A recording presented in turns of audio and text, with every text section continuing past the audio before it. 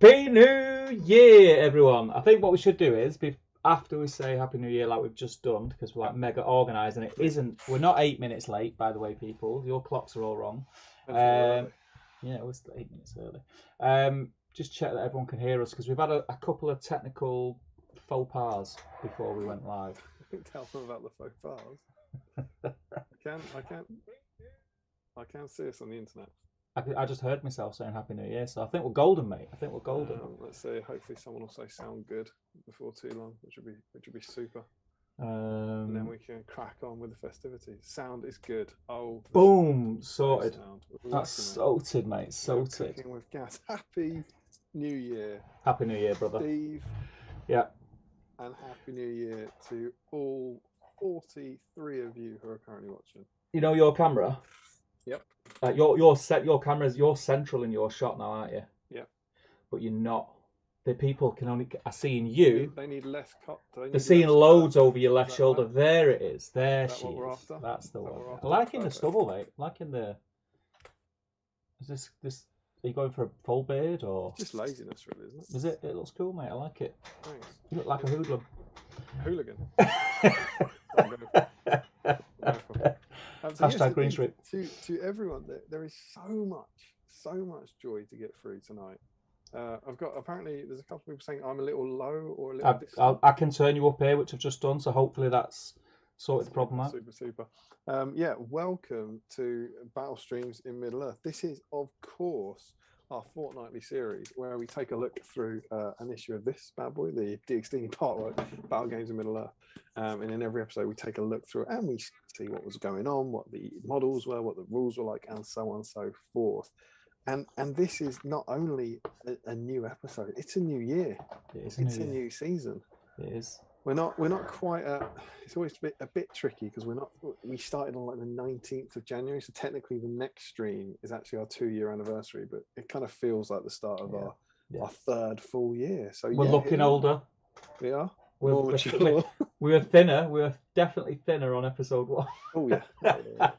I hope someone will do a time lapse of it. Just going through. I don't.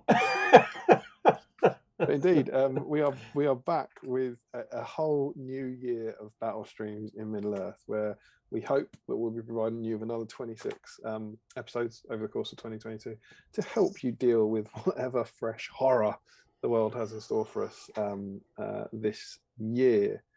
So, I think that's our little intro. Steve, do you remember what the primary driving point of battle streams in Middle Earth was? Well, I can't do that, can I? Well, you can do it again when you get yours. I can do it again. I can't have mine go cold, can I? Yeah, I can't remember what you said because I was looking at your sound. I was dealing with your sound while you were chatting, so I can't remember what you covered. So I'll just wing it. What's the primary point of battle streams? So the primary point of battle streams in Middle Earth is to clear your backlog. Oh, it is, yeah. Oh, nice. I've drunk many a brew out of that cup. Yeah, it's a good cup. Indeed. So the kind of point was that we'd all get together for a few hours on a Friday night and just paint something and just paint it for the fun of it. Yeah. And so how do we decide what we're painting, Steve? So what do you mean how do we decide what we're painting? So each week. Well, how do we decide? Basically, this dictates what we paint each week. So we do a different issue in chronological order. Obviously, it'd be silly to start at 76. So each fortnight we focus on a issue from Battle Games in Middle Earth. But the weird thing is, the last probably, what would you say, 5-6 weeks, we've had specials thrown in. It's been Christmas.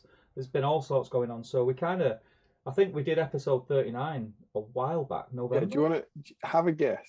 When we're doing issue 40 tonight, when did we do issue 39? I want to say start November. Steve, you'd be a month late. Start of October. October? Yeah. Jesus. And it's a week as well. It's like the 2nd of October. But we haven't missed any. No, not missed any. We've done 6 more streams. We've just squeezed some in. So we just had loads of specials. Yeah. And we also remember we had the Witch King, which was like 37, which swung after it. Witch King? The Witch King. So yeah, it's crazy. It's been 3 months. It's been mental, since, the last issue in a way, which is kind of madness. But good for you guys because you've got a lot of extra streams, which means that battle streams will soldier on for far longer than fully expected. I mean, to be fair, we didn't think it would last this long. No, absolutely not. And we also, we started off monthly, then we went weekly, and then we settled on fortnightly. But last year we were really consistent. Last year we did like 26 episodes. We didn't miss any. So we did. I think I worked out it was 17 issues. So at the rate we're going, 3 more years to complete the series. Yeah. But and then we'll move on to source books. Yeah. Books. The thing is, once you're 52 episodes in, we're golden now. We're cruising. Yeah, absolutely cruising. So yeah, that's you were saying the magazine dictates what we paint. So the whole point is that the magazine came with models every week, and we paint those models whether or not we need them. And actually, more importantly, if we don't need them, the whole point is that if you've got them in your backlog, just dig them out and paint them just for the fun of it. And we've had some great fun over the last 2 years. Painting all sorts of kind of Warrior Goblins and Rohan Warriors and Uruk Hai and all that sort of stuff that we'd never normally paint, just for the fun of it, just for the sheer crazy fun of it. Just for the lols. Come with us and have fun. Please. We demand it. So, Steve. Yes. What are we painting today? So, as we keep flashing up on screen, we are looking through, or we will be looking through at some point, issue 40. And with issue 40, you received... So there's a picture of him in here, which there isn't in the front cover, which is great. But you received the Rohan Royal Guard massive spearman stroke banner bearer model. With a massive spear. So the theme for this week is obviously Rohan Royal Guard. So if you are painting Rohan Royal Guard, that is fantastic. You don't have to be painting Rohan Royal Guard, but it's just fun if you can. You know, at the end of the day, if you've tuned in tonight and you were thinking, I don't really know what to paint. Look in those old drawers, look in those old boxes. You will have a Rohan Royal Guard somewhere because if you collected this magazine, you got some free. Dig them out, paint them tonight. And Damien, where do they post pictures of what they're working on? I'm going to be optimistic. It should be there, mate. Yes, I'll trust you if you reckon. I think, Steve, what they should do is they should go to the Great British Hobbit League Facebook, and there'll be a thread there from Stephen Crow, and it will say, "This is the BSIME whip thread." It's there, mate. Boom! Smashed new year, new you. Yeah. You go on there and you post a photo of what you're about to start working on with your setups. We love to see in the chat, by the way. Make sure you're saying hello and telling us what you're working on tonight and what you're eating and drinking. And then just post photos of whatever you're going to be working on. 20 comments already. It's a busy thread. And then throughout the night, if you want to do work in progress pictures, you can. And if you're on there, if you post a picture on there with a Rohan Royal Guard, and we will stipulate it's the warriors, the Rohan Royal Guard on foot or Rohan Royal Guard on horse, not the Royal Guard captain. So no gambling and no hammer. They do get their own weeks in this binder actually. So we'll get to them, and no Daewine, who will get his own week when we get to Gondor at war in 4 years' time. So it's just Royal Guard Warriors. And that, do you know what's special about this one, Steve? Do you know what that makes that? I think. Go on. I think it's the first stream where we've ever focused on a metal warrior, like an elite warrior. We've always done all the plastic sprues. Yeah. But I don't think we've done other warriors. I think. Could be wrong. We've done a lot of streams, but I think that's right. It's very, very rare that we do a kind of that specific. So I don't think it's going to be a big one. Do you? I don't think the Royal Guard are going to be. I don't think it's going to be huge. I don't think it's going to be a bad one. I think Rohan Royal Guard's one of those that, again, I always say this, like people have them lying around, and I think I just assume people have got models lying around the same as I've got models lying around. I think you're right there. From Battle Games of Middle Earth, they might have got him, and a lot of people have Rohan armies. Royal Guard are good now as well. Yeah, and it's also one of those things that they're a pig to paint. So anyone who started a Rohan army at some point, I thought, you know what, I'll buy a warband of Royal Guard and painted one, and then realised they didn't ever want to paint a Royal Guard again. Probably has 11 of them in a drawer somewhere. Yeah, well, more on that when we talk about what we're doing. So yeah, that's the theme. Rohan Royal Guard foot on that. So even if you're new here, if you are new, we want to hear from you, or you didn't know what the theme was. If you've got a Rohan Royal Guard and you dig them out and you reprime them or chuck some paint on them, you're in. Yeah, you're in, baby. And Steve, do you know what they can win? Well, I know money can't buy it. Money cannot buy it. I know that. Oh, look at that. Oh, God. I mean, money... not any of those guys. No, because money can buy these. Yeah, money can buy these. If you Regular join our payments Patreon, of money you get to those. us can buy these, absolutely. Yeah. But you know what money can't buy? What can't money buy? Oh, that's a big 5. It's pretty good.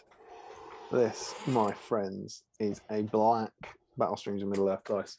Beautiful dice. Thank you. That money cannot buy these. The only way to get your hands on one of these is to take part. And we send one of these out this week. I posted the last 2 out a couple of days ago to our last 2 winners, Nathan and George. So we're up to date on them. Cool. But yeah, you can win this. So someone watching this stream will win that very dice, and I'll post it out to you. So that's there you go. Why not? If you've got a Royal Guard knocking about, why wouldn't you jump in?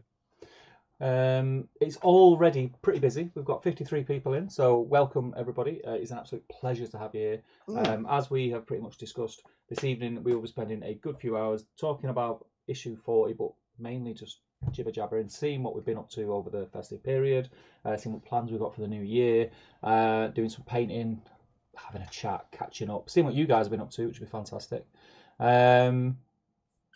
Yeah, and I think is that the itinerary for the evening? I think so. Obviously, we would normally jump into snacks and drinks now. Well, I don't know what. Do you want to do that while my tea doesn't go cold, and then do yours when you get back? Yeah, because I was that unorganised. Do you know how unorganised I was up until yesterday? Yeah, I forgot we were even streaming tonight. That's dreadful. And I arranged to meet 2 people at the studio tonight. That's hurtful. And I was thinking, I'm sure I had something to do on Friday night because it's been so long. Ouch. And then I arranged it. They got babysitters. I was meeting them at the studio, and then I went, "Oh, damn it!" Well, I'm hurt that you forgot me, but I'm touched that you chose me. Of course, my friend. You know what you have forgotten though? I'm gonna say you've forgotten it, but you could destroy me if you've remembered this. Go on. You were meant to have something with you tonight. Yeah, it's unlikely it's here, mate. I can't remember what it is. Do you know what it was? No. I mean, it's near you. It's definitely near you. Remember, you were meant to bring a stirrer. It wasn't that stirrer. Ooh, it wasn't close. We were going to play an exciting game. Play a game. Yeah. Were we? Yeah. Oh mate. If it helps, I forgot, but I rewatched the last stream I was trying to find the winners, I think, of the Christmas present or something. I can't remember why, and I went, oh yeah, I forgot about that. I mean, I've got one eye on the chat to see if anyone else has remembered, and they can just let me know. Or if they've all forgotten and we can pretend it didn't happen. Nobody's. Don't know, mate. Put me out of misery. My bag from your car. Oh, do you know where that is? In your car. Still in the car. I like that you're driving it around with you. It goes everywhere with it. We're going to play the generation game. It goes everywhere. We went shopping the other day and we were putting the thing in the. And Anna went, why have you got one of those Hessian bags in the back? Why didn't you bring it in with the plastic ones? I went, it's not mine. She went, what's in it? I went, well, don't say what's in it. And she just looked in it and she just looked at me and she just like shook her head. This is your nerdy shit, isn't it? She just shook her head and that was it. But yeah, it's still there, mate. Looking after it for you. Next stream, bring it along and we'll play the generation game. Okay. And I'll be another 2 weeks behind in trying to remember what. Yeah. I don't even remember you saying that. I'm not going to lie. Well, Was it at the end of the stream? I can't never make plans at the end of the stream. But it was the whole point that you had it. Yeah. And then I said something like, "What else is in it?" Yeah. And you were about to say, and I said, "No, we should guess. We should play it as a fun game. Like, what's it? Don't remember what's in the bag. What's in the bag?" I say that a lot. I needed the glue gun over Christmas. I was like, fucking crow. Don't blame me. You left it in the car. Thankfully, Emma did have secondary glue gun, so we were all right. I was doing one of those Christmas decorations. You know those felt things that you get like a packet, and it's like make your own Christmas decoration. It's like a penguin face. Ah, right, okay. And it's like sew these together, put stuff in, and then glue these bits on. And they show you with a Pritt stick or PVA glue or something. Yeah. And there is no Pritt stick on earth that will ever hold fabric to fabric. All Pritt stick is good for is sniffing.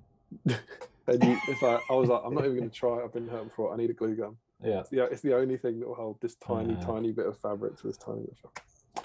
Yeah, so that went well. Yeah. So yeah, snacks. I'm all over the place here. I got my cup of tea. Right? Yeah. Ooh. I know, A Joe nut. A Joe nut. Each their own. A new original. What do you New reckon? original. What do you reckon? I'm not into Jaffas, so I'm like the wrong person to ask. I don't like Jaffa cakes. It's not a Jaffa cake. Someone bought me, you know, when you get the massive long boxes that's got about 4 packets of Jaffa cakes in. I got one of them for Christmas, and I was like, I don't like Jaffa cakes. Look from Anno, yeah? Yeah. Got that bag in the back. It's off my mum. I got that. And then today, I was thinking I'm doing all right for stream snacks. Today, my wife came back in from the shops.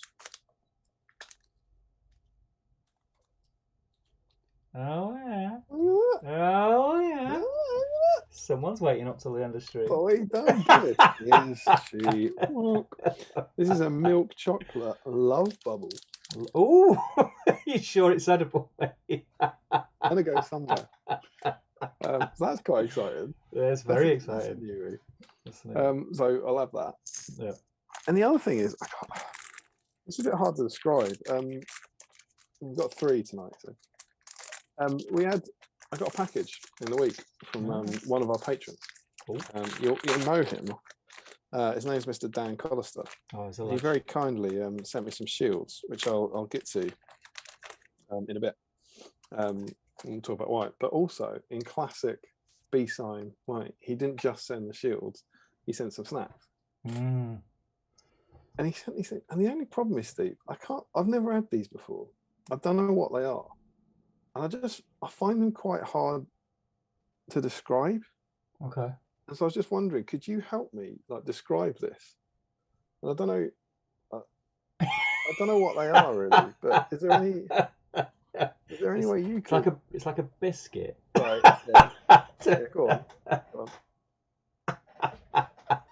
And so, I mean, don't blame me. So Dan Collister very humorously sent me a pack of Panda biscuits. So I'm going to crack on with them. They're nice, them. They are nice. They're nice, them. They don't taste anything like what you said. What did I say they tasted like? I mean, they would have tasted like a bear-shaped thing that was twice the thickness of the earth, all the way around. And then you want to have a beer? Got no beer in. Ooh, I've got beer in. Crisis. Yeah. It's a BSIME classic. Go on. What's coming up? Been a while. Pepsi? No Pepsi. BSIME classic. Early BSIME classic. First lockdown. Gin. Really? I've drank a lot of gin over Christmas, actually. Back on the gin, mate. Yeah, I drank a lot of gin. Pink gin. I'm on orange gin. Whitley and Neil Rhubarb Ginger. Rhubarb. I've not had that one yet. I did say to Anna that you recommended it, and she said, "Oh, we'll have to try that," but she's not picked it up. She's got a liking for it's an orange flavour gin. It's in a square bottle. It's orange. It tastes like orange, but it's nice. It is nice. Very nice. So that's my little spread, which I'm quite excited about. Mm-hmm. So I'm gonna obviously can't tell you what my snacks are because I haven't got them here. So I'll go and get them in a moment. I'll go and get my drinks in a moment. I've got nothing here. Very unorganised. There's 2 people waiting for me at the studio. But I'll go and get them in a moment. But I was in 2 minds, and I think I've just caved and made my mind up. So this week I need to lose a little bit of weight this year. I'm just over 16 stone, which for my height is too heavy, way too heavy. So I need to lose a little bit of weight. So I'm going to try and lose 2 stone this year, stone by summer, and then another stone by the end of the year. Just mainly by changing my eating habits, because it's my eating habits that are the problem. But I did try and start running at the beginning of the week. Ran once, aggravated a back injury from before Christmas, and I've been in agony all week. Absolute agony. So I shouldn't have done that. Yeah, it's too dangerous. But the eating is going very, very well. And the plan is Monday to Friday, I'm on restricted calories. Until 8:30 p.m. on a Friday afternoon. and have the weekend off. Or, well, the plan was to have one day off, but I thought to start with, I'll have the weekend off. But now you're sat there drinking gin with a slice of fruit in it. I'm thinking what I'll do is, even though I've been good up to this point today, I've had a decent breakfast, decent lunch, good dinner, low calories, very good for me. I think I'm going to start my weekend now. I'm going to get some snacks. I'm going to get a beer, and then on Sunday. Oh no, I can't, because that's another thing that I'll chat about later. I can't do it on Sunday. Oh, sod it. It's week one. Everyone flakes on week one. Yeah, I'm gonna go and get a beer. I'm gonna go and get some snacks, and then I'll come back. So can I leave you with these good folks? A Jonah. It looks like I'd enjoy it if it didn't taste like orange. It looks like a Twinkie with chocolate on it. You know, you're right. It's a very similar kind of sponge to a Twinkie. Plastic sponge. Yeah, face sponge. So I'm Do you want me to jump in the chat? Are you happy to miss people? Yeah. You jump in the chat. Is that the most sensible thing? Obviously, say hello on my behalf. Yeah. You know, and then I'll come back and we'll catch up. We'll talk about what we've been doing over Christmas and what our plans are going to New Year. So I'll be back in about 5 or 10 minutes. Right, see you soon. Okay. So we have Mr. Adam Harrison. We have Mark Stoney in. It's been a while since Mark's been there, I think. Joe Holzman in. Zafar Engel was in. Who is, of course, Paul, who won one of our prizes. Hadn't made that connection before Christmas. Congrats to Paul. Scott Newman's in. Sean Clark is in. Mark says it's been a while since I made a stream. It's been a while since I've made a river. Just a little joke there. Michael Breer is in. Says good evening. Remco is in. Hello everyone. It's been a while catching live. But good evening. Nathan T is in. Green Trees in. George Sullivan is in. Dale Grove is in. 66 now. Amazing. Brian F90 says evening all. I always do this, but it feels like a new name to me. Can't be sure. Jill Gorham says, evening all, rushing to paint some raw guard together to get a little paint on. That's the spirit. You can win a dice. Janelle says, greetings. We think they come up with a special just to push back the raw guard even more. We didn't. Not this time. Not this time. And no suggestion of a New Year's special. Masterball UK says, good evening. That's another new name, I think. Agenda Singers in saying, even everyone know raw guard tonight, assembly of Finecast Goth Mog and basis and what's very, very cool. Show us what you're doing, but you can't win a dice. Michael Curtis is in. Hope's has got green and red paint for tonight.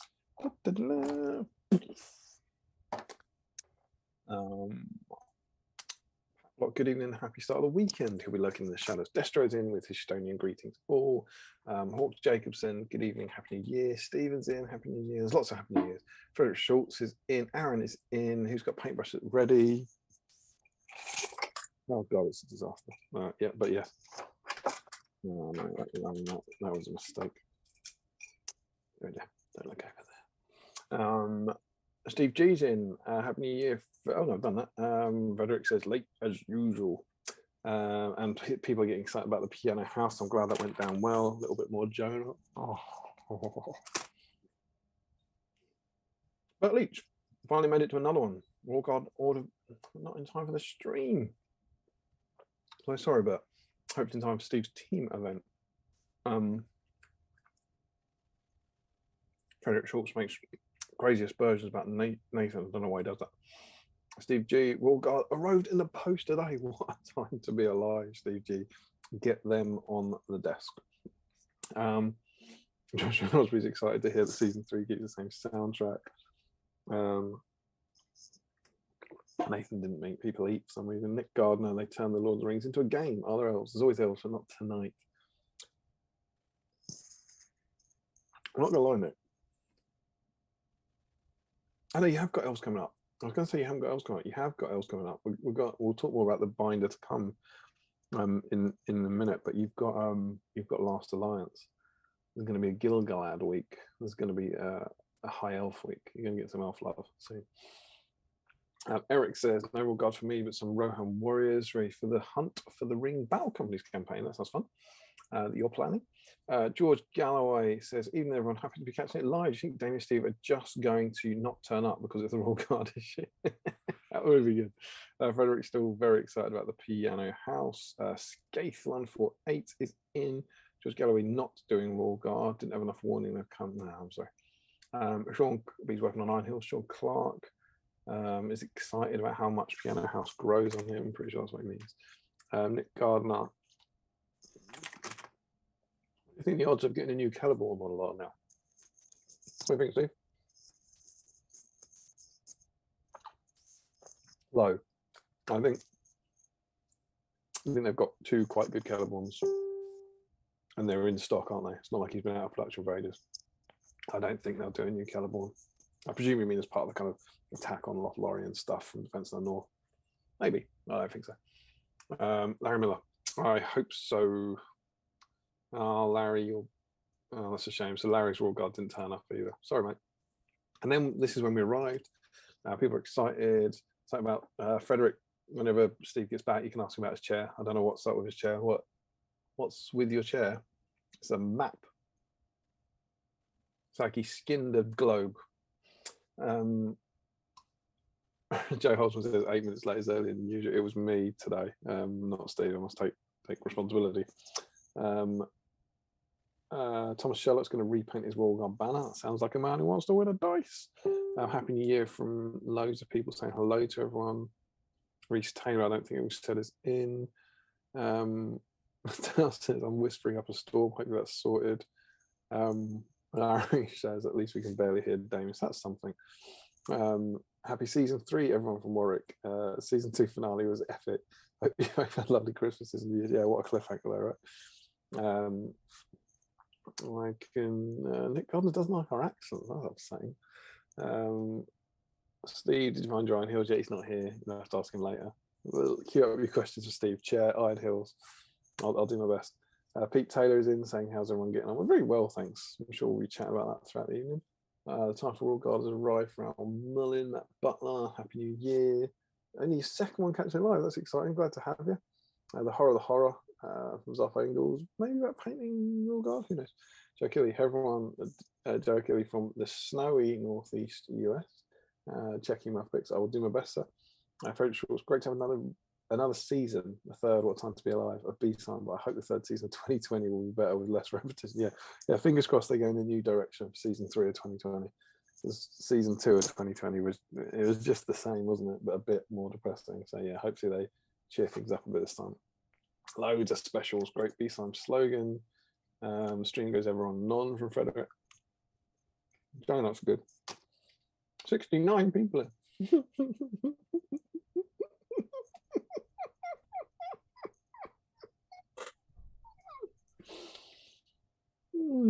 People. Season 3, we could do a clip show. That'd be great. Tony, greets from Southern Germany to all your amazing Tony, that's again, Steve normally reads the chat, so I don't always pick up on the names, but is that a new name? If it is, let us know who you are, what you do. Joe Holzman, in fact, it's been 3 months since issue 39. It's surely proof the magazine does not, in fact, dictate what we paint. That's a good point. Frederick Schultz, I'm painting some minis I need today. Check the whip thread. Very cool stuff. We will indeed. So Leon's in and asking Tony where he's from, which backs up the fact that it's new. Frederick Schultz says, are you telling me people are painting dudes with big rods today? It's rancid filth. Yo. I can't believe this. Is it? Oh, hello, sir. Are you back? Aye. I've got a message from Tom Harrison. Right. I wish we could flash up on the screen. Tom Harrison, get this crap. Right. I've got half an eye on you on mute. That's hurtful. I'm gonna stick 2 fingers up. You'll see it in 20 seconds. It's for you. That is unbelievable. Apparently Lily's explaining a new game to him. This is the what was that chocolate called? What's that chocolate called you just got? Do what you want with that. This is a love pod. There you go. That's for you, sir.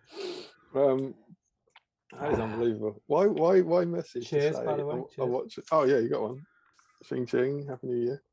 We have 2 questions. We have 2 questions for you, Steve. Yes.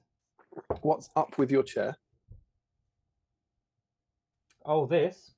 I don't know. That was a question. It's my old mouse mat. So this week, whilst I was injured, I was supposed to go back to work this week, but my back's been too bad. So I came in here and I sorted a load of stuff out. You can't really see at the back, but I moved It loads does of things. look clearer. Yeah, my desk is clear, which is nice. But the problem is, my desk is clear here in front of me, but everything that was here, the junk, is just there next to me. So it's not in front of me anymore. I've just moved it to the left. Right. So yeah. Progress. Oh, and Yeah. have you found your Iron Hills yet? No, it's that's yeah. I'm not happy about that. No. I've not. The only place they kept, when I cleaned here, that was the reason why I started cleaning, because I thought they've got to be somewhere. Yeah. They're in a small army GW army box. Have you checked your Iron Hills box? Well, this is right. So I've got a small army box which has got all my crossbowmen, all my normal warriors and stuff like that. My dismounts from goat riders, a few goats in the army box, and then I've got another box which has got the chariot and the ballista in, and they're always together. Always together. And when we was in the studio the other day, me and Matt, we were going to film. We were going to use Iron Hills because I assumed they were there because I seen the box with the chariot in. But then I couldn't find my warriors. I thought, oh, they must be at home. And then I've come home and searched high and low, and they're not here. Well, they're always together. Exactly. So I need to go and have a proper look at the studio, but I'm not very hopeful. I don't know. God knows where they've gone, but it's probably the army that I put most effort into painting out of everything. Yeah, you always went on about how long they took to paint. Yeah. Sorry, man. It sucks. I'll be devastated. Hopefully, fingers crossed, they'll turn up the studio somewhere hidden. That's the but, spirit. You know, I'll find out. I'll find out on Sunday. I'll get Carl. Carl's coming to the studio on Sunday. Our lovely patron, Mr. Carl Daly. We're going to play some games and do some filming, so I'll get Carl to help me look, which will be fun. Oh, I'm sorry. In unrelated news, Reese, I posted you that army of dwarfs you bought off me this week, so they'll be with you soon. So hopefully you'll enjoy those Iron Hills. So on to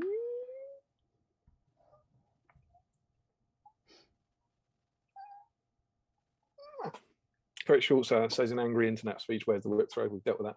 What Greeks is building Rohan Royal Guard, which I got from Secret Santa. That's very cool. Thanks if you're in here, Santa. Leon's going to be using his brush to paint his guys, his dudes with big rods, which is what we're painting tonight. Thought you'd enjoy that. Joe Holzman, long spear dude, a chocolate orange and pear cider for me. What a time to be alive. The chocolate orange may already almost be gone. Oh, people have started screaming Berserker at me. Yeah, we did Berserker week, didn't we? We did Berserker. Well done, public. Just tell us. Aaron's painting a dude with a big rod. There was Berserker week. French Schultz asks if you have a models lying around box with all the BSIME minis. I've got all sorts of boxes of bits. Quite a lot of boxes. Dale says cheers for that, Steve. I don't know what you did for him. Never painted a single Rohan model until tonight. He couldn't be more inspired right now. Was that just a speech, do you think, at the start? Dale's been PMing me. I'm assuming it's about that. Inspire me, sir. Inspire me. It was to do with, what was it to do with, Dale? That's hurtful to him. Oh, yeah. He was asking me some questions about Tolcom. There you go. He couldn't be more inspired right now. I'm assuming that's what you're talking about, Dale. But yes, You're welcome. You're welcome, my friend. Skeeth 148 is working on the Witch King for a tournament army, so going against Mr. Jamie Wiggins. Oh, is that it? Yeah, did you not know? I didn't. Yeah, Jamie Wiggins. He was on he was on a battle report on SW Miniatures. I seen it today. I watched it whilst I was in the car. Unlucky, my friend. Unlucky. It was close. That's huge spoilers. Then don't bother watching that. Just mute that bit. In the past, you want me to mute it? What do you want me to do?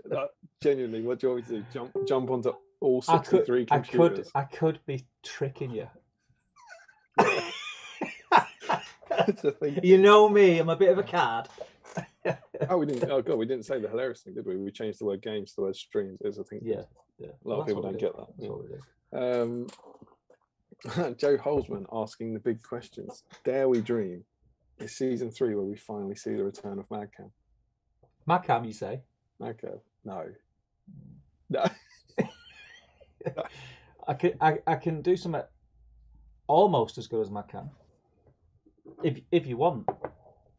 Depends how can much do- you're stretching the word almost. I can do model close-up cam.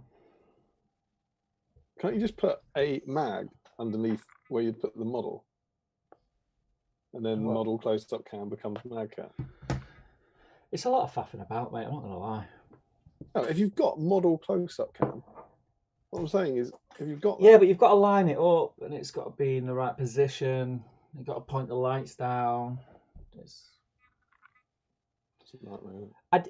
not when I've got the equipment here, but all my cameras, barring that dodgy webcam, is at the studio. Joe, the answer's no. Pretty much. No, mate. No, it's gone. It was a dream. The thing is, this show is a read along. So you don't need my cam. You just get, you should get your own magazine. Yeah, just get your own magazine out. It's like it's high definition. What cheapskates? Why should we show you the magazine? You should get the magazine. 50p on eBay. Come on. Support your hobby. Go out and buy it. Unbelievable. You can see them, can't you? I know what these people do. They watch the screen, they screenshot it, and they print out every page. Oh, I've got the Battle Games and magazines. Typical Joe. Typical BSIMers. As ever, thank you so much for your support to all our patrons. Thomas Slade says, Happy New Year, everyone. Hope you've had a good Christmas break. And you. Larry Miller says, Battle Streams even. God knows what that'll be. We'll understand that comment by the end of the night. George Galloway, those Jonuts are quite like on the Jaffa. They are potentially, but they're good. Oh, Jill Goran doesn't like Jonuts. This is obviously the Jonut moment. Yeah. Harjinder Singh got one of the large packets of Jaffa cakes, but you only managed to finish one pack. But that's fine, because you got time. You finished one more than me, mate. Yeah, Green Tree can inhale Jaffa cakes. Well done. It's a talent. Jill loves bubbles from the supermarket, the kind of supermarket that is in a small unit with blacked out wind. Love bubbles. Oh, hang on, no. She's not saying she loves bubbles. Yeah, love That's bubbles. important. She's saying love bubbles from the supermarket. Yeah. The kind of supermarkets in a small unit with blacked out windows. I don't know where she got it from. Steve, it looked like you had something from one of those shops just on the screen a minute ago. No. I've been and got some snacks, so I am being a little bit naughty. Not that, you. Oh. What did you just hold up? What did I hold up? You just look down. It must be there. It must be there. Something that looks like you might have got it from a shop with blacked out windows. Don't know. What's underneath your model? Oh. There you go. This. I mean, the new one. I've got this, and people used to talk about this, but they knew what they were doing with that second one, didn't they? But this one, I think you could. I mean, I don't know what the thinking is behind it, because now I've got this in my hand. I think I like the old ones. It's because it's not meant to go in your hand. I haven't tried the new one. Go on. Lies. I haven't painted with the new one, but it doesn't look like it would be better than this one. No, I don't think it is. I like the fact that that one you've got there, it isn't rounded. You know, like this handle's rounded, whereas that's got the little corners. Yeah. So you can grip it. Yeah. Mm-hmm. I could see that one. I mean, I'm not going to finish that joke because it's rotten. You can't have a serious conversation about it. That's the thing, because whatever you say, it sounds absolute filth, doesn't it? Yeah, I mean, we're only just over the watership. Chris Wilson has just subscribed. Thank you, Chris. Based on that, so I'm in. What, they're free? I'm in. Larry says, "What size box did the shields come in?" It was a very sensibly sized box, actually, Larry. You'd be pleased to know. Nathan, that Whitley rhubarb gin is excellent. It is indeed. They got a cranberry and orange one, but I haven't enjoyed it. Nick Gardner, the map drapes over Steve's chair is sideways, and he can't not look at it. Is there anything we can do about that? Yeah. Look at that. Man of the people. Man of the people.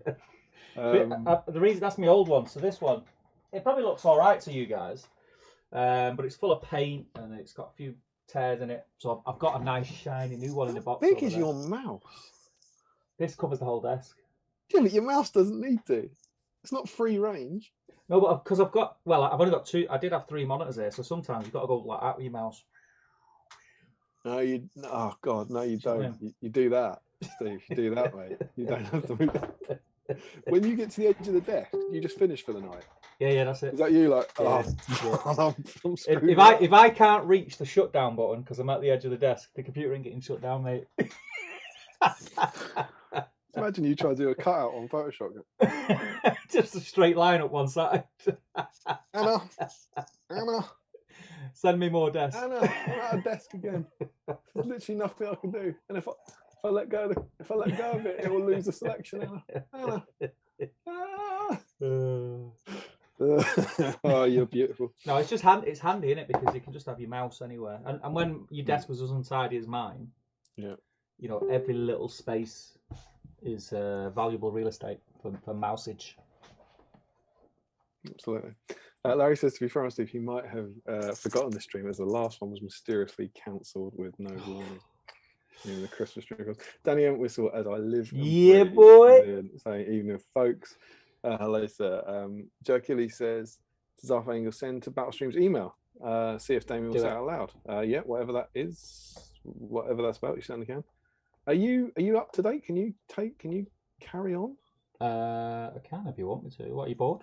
Oh, I was going to paint. All right, I'm all right. I don't need to paint. I mean, you were just watching me read. I'm just settling back in. I've turned this heater down a little bit. I whacked the heater on about an hour ago because it is absolutely freezing in Manchester. You know what? The thing is, right, I've got a good analogy for you. I don't mind reading the comments if you're painting, but if I'm reading the comments and you're watching me read the comments, that is like listen. When when you have the conversation about who's going to drive. You know when you used to go out and you have the conversation, shall I drive or you drive? And if I would drive and Emma would have one drink, and I'd be like, that's infuriating because you could have driven. And I was like, if I'm happy to drive, but if I drive, you need to get smashed so that you can't drive. You know, and that's. And if you're going to get smashed, I'll do all the driving, all the time. Yeah, like, that's fine. Like if you've got, if you're the one who's not driving, you've got to be over the limit by the end of the night, because otherwise you might as well have driven. It's the law. The law. It's the law. I'll take over. I'll take over. But that's what that is. It's like, I'm fine reading, Steve, but if I'm reading, you better paint. I'm gonna paint. No, listen. I'll carry on. That backlog. I'll fly through this last bit. Yeah. First flying through 2022. Lovely. And then I'll talk about what snacks I'm eating and what I'm drinking. And then we'll come back. Lovely. Dale says, Steve is my spirit animal, hosts a painting stream and doesn't paint, goes on a diet and doesn't diet, love it. Whoop, whoop, that's how you roll, mate. E. Whitehouse says, I've been working on 12 Rohan riders. Surely they equal a Royal Guard. They do not. They do not. Nope. I'm sorry, Ian, as much as I'd love to say yes, I can't. What are the rules there for? To be abided by. To control the fun, Steve. That's the one. Dan Colster says evening all. Dan Nelly says evening all. Are we only still on hellos? What have you been doing? No, I think these are late comers. We've got quite a few ways through. We had a chat about Joe Nuts. Jonas? Thanks. Joe Nuts. Oh. Joe's Nuts. Joe's Nuts. Thanks for shields, Dan. Larry says, speaking of specials, are you doing one next week? I don't get that. Special What's that next about? week. What's next week? Something happening? What is next week? January? Is not Valentine's Day or anything? Oh, Valentine's Day is going to be one that we're going to have to look at. Jeff Flores says, good evening, everyone. I'm new here. Welcome, Jeff. I hope you're well. Let us know where you're from, brother. And yeah, enjoy watching two middle-aged idiots talk nonsense for a few hours and try and paint miniatures. You are more than welcome, my friend. I hope you're well. Zafangel says to Joe Kelly, you could try and see if you get banned, or we wait for Damien. I think you missed something there. You know? I don't know what that's about. Maybe he's. Oh, I don't know. Julian Hammond's in. He says, "Evening, guys. Looking forward to yet another year of BSIME fun. Me too, brother. Me too." Stephen Ryan, evening all. Happy New Year to all. Just joining after getting held up reading some Goblet of Fire to my daughter. Oh, solid nice. Bit of literature there for a bedtime story. We had a very our Christmas morning was very Harry Potter themed. The kids are crazy about Harry Potter at the moment, which is quite cool. Brian F90 is in. He says, not new, Damien, but don't manage to catch many live. We're working away. Did you ask if Brian F90 is Yeah, new? I asked a few people who knew, but I added the caveat of saying like Steve normally reads the names. So sorry, Brian. This guy. Frederick says, check the Patreon chat, Damien. You'll know what T Nathan has done. Horrible stuff. I'm probably not going to check that. Nathan says, no raw guard for me. With a black dice due to land on my doorstep, the pressure's off and I can paint hobbits and gloin. Oh, because he's got the black dice, you see. Yeah. So he's saying he doesn't need to stay on top of it. Oh, and then another new guy. Top Table Gaming says, hi guys, loving your work. That Steve guy is an absolute legend. His posts never get deleted from the Wild West. So is that, just to confirm, I'm going to just wonder, is that you writing to yourself from the kitchen, or is that Mark Woods being told to comment that if he wants a job? Well, his name's Matt Woods, so I'll apologise on your behalf. Yeah. Keep doing that. What am I doing? It's a block in it, because I do that a lot. Yeah, you do it all the time. I can't, like... And he wasn't even in the beefier. Is it him, or is it you? No, I was watching whilst I was making a brew. Well, at least he hasn't heard. Yeah. I'm sure no one will tell him. Joe says to Nathan, any update on the man reciting black speech?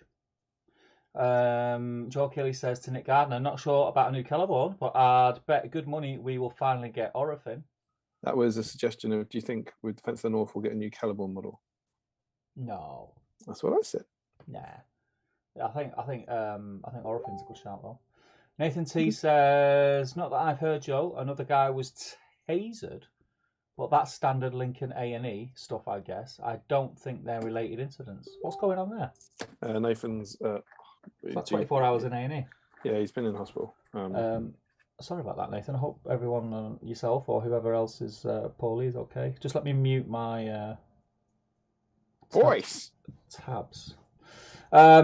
Shocking, says Larry Miller. Do we know the order of those? Do we know what the order of those brothers is? Is he? I don't know what the shocking bit is. Presumably is means Haldir and Orifin? Haldir, Rumil, and Orifin, doesn't he? I don't know what he means. I wasn't here then. Yeah. I don't know what he means by the order, like age order. Frederick says, "Are you 13 years old, Damien? 69, 69, 69. Funny, funny, funny." Oh, you missed it. He's obviously 13 years old. He still found it. There was no, you wait. There was 69 people watching.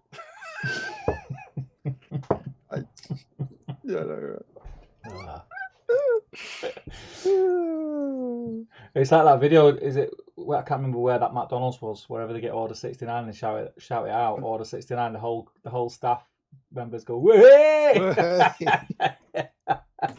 As well they should, Stephen. As well they should. Zarfangel says, tedious Tom. Yeah. Larry says, wait, we can mute you. Looks like the table's up, says Nathan. The table is up, my friend. Nice blank space there. I'll tell you, Swift would like that. Yeah. And the cupboards, says Larry. The cupboards are up. I think that's the cupboards are up. Where is the cupboard? Max Mallet says, evening all, late to the party tonight. Welcome, Max. Good to have you, my friend. James Allman says, I just got my Tolcon ticket today. Legend. I've been really busy the last few days talking about Tolcon, but if we get time, I'll divulge later. Mr. Al Mullins says, first horse I've ever painted tonight, winging it. Hate painting horses. Horses don't have wings, so you're doing that wrong. Yeah, unless it's like one of those unicorn things. You mean a Pegasus? That's the one. Destro says, is my earbud getting weak or is the audio a bit light? We're bouncing around at the right level where we are. Is anyone else having that issue? Because I can turn us up a touch. Sounds to me like we're an 8.4, 8.5, somewhere around that. 8.7. I dread to think what Steve's almost as good as Madcam is. You'd love it. Model cab, I believe. Nathan T said, it's not a spoiler, Redacted is a better player than Redacted. It's not a spoiler. Oh, such and such is a better player than such and such. Larry says, when did we get two Steves? I'm assuming all the stuff I don't understand you know about. Not a clue. I don't know where we got to, Steve. Sounds dreadful. I wouldn't have agreed to it. I've lost a green. Have I lost a green? Don't lose a green. Jill says, BSIME, where the model close cam is further away than it. Now listen, let me say how it works. It's not further away, it's actually closer. It's just a crapper camera, and I'm zoomed in on the other one. But the other one has fixed focus. So in the past, when I've been painting and you said, oh, how are you getting on? And I go like this. That's all you can see, just a blur. You can't see anything because it's fixed focus. Whereas the webcam is autofocus. But it's naff. It's a naff webcam. Another subscribers. They're running in. They're flying in. Welcome, people. Welcome. Lol. Model close-up cam is just a second. Oh right, now I get this too, Steve saying a second Steve image blocking Damien cam. Yeah, sounds about right. When you when you add a new feed, it puts it like to top left on my screen. So on my screen, it's covering me, but obviously you guys watch it, it's covering Damien. Great. Power move by Steve to cover Damien with another feed of himself. Whoop whoop. I'm not being funny, but didn't we just get a lot of new patrons? The thing is, I'm watching on Zoom, so I don't see this rancid stuff going on. Joe also says, I'm hearing a lot of excuses, but I'm not seeing any mad cam. He's even got the mad cam, says Joe. I've actually read the magazine this evening, but still want mad cam. You love a bit of mad cam. I'll tell you what. At some point, I'll invest. I'll invest in a new mad cam. Let's see. Well, yeah, we'll see. Just watch out. Maybe 2022 is the year for you. Tom Christian says, evening all. It's been a while and a little late, but glad to be back. Welcome, Tom. It's good to have you. Don't worry, you've not missed much. We've just been waffling. Jamie says, well, even a slight spoiler, yes, the battle report was on SW Miniatures, was amazing. I did watch, my friend. I was watching you whilst I was in the retail park, car park, waiting on my missus shopping. Joe says to Larry, I've actually given up hope of Magcam returning, and I've had the entire binder mags out for 3 months. I might just annoy you now and bring it next time. Master Ball's in. How you doing, pal? Says, love Jaffa cakes, but don't know about Joe Nut. Question, do you dip Jaffa cakes in your tea? Won't they just disintegrate? I wouldn't dip a Jaffa cake in a tea. It's risky, that, because it's just like sponge in it. Like, shut up. You dip toast in it. You don't give the vote. Yeah, but toast is rigid, mate. It's rigid. Not when you dip it in tea. It depends how quick you get it from the tea to your mouth. Oh yeah, I remember. You're faster than physics. I remember that. Boy. I wouldn't dip a Jaffa cake though. Green Tree says Steve's lost his glasses again. Nearly did. Joe says, oh, it's a mouse mat. I thought it was an antimacassar. What was one of those again? Antimacassar. Is that something to do with like watching people eat or something? I don't know. I can't remember. It's not. I can't see the word, but it's not by any chance like an extremely large mouse. Antimacassar. That's the word. Antimacassar. Yeah. I don't know. It might be a very large mouse. That would be the humorous gag that you see. Frederick says RIP Christmas stream. There never was much hope, Joe, says Larry. Zalfine says, well, looks like Damien is back on top chat and missed my first message. It's standard old burn. He's always doing it. He never puts it on live chat. I'm on live chat. If I missed it, it's because I ignored it, not because the chat was wrong. We'll never know. Nathan T says, all of this talk of messy desks and no joke at Dan's expense, he's still not replaced his cutting mat. Zalfine says, Damien / Steve, could you repeat your mail address to send in my Royal Guard, no Facebook? Thank you. Which one are we doing? Is it? Oh, he wants the Battlestreams email address. What is it? Do you know it? Battlestreams1 at Battlestreams1 at Gmail. At gmail.com. There you go. Battlestreams1 at gmail.com. Dead easy. Larry says, I was referencing a certain birthday that's happening between now and the next stream. Ooh, who's that? It must be his, is it? Must be. It was my birthday in between. Yeah, 2 days after Christmas. Thank you. Happy birthday. Thank you. Hamish is in. He says, hello, lads. How you doing, Hamish? And Joe Kelly says to Zafine Girl, sorry, man, I tried to explain, but sadly we only confused the poor hosts. Yeah. Zafine needs the email to send in the pics like I do. Right, got it. That makes sense now. Hopefully you've now got it. Reese says, working on some Dale tonight and for drinks and snacks on a berry cider. It's very nice and some celebration chocolate. Nice. Sounds like leftovers from Christmas, which is what I'm on. And yeah, really looking forward to seeing the Dale. Reese is painting up my Dale army for me because I just don't have time to paint it and I need to get Very it nice. before the new book comes out. So I'm very excited. He sent me a picture of the test model and it looked beautiful. Cool. Jeff Laura says, I'm very excited to paint 2 Royal Guard that I have sat in my pile of shame for 15 years. Wow, that's pretty cool. Jeff, you sort of ooze BSIME-ness, That's my solid friend. BSIME. You're doing it, man. You're doing it. Yeah, he's smashing it. Crispin's in. He says, good evening, gentlemen. Good to see you both and good to hear from you, Crispin. I hope you're well and had a great Christmas and New Year. Yeah, I hope COVID was all right. Crispin got struck down. Did he? Oh, yeah, I think at Christmas. I think that, to be honest, mate, you're in the minority if you didn't, I think. Yeah. Larry says, I did mean who's the eldest and who's the best youngest sibling. God knows. God knows. That's about the elf twins, isn't it? Yeah.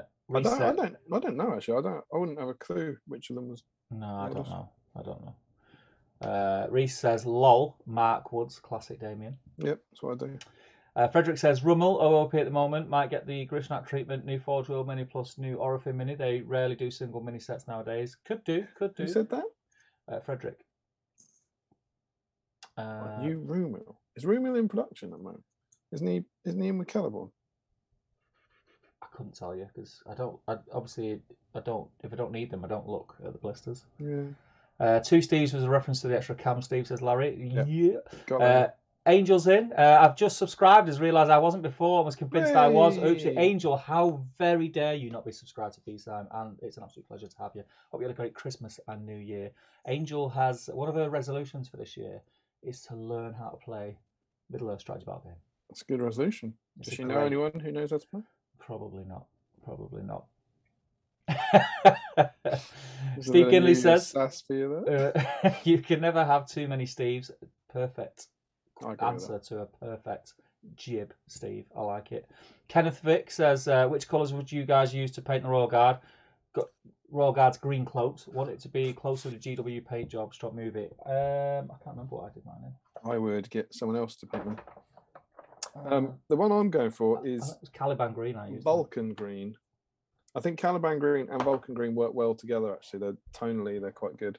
Caliban green being darkened, but I quite Vulcan green's a new paint. I got that, and I got Sons of Horus green for those wood elves I did. And I like both of these greens now. Very nice. I'll go with that. You can never have too many Steves, says Steve Ginley. Correct. I think I've done that one before. Angel says, nothing wrong with dipping toast in tea. That's untrue. I've always liked Angel. She's a legend. Absolutely untrue. Joe says, no Steve, that's mukbang. And antimacassar is a piece of cloth that's hung on arms or backs of chairs. Why do you know these words, Joe? Larry says he calls them chair dollies. Zarfine Girl says, thank you, Steve, you're my hero. I don't know why, but I'll take it. Joe says, does it look the way it did before you stripped it and sent it to him? The birthday I was referring to was the 19th of January. Larry is milking getting his birthday out there, isn't he? Absolutely milking it. And then George says to Larry, do you mean Dolly Parton? And my friend. No. My friend. No. It's only 25 to 10 and I'm caught up on the chat. New year, new you. Yeah, boy. Right, so just stop. Everyone stop. Stop.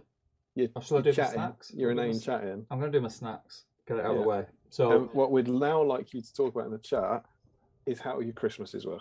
Yes. Let us know. Did you get anything exciting? Did you get much hobby done? And that'll be our next little discussion. Steve, snacks. I've got something in my eye. So obviously I've just gone and made a cup of tea in my lovely Christmas mug. What's the Christmas mug? It just says Dad on it. It's from the kids. Oh, is that a new one? Little Naomi Christmas dude. A new one? Yeah, new one, yeah. Oh, that's cute. Nice. I got them in some Christmas pajamas, which I was forced to wear on Christmas Eve, so that was fun.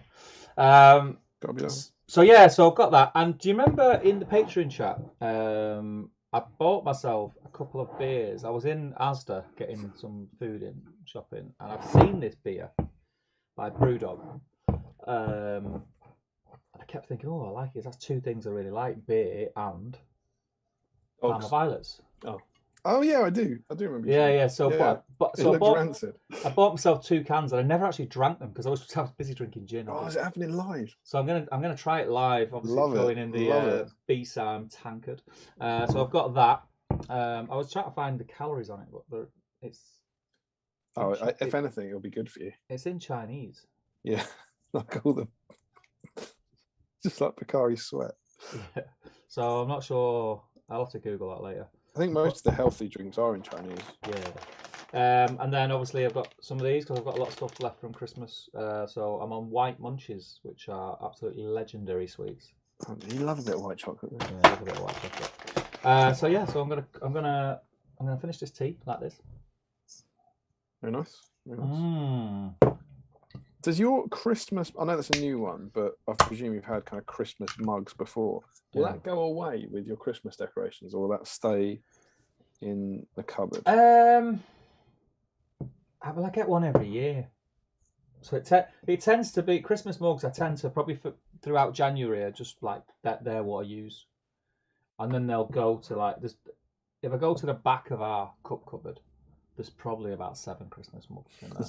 There's no going back. It's not It smells, back there. I mean, it smells like Parma violets. You'd hope. Oh, I was expecting it to be purple. That's a letdown. They could have put some purple colouring in it. Yeah, that's what you want from your beer, purple. It's Parma violets, isn't it? It is. That's what I hear.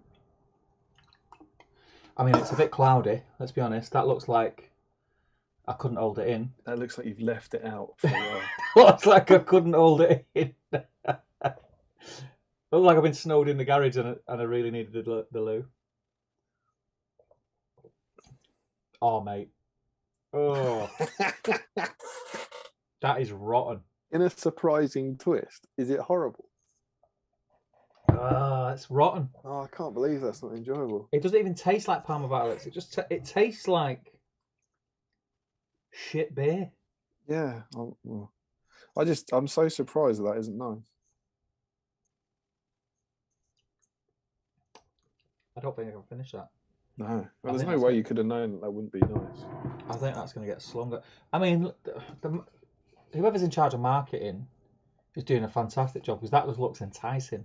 No, it doesn't. It looks. And then they have to make the tin look pretty. Like look at what's they don't look like they're even like related. Yeah, that's grim. That I'm gutted about that. I was expecting that to be right. Sorry, what an alcoholic Parma violet. Screw you, 2022. Yeah, that's a letdown. That is a letdown. Right.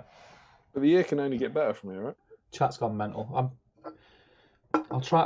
I'll persist. I'll see how it goes. It might be an acquired taste. No, it tastes like piss. Maybe piss isn't acquired taste. It's good for you, isn't it? Apparently. Doilies, Steve. Chair Doilies. Johnny's in. Rubber-based gaming. Evening, gents. Apologies for the tardy start. Too busy watching City. I've not seen the score. I'm assuming you did all right, and I'm assuming you didn't. They're in a similar place to United at the moment. I think in the table, aren't they? They're doing like one. They might be slightly better. Similar points. Yeah, a little bit. Jolsman says, "I just like words." Larry says, "Do they really have no idea what the significance of the 19th of January is?" Oh, see, now, I'm assuming it's the anniversary episode, right? Didn't you say it was the 19th? Oh God, it is. Yeah, that's exactly what it is. Yeah. Jesus, I got something. I mean, I said it earlier in the stream. Yeah, it's like Doggledore all over again. Bear in mind, he might not be talking about that. At which point, we've just come across as hugely narcissistic. Yeah, 19th of January was the first stream. So I believe we're on for the. Which way are we going? Backwards or forwards? I think it's the 17th. Is the next one? Yeah. I'm in the munchies. Diet's gone well. To be fair, Jesus. What? That can't be right. Each 6 sweets contain 564 calories. That's nearly 100 calories a sweet. Do you reckon if you put 2 in your gob at the same time, it still counts? Each 6 contains how much? 596. Oh, good for you. What a random thing to put on. Each 6 contain. My God, so good though. Let's have a look. Johnny Well, says, took the wife to Warhammer World. Seen that, Johnny, on New Year's Eve, and she blooming loved it. of course she did. Excuse me. She absolutely definitely did. She wasn't pretending. Yeah, she wasn't going, yeah, all right, Johnny. No, she definitely wasn't just making you happy. That Holly's a good one. Where are we? Jamie says, 2 lots of Secret Santa contain enough Urukar to destroy the world of men. Good man. Sean Clarkson, how you doing, Sean? Got the beginnings of my new army, only painted 600 orcs and almost finished Azog. Really excited to get some Forge World bits for it. It's a great army to have. It's a great army. It's a really nice looking army. You know, we've got to the point where you kind of interrupted yourself, but they're talking about Christmas now, and we haven't talked about Christmas. Oh, we didn't talk about Christmas. How was your Christmas? It was good. Should we do what we're working on? What, now? Yeah, because that's normally a sort of intro-ish type thing, isn't it? We can do, yeah, but you're going to be disappointed in mine. No, what's yours? So, strange turn of events. I filmed this week at the studio with Mr. Matthew Woods. Who's that? Yeah, that guy. Mark? Not Mark. And spoilers, Rohan was part of it. Ooh. So I was, it's unlike me, but I wasn't very prepared the night before. Didn't get the armies ready. Can't believe it. Got up late, got tied up, and then had to fly out the door. And just kind of grabbed my 3 Rohan boxes to build an army when I got to the studio. Mm-hmm. Which I see what's happened. And one of them is my unpainted Rohan stuff. So I have no unpainted Rohan here. It's all at the studio. So unfortunately, I'm not on theme tonight. I'm not painting Rohan. But to be fair, I don't need any. And I know that's not the point. But I don't need any because I've painted all my roll guard that I need. Yeah. So I'm painting a test model, even though I've not started it, for the Acolytes. Oh, cool. So I just based him and primed him before we went live, and I'm hoping just to sort of get some base colours on him and play around with some different schemes, because I need to get them painted with my Easterlings for when Defence of the North comes out. So that's what I'll be working on tonight. If I'm totally honest, I won't get a lot of them done. I'll probably get the flesh base colours on because I'm enjoying Munches. I'm not enjoying Parma Violet Brewdog. No one can see that. But I'm going to go and get some Moretti's in a minute because that's let me down. So yeah, that's what I'm working on tonight. What about you? I've got a little story. Okay. Some bits of this you would have heard from like the Palantir or various magazines or various streams over the years. But the first time I ever went to a Middle Earth event was in 2012.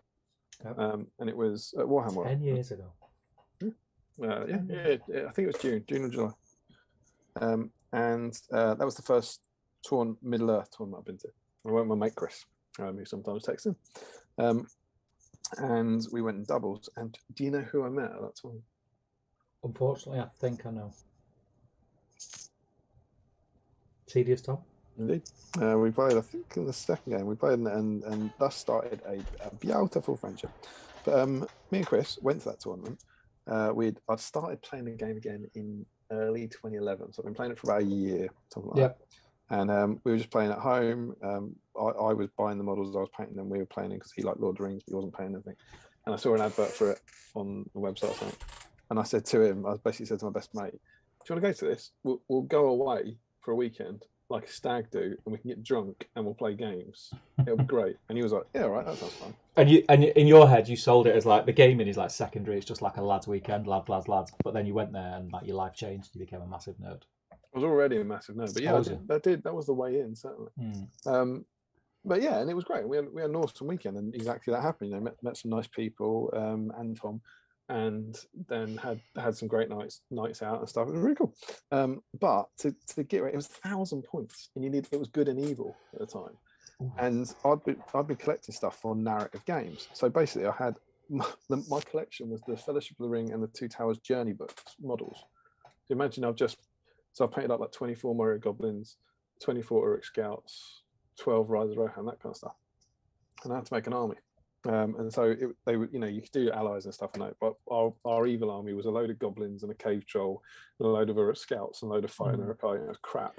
And the good army, I think, was all Rohan. Yeah. So they had quite a lot of Rohan painted. And obviously, we've all, what it's like when you're painting Rohan, as well as the models that you want to use, you have to have dismounts. Grim. And I was rammed just trying to get everything finished. And I just ran out of time. And I didn't get my Rohan Royal Guard dismounts painted. I just didn't have enough time. And so something like the night before, 2 nights before, I chucked some base colours down on them and I chucked Nuln Oil all over them. So I base coated and washed them. And I was then going to the tournament. I had no plans to paint anything. And the plan was, I said it to Tom Harrison at that, we were chatting about like what we were doing next. I was like, when I get home from this tournament, I'm going to put highlights on these models. Did I? No. Tonight, Stephen, those Royal Guard get their highlights. So that's exactly what these are. These models they were base coated for that tournament 10 years ago. 10 years. Yeah, and I don't know how well they'll show up, but they look fine. Yeah. But they're just a bit dark and a bit grubby. And I certainly don't need any more. I've got the actual Royal Guards that are just, these are done 10 years ago, but they're exactly the same, just with one, the base coat reset essentially. And so I thought tonight, I got them out. I'm going to paint them this evening, put some highlights on them, and then put them back in the box. Like they're all forever. They're already based with flock, right? And they've been like this for 10 years. They're fine, so they'll be a bit better, whatever stage they get to. So I'm quite excited about this. And bizarrely, I sent Tom a message today saying, "Guess what I'm painting tonight?" And I think he got Rohan themed first. He's like, "Is it Rohan themed?" Yeah. And he went, "Are you doing the highlights on your Royal Guard?" There's quite a lot of. I'm quite excited about this because it can't go wrong. Yeah. Well, like you say, you're only going to improve on what you've already got. Yeah. So yeah. So yeah, I'm quite excited about these, but it will take literally no time out of my kind of hobby schedule or budget or whatever, because after tonight, back in the box you go, lads. Yeah. Should we touch on our Christmas? Yeah. How was New your Year? Christmas, Like not drone on about every meal that we had or anything like that, but just talk about any hobby we may or may not have got up to over the holidays and stuff like that.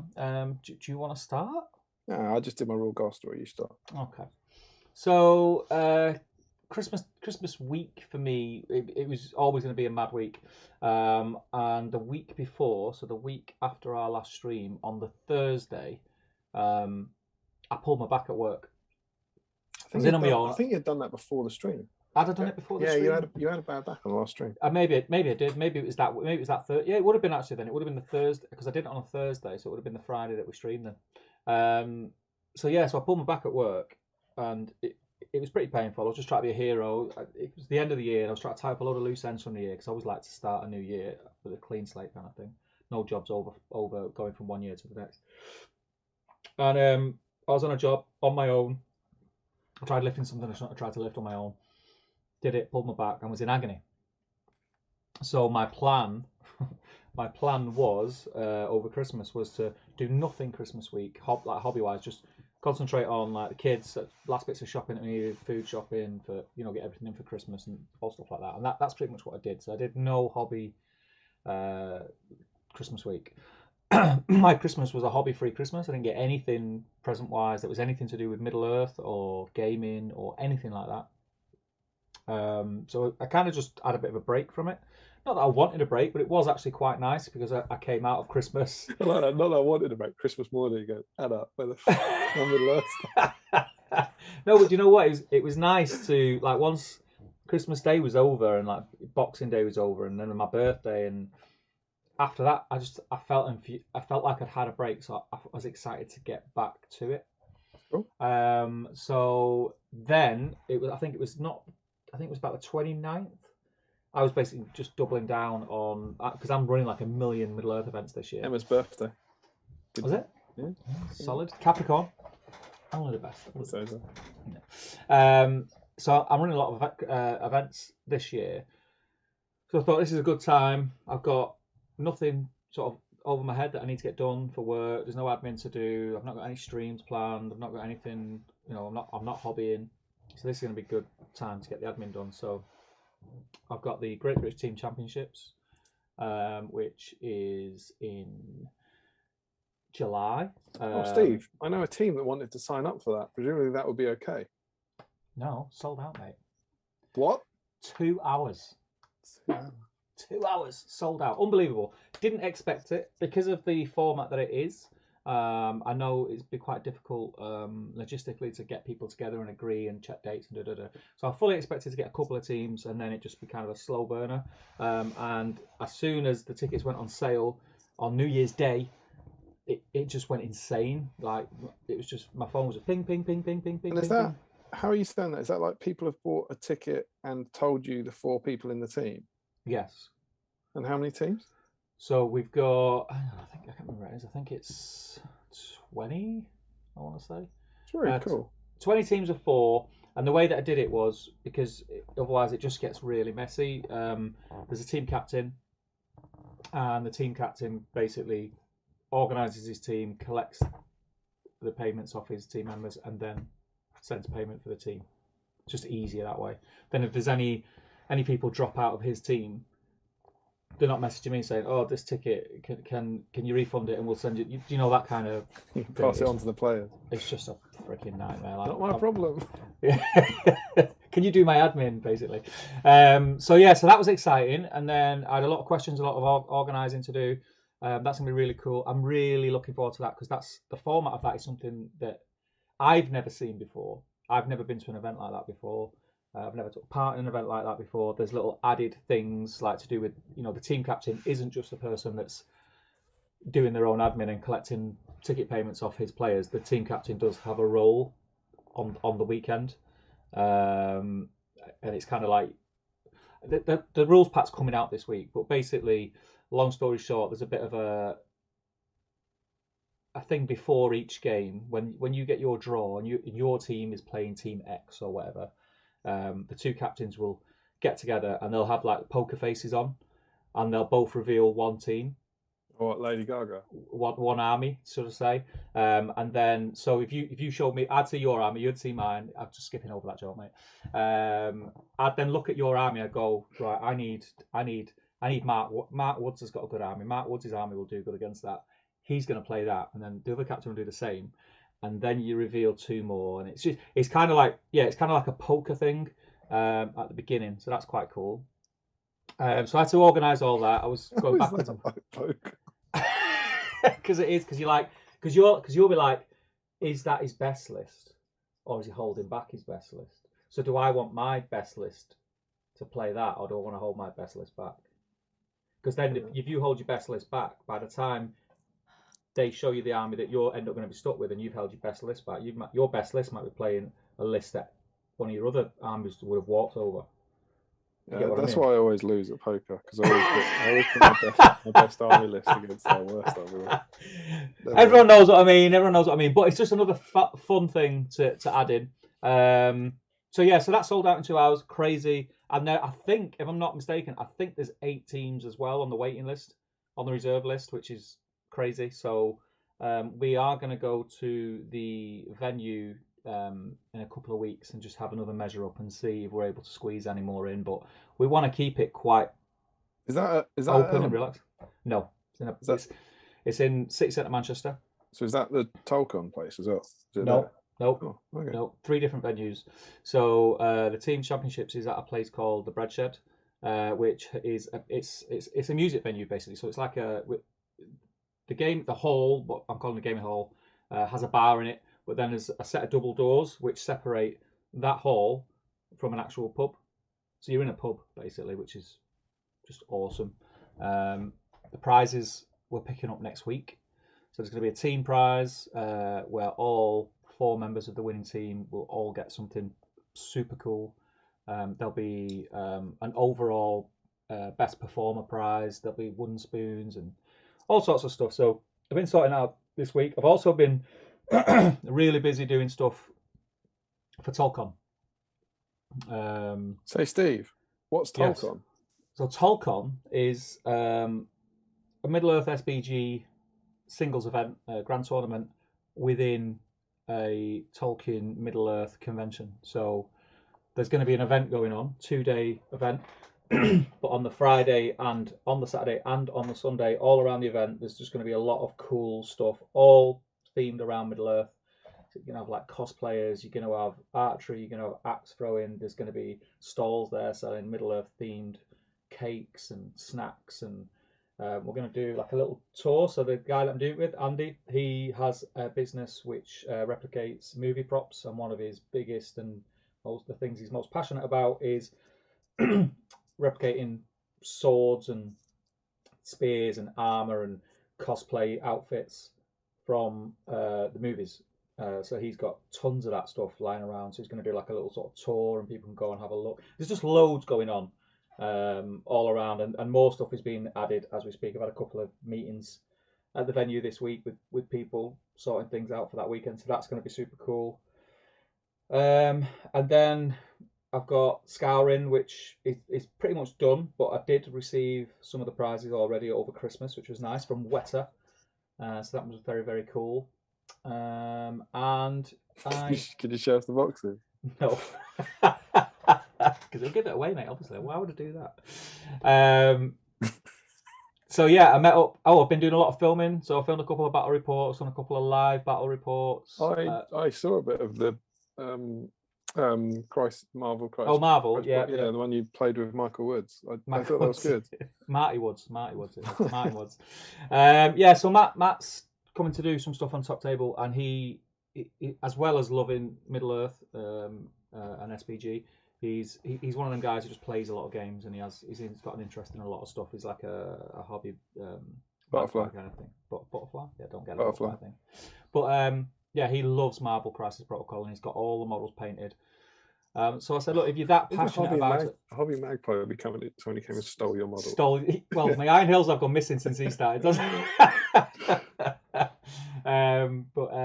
Yeah, he loves Marvel. He's got everything, and it was kind of a no-brainer if he's that passionate about a game for him to create content. So if content for Marvel's going to be on the channel, it made sense for me to learn how to play it. I have no intention of collecting it.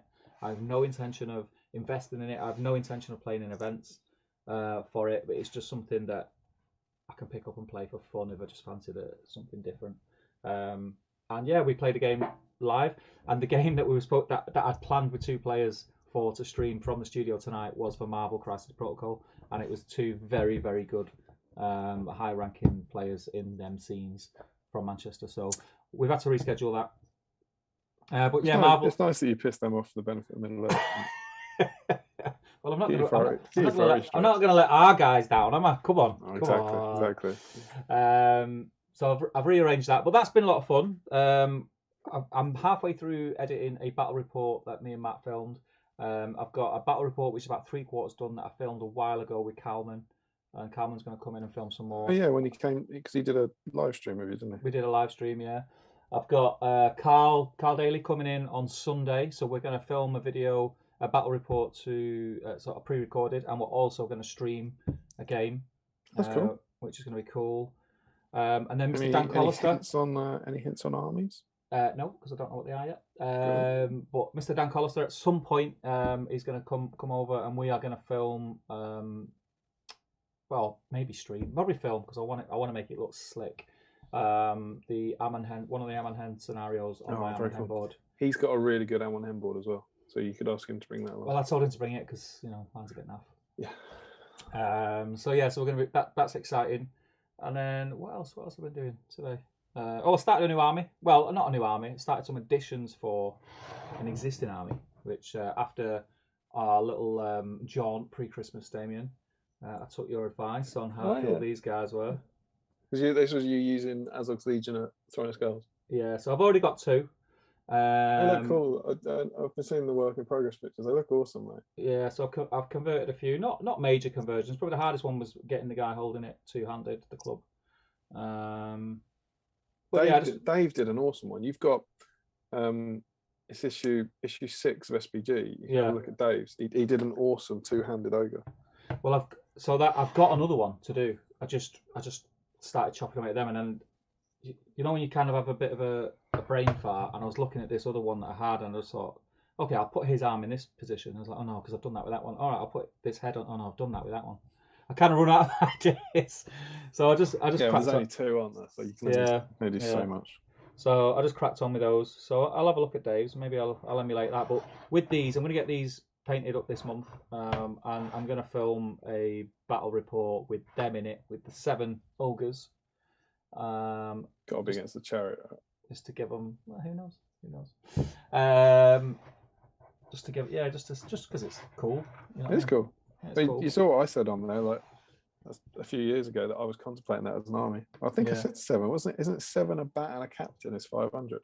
I don't know. I've not even done any maths on it. I have no clue. What are they? They're 60, aren't they? So it'd be 4. It'd be 4. Yeah, because it's 120. 420 for 7 ogres. And a Gunnerbad captain's about 60. I think it's 55, maybe by a shield. So that's 480, and then you give a bat. Yeah. Captain, 7 ogres, and a bat at 500. And they'll do some damage. They'll do some damage. They're pretty awesome. So that's it, really. I'd sorted out in here, but yeah, I was happy just to get chopping up some miniatures and sticking them together and planning armies and things that I need. Oh, I've got I've got my Easterling army, which is half painted, which you know about and you've seen before. I've got 9 of these guys, which I think I painted on one of the last streams. Started to paint on one of the last streams. Are they Black Riders? Yeah, Black Riders. Cool. So I'm going to get them done hopefully by the end of Feb. And that's it as far as stuff that I'm painting. A lot of my focus has gone on the studio. We need a new PC in the studio. That's something that we've kind of conceded to. The PC that we've got, I've had in there since Top Table started, and although at the time it was a good PC, it's showing its age now, and it's struggling with the amount of camera inputs and things that are going into it. And I won't say it because I know you love to comment on 4K cameras. You got one? 5, mate. To be honest, they need upgrading as well, but that's next year, I think. That's next year.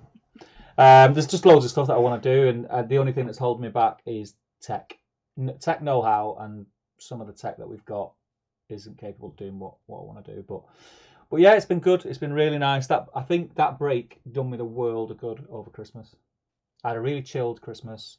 COVID was rife, wasn't it? Everyone was dropping off, but like flies, with getting positive tests. So kind of Christmas week, I just made sure. I was just like, me and Anna just said, we'll go, because Anna's mum and dad were coming for Christmas dinner, and we were like, we're going nowhere. I kept getting phone calls through the week, coming for a pint, coming for a Christmas pint. Like, nope, no way. I'm just chilling out. I'm staying at home. It was really relaxed. And I loved it. Yeah, it was just a nice way to recuperate. And then, like an idiot, New Year's resolution. New year, new me. I'll be a bit healthier. I'll sort out my eating habits. I decided to go for a run on Tuesday, and the back injury, which I was talking about 25 minutes ago, and I started waffling. Just aggravated it, and it's been more painful this week than it was when I first did it. It's been grim. So that's me. That was my Christmas, mate, and New Year. What about you? That was good, man. Did you get any nice prezzies? I know you said no Middle Earth stuff, but did you get I got just like kitchen stuff. I got kitchen stuff, yeah. So I got I've got a decent set of knives, but there was I wanted like I've got a nice set of I do the same thing, what I've realised with my kitchen stuff as I do with my paintbrushes. So I've got loads of lovely Winsor & Newton Series 7 brushes that I just don't use.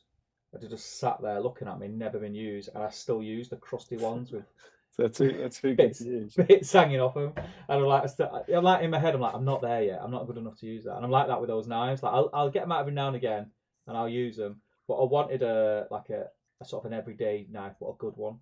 So I got a nice chef's knife for Christmas, which was really nice. I've told you. I mean, I'm nowhere near. I like cooking, but I'm nowhere near your level of, I don't know, like either talent or like expertise or quantity of, you know, I like cooking and I think I'm good at it, but I'm not. It's not like a passion of mine or anything. But I think I've told you before. We've got quite a nice knife block. There's a bread knife in it. Yeah. But we've also got an old bread knife, one that we used from an old block. Yeah. And you don't need the bread knife doesn't need to be good. No, because it's just creative. Yeah, it slices through like baguette or anything. So I don't put the nice knives in the dishwasher, but I'll put the old one in the dishwasher. Yeah. And so whenever I cut the bread, I take the one out the drawer.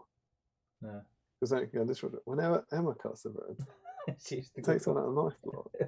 Which I will then never, because I normally clean the kitchen. I wash it out by hand. Can I ask you a question? It might just be me. I might just be a scruffy get, right? You know when you with your bread knife. Yeah. Sometimes I'll cut into a loaf, right, and I'll think that's not dirty. I'll just wipe it. Yeah, I mean, I think I'd normally wash it, but I wouldn't. Like a bit of kitchen roll. Yeah, just give it a wipe. I wouldn't object to that. Yeah, I just think I've only cut a bit of bread. You dip toast in tea. That's significantly above that. But then, of course, the thing is that means, as far in my world, that's it. That makes sense. But that would mean that bread knife never ever got used. Yeah, which is insane. So I think there is that kind of. It's weird. Yeah, it's weird. When I first got my nice set of knives, if you got the stuff, you should use it. Yeah, well, it's the same. I've got 2 sets of pans.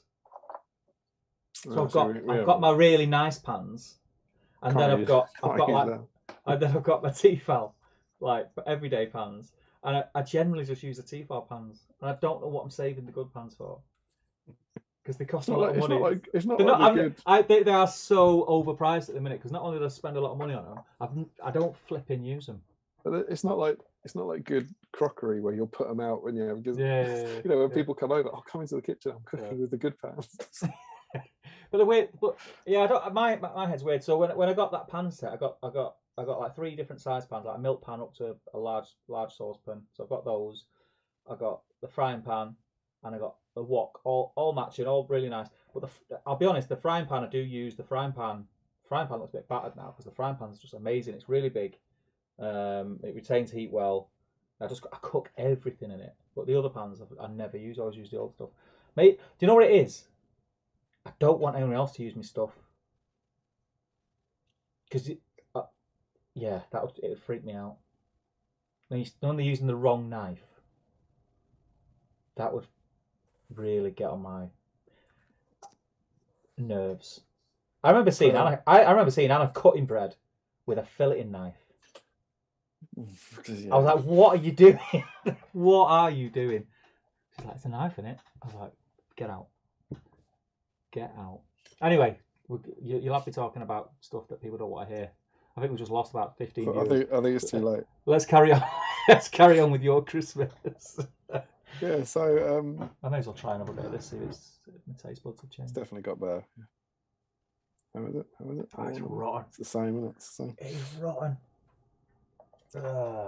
So last time we were here, and I was preparing. I think we streamed on the 17th, and I was working on my elves, and my plan was to try and paint 100 models before Christmas. Yeah. And if I finished the elves, that would have got me to 99, and I didn't finish them. We basically the week after that we just had a lot of family stuff, and I was like, after all the Throne of Skulls and all that, I was like, it's Christmas, I want to prioritize family stuff, not painting. Yeah. So I didn't get those finished. So I finished last year on 89 models, which for me I was really happy with. But then after that, I didn't do any painting. So we went the following. I was like you. We hunkered down because we wanted to go and stay with my folks for a bit, which is what we normally do. And we hunkered down, and we didn't go and see anyone. And we got negative lateral flow tests and negative PCRs, which was really, really great. And we went and stayed with my folks. And I didn't take paint with me. I did debate it for a while, but I ended up taking cleaning up stuff, which if anyone followed my hobby vlogs, I remember you saying this actually, years ago, it's what I always used to do, because it was always more, I hate cleaning stuff up, and taking all your paint somewhere is quite a mission. All the paints.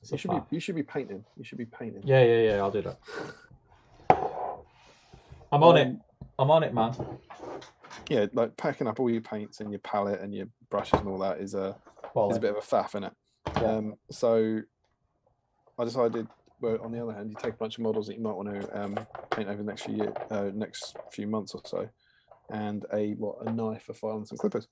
And so that's what I did. That's what I took back to my folks, and we did that, and we headed back. And of course, Christmas then becomes just it's just really, really nice. A blur of days that you don't know what they are.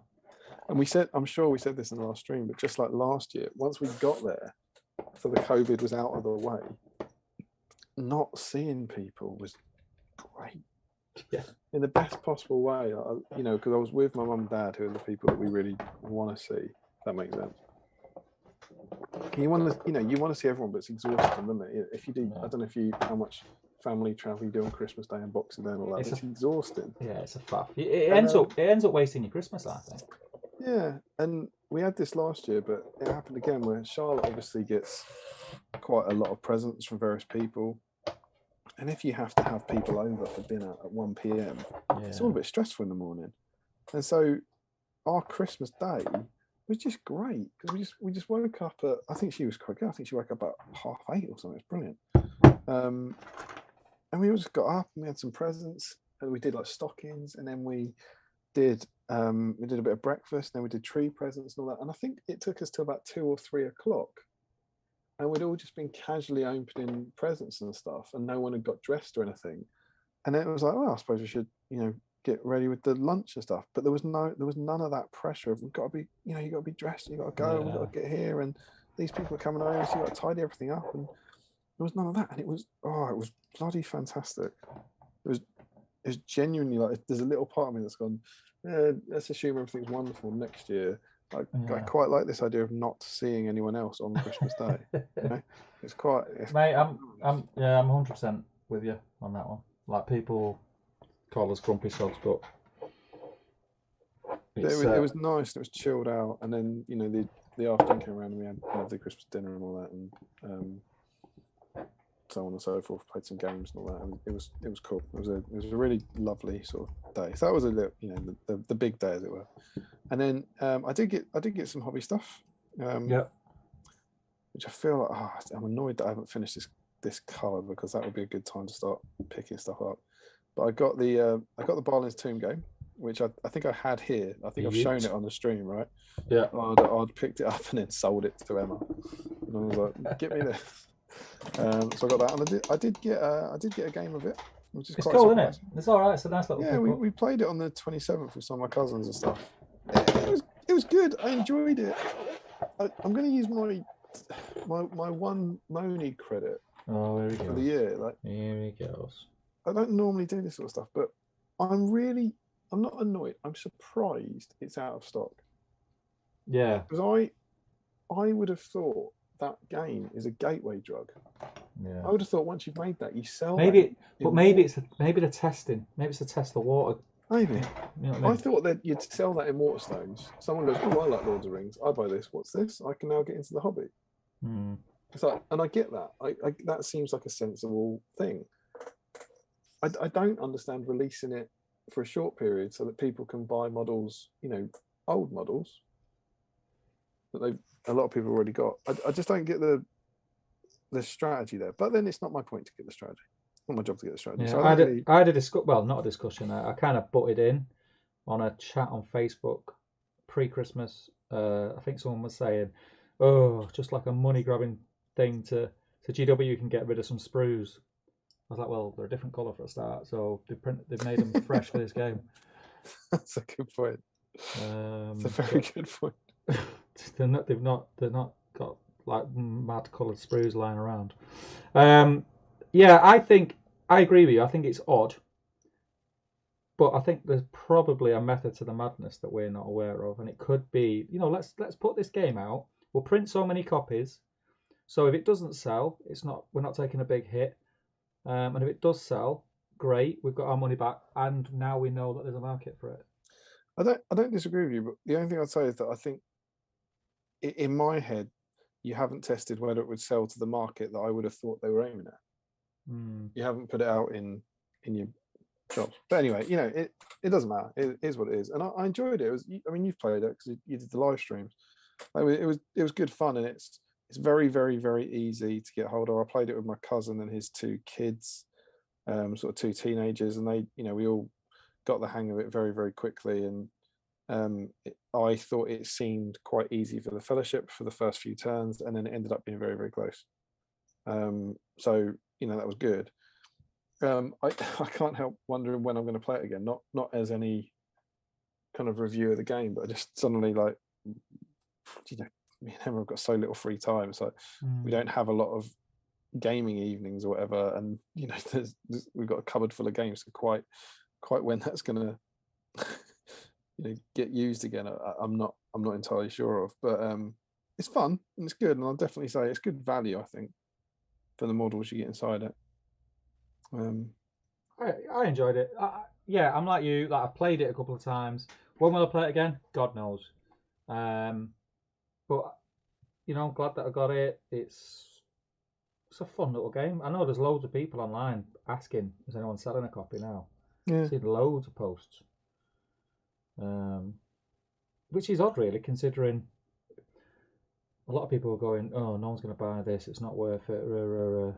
I wonder. It's crazy. Yeah, definitely. If you see it in your like local store or whatever, I'll definitely say pick it up. It's worth it. It's good fun. And you know, if you're at a different point in your life to me, and you're kind of having gaming evenings with friends coming over and stuff, I think you'd have a blast with it. I'm pretty sure. I think I'll just say as well. You know, this was last week, so it may not be the case now. But if you are after it, there were some in Element Games. Oh, really? Yeah. Okay. It is available. So yeah, we got that, and I played that, which was fun. What's I get? I got a few bits. Emma got me a nice book. It's the book about how Switzerland inspired Tolkien, which is cool. I got the Tolkien calendar, which I get every year from the same relative, which is always nice. I think that was about it for the nerdy stuff. I didn't ask for home from too much nerdy stuff this year. I got a display box from my mum and dad for the Dun Harrow board. Oh yeah. I spec'd it up with them, but these perspex display boxes, they come in about 60-70 quid, so they tend to be a present, like a birthday present or whatever, for a display board I make. So I'll be getting one for this for my next birthday, I reckon. That's cool. But that's quite nice, just to keep the dust off the display boards and stuff. So that was cool. There's some other nice like games and stuff, like family games you can play over Christmas. That's cool. I have finished my red, which is perfect timing. And the other thing I got, what I was very excited about, was my SBG Secret Santa. Hey. Am I right in? I don't want to be hugely offensive. I don't think you don't partake, do you? You don't. I haven't. Yeah, not for any particular reason. I just haven't to date. I'm gonna try and make a point. In fact, I'm gonna tell you now. Remind me next year. Tell me. Say, get involved? Get involved, Steve. That's what I want you to say. I'm going into my love bubble. Yeah, I bet you are. Can't be a love bubble. That is heart shaped. Yeah, boy. And what do you think? All right, what do you think's inside that? Do you think? I think it's hollow because it's called a love bubble. Yeah. Is it light? That is great logic. Steve, could you tell me what average thickness you think that is all the way through? Because I know you're good at describing. I'm going to go 3 millimeters. Oh.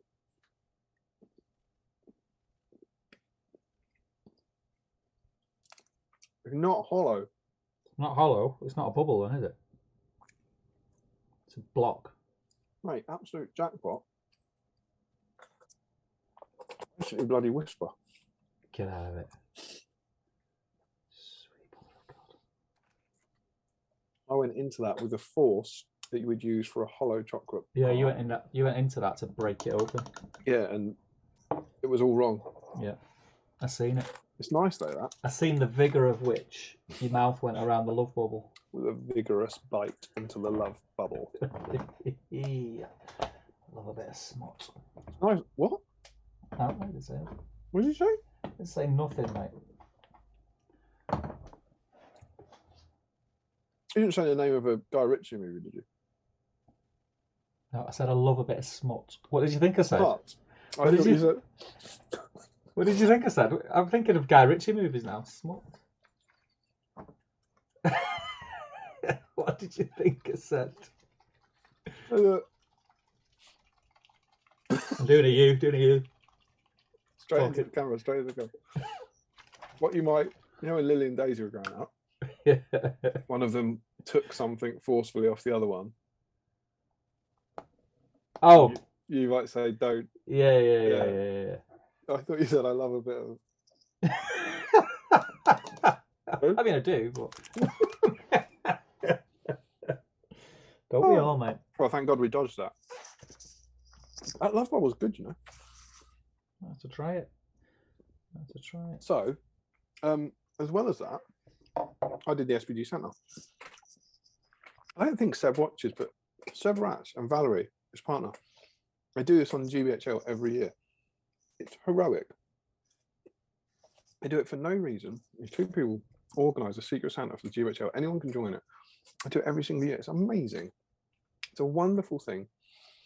I've done it. I think I've done it. Have they done it 4 years or 5 years now? I've been a part of it every year, and I love it. I love it. And everyone, if you're new here or you haven't joined the GBHL, you sign up, and then when they arrive, people unwrap them and put pictures up on the post just from been sent a gift from a stranger somewhere in the world. Lovely. And I tend to save mine now. So when it arrived, I was very excited. It went under the tree, and I saved it Christmas Day, so I've got to open it. And I asked for Gondor reinforcements, my BSIME army. So anytime there's something that comes up that I don't have anything for, I'm painting something for Gondor. Mm-hmm. I said, can I have some Gondor elites? I was like, I've got the plastics, I've got the warriors. I didn't really want rangers. I think they're kind of a bit naughty at the moment. Naughty, mate. A bit naughty. People don't look at you kindly if you bring rangers. So I basically asked for some. I've got a naughty list here, pal. I've got a naughty list. Santa I apologise in advance. Santa wouldn't like it if you brought rangers, would he? And I basically said Minister of Elites, all the new. That's it. I think it. All the new Dale stuff. And this wonderful box turned up, and I got some lovely treats in it. I got some Asgiliath veterans, 6 of them. I got a box of Minister of Knights. You all right? Yeah, it's got some weird noise, but it's gone now. Might be me. I think it was. And then some more knights that were assembled. So I think I've got 10 knights in total with the banner bearer who's coming up in battle stream. So that was awesome. And then it was filled with BSIME snacks. So I think my secret Santa might be a BSIME, because the snacks inside were 2 cans of Pepsi. Nice. 4 hazelnut whispers. Sending 2 cans in the post was risque. That's what it was. And gin. Oh. That's got to be a BSIME, isn't it? Yeah, it's a BSIME, that, mate. And then as well as all that kind of fun Gondor models, I also got this, which I thought was awesome. Check that out. I've seen that, yeah. It's cool. Cool map of Minas Tirith, which is super cool. And then tons and tons and tons of handwritten notes, which were just beautiful. So I got this. Is that got an address on? Yeah, probably don't show you that. But the name, and look, the stamped with, I think that's Bilbo's. There's a B on that. I think it's Bilbo's thing. So I kind of cut that open at the top so it wouldn't get spoiled. And I got these lovely. Which one's this? Hope this letter finds you well. I hear in this box you'll find your secret Santa. I do hope this will increase one of your armies. I also have some snacks for you and a local gin from my local distillery, and it was Scottish. I think it might be a Scottish BSIME. Scottish. I wish you and your family a very Merry Christmas. Check it out. The calligraphy on that. Beautiful. And all kind of tea stained or whatever.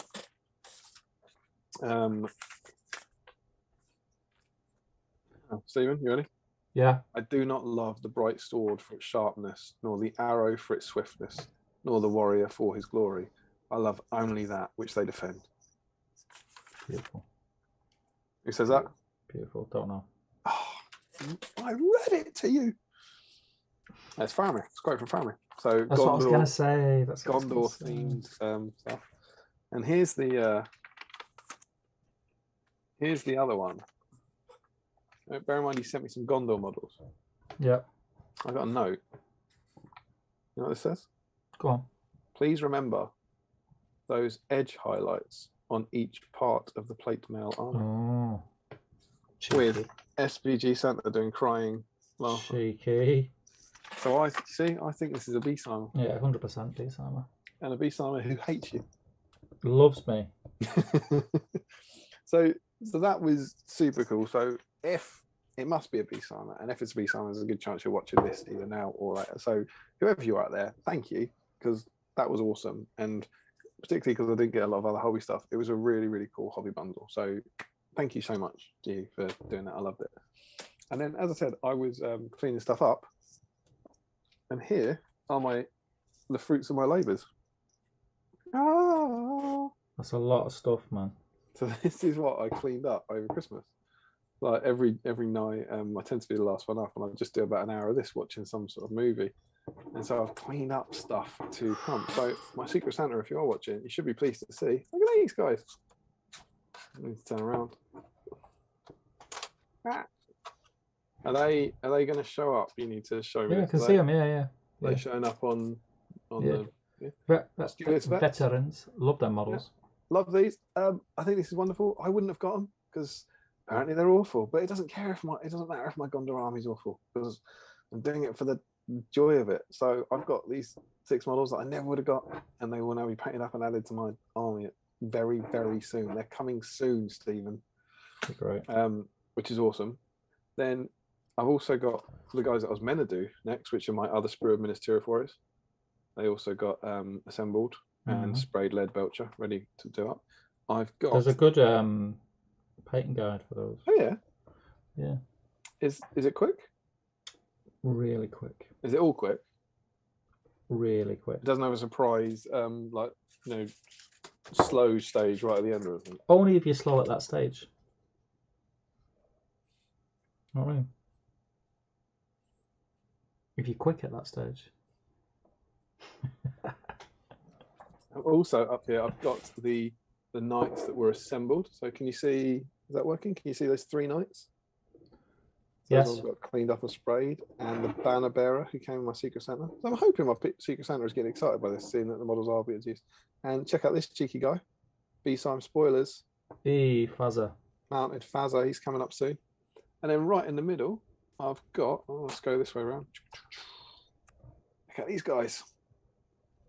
Oh. Sildur and Elendil, because they're coming up, and hopefully you can see in the middle we've now got 2 rows of the joyous plastics, Last Alliance plastics, 8 Warriors and Numenor, supplemented by shields from Dan, and I think some shields coming from Chris as well. So thank you to How come you didn't have any shields? Did you win them at an event? Or...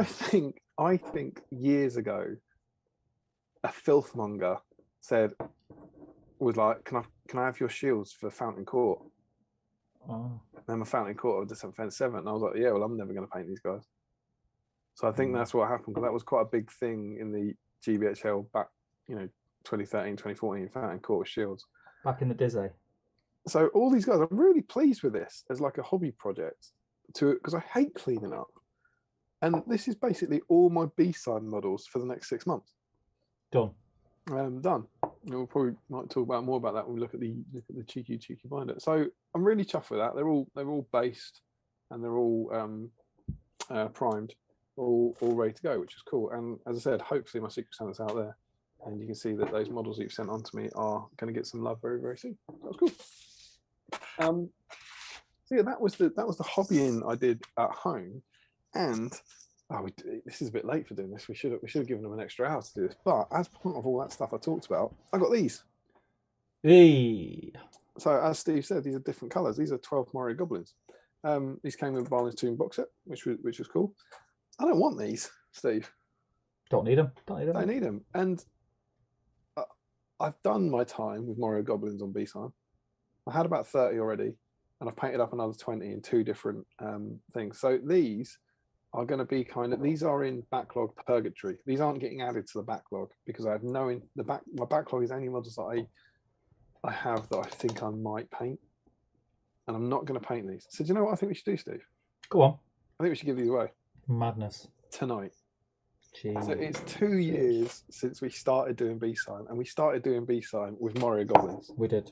And so tonight, I'm going to give these away to someone. Tonight, Matthew. Tonight, Matthew, I'm going to be annoying someone by sending them 12 Mario Goblins. But there is no more BSIME sprue. No one wants these. No one watching wants these. But you can get them tonight. It's going to be someone. We're going to do something a bit different. It's going to be someone who's watching. It's not a patron, so it's probably a patron because there's more patrons out there than aren't. I would have thought, but it's not going to be a patron draw. It's somebody who's watching tonight. I don't know how we give these away, and so what I've decided is you pick. We're going to open it up to you. How do I give these away tonight?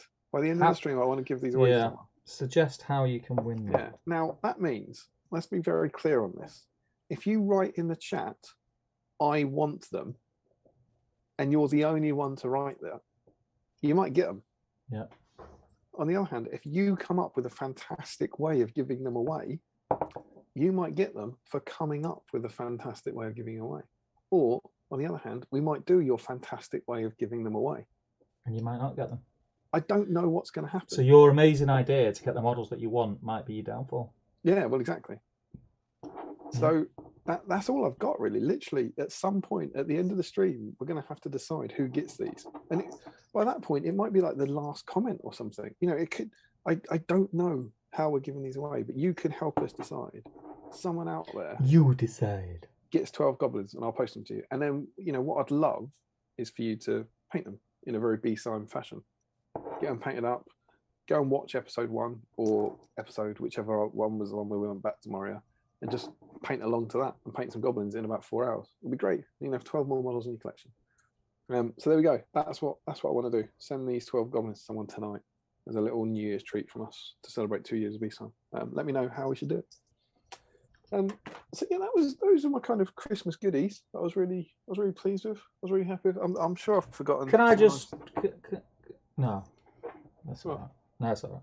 Oh, go on. No, that's all right. Go on. No. What is it? No. Sure. Yeah. All right. I did that. The Lord of the Rings movies weren't on TV at any point over Christmas, which I thought was ridiculous. Stupid. I know I've got them all on DVD, but it doesn't matter. You want them to be on TV. Do you know what I did? So I've got, obviously, probably like most people in this chat, I've got the multiple DVDs. I think I've got the extended versions twice for some unknown reason. Yeah. And I was in here, is it last night or the night before?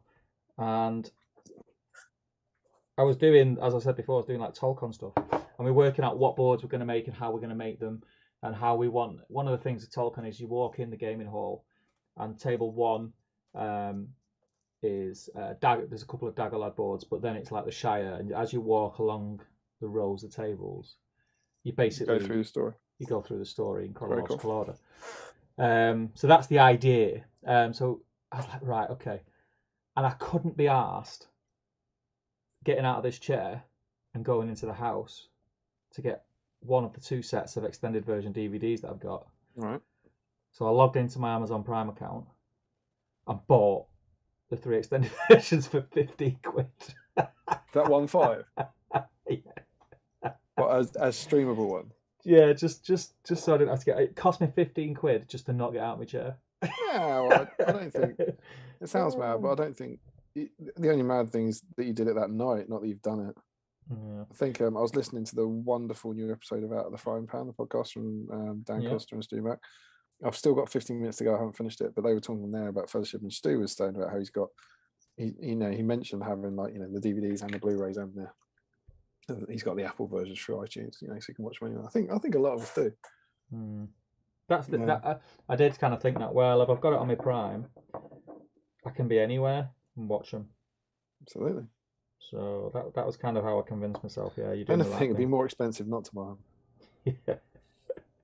I'd hate to be somewhere and not have my DVDs and then have to go and buy the DVDs. Yeah, absolutely. Think of all the petrol money you'd spend driving to and from your DVDs. But yeah, I was a bit. So like the indie films were on like the 29th, 30th, and 31st of December and January, and I was like, finally, that's what I want. I want those. Where's the Lord of the Rings kind of doing that with adverts on Channel? I want theatrical with adverts on Channel 4. Hmm. You know, that's what I want to watch over Christmas. I want to be able to go make a brew every 15 minutes. Yeah, and I still pause it and fast forward through the adverts and get irritated by them. And you know, I could obviously watch the extended version without adverts in the same amount of time, but that's not what Christmas is about. I want to see those movies on telly. And so yeah, they weren't on. So I don't think I saw any Middle Earth films over Christmas. But it was cool. It was great. It was a great break. Really, really enjoyable. Charlotte got an upgraded toy bow and arrow. Nice. So we went to the local park and we were shooting. She drew like orcs, which is super cute. And she's Tarion on Legolas, and she was like shooting her arrows, and that was again just the best bit of parenting I've ever done. It was just wonderful. The only person in the world who can get away with not letting you be Tariel. It's just awesome. So it was an awesome sort of 10 days away from reality. If that makes sense. You know, we were literally physically somewhere else. But it was just great. I got a Rohan stronghold as well. I paid for that, but I've split it with Mr. Warwick Griggs, one of our patrons, for a super secret project that you will see the fruits of a long way from now for me. But I needed a few Rohan houses, so I thought, why not get the saving on the stronghold? That's cool. Still available, right? Last time I checked. Yeah, they are over here. I think it's sold out somewhere.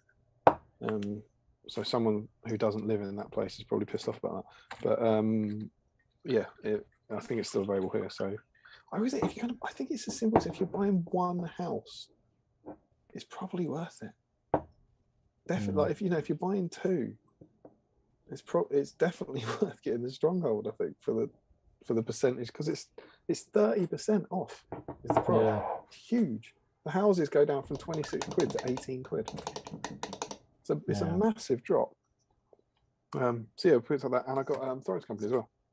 Nice. I cracked, and we obviously didn't know about that last time we spoke, but we got that wonderful surprise of the Forge World Thorns Company. And you already got it? Yeah, I got it and painted it. I pulled the trigger on the second, and I was really like debating for ages. I was like, I don't know. I was like, because it's made to order, I was like, I might, you know how much I like Thorns Company and the different versions. Like, I might want these. I might want another set in the future. And I thought, just for the sake of the backlog, it's only 13 models. You know, I was like, I can deal with that. It's only 13. So yeah, I picked up another set of them. I figured, you know, worst comes to worst, you can, because it was a good deal as well, and it's 100 quid. It was cheaper than it used to be. Yeah. And yeah, I was like, worst case scenario, that years down the line, I'll decide I don't need it and can send it on to someone else. At a massive profit that will enrage the internet. Again. So yeah, and we came back and I finished off those models I talked about. So those elves that you've seen on various streams are done. Da, da, da, da. Nice.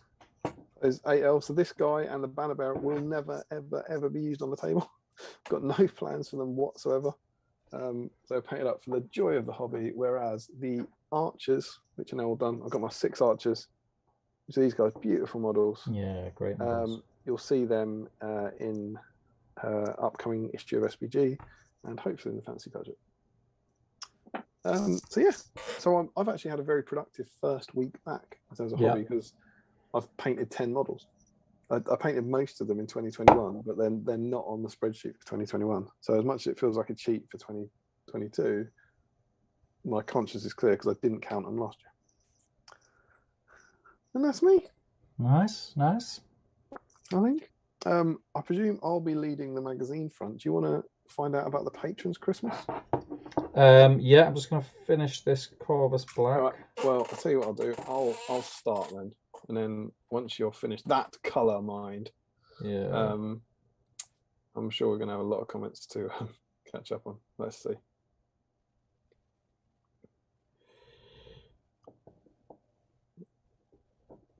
Yeah, here we go. Railway, Steel Life, Warhammer World, Santa, Beginners of Army. I think that's about it.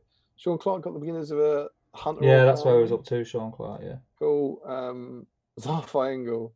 He was Zarf Engel's Paul was one of our Christmas prize winners. So he's got the Troll Chieftain. He was the guy that lives in Germany.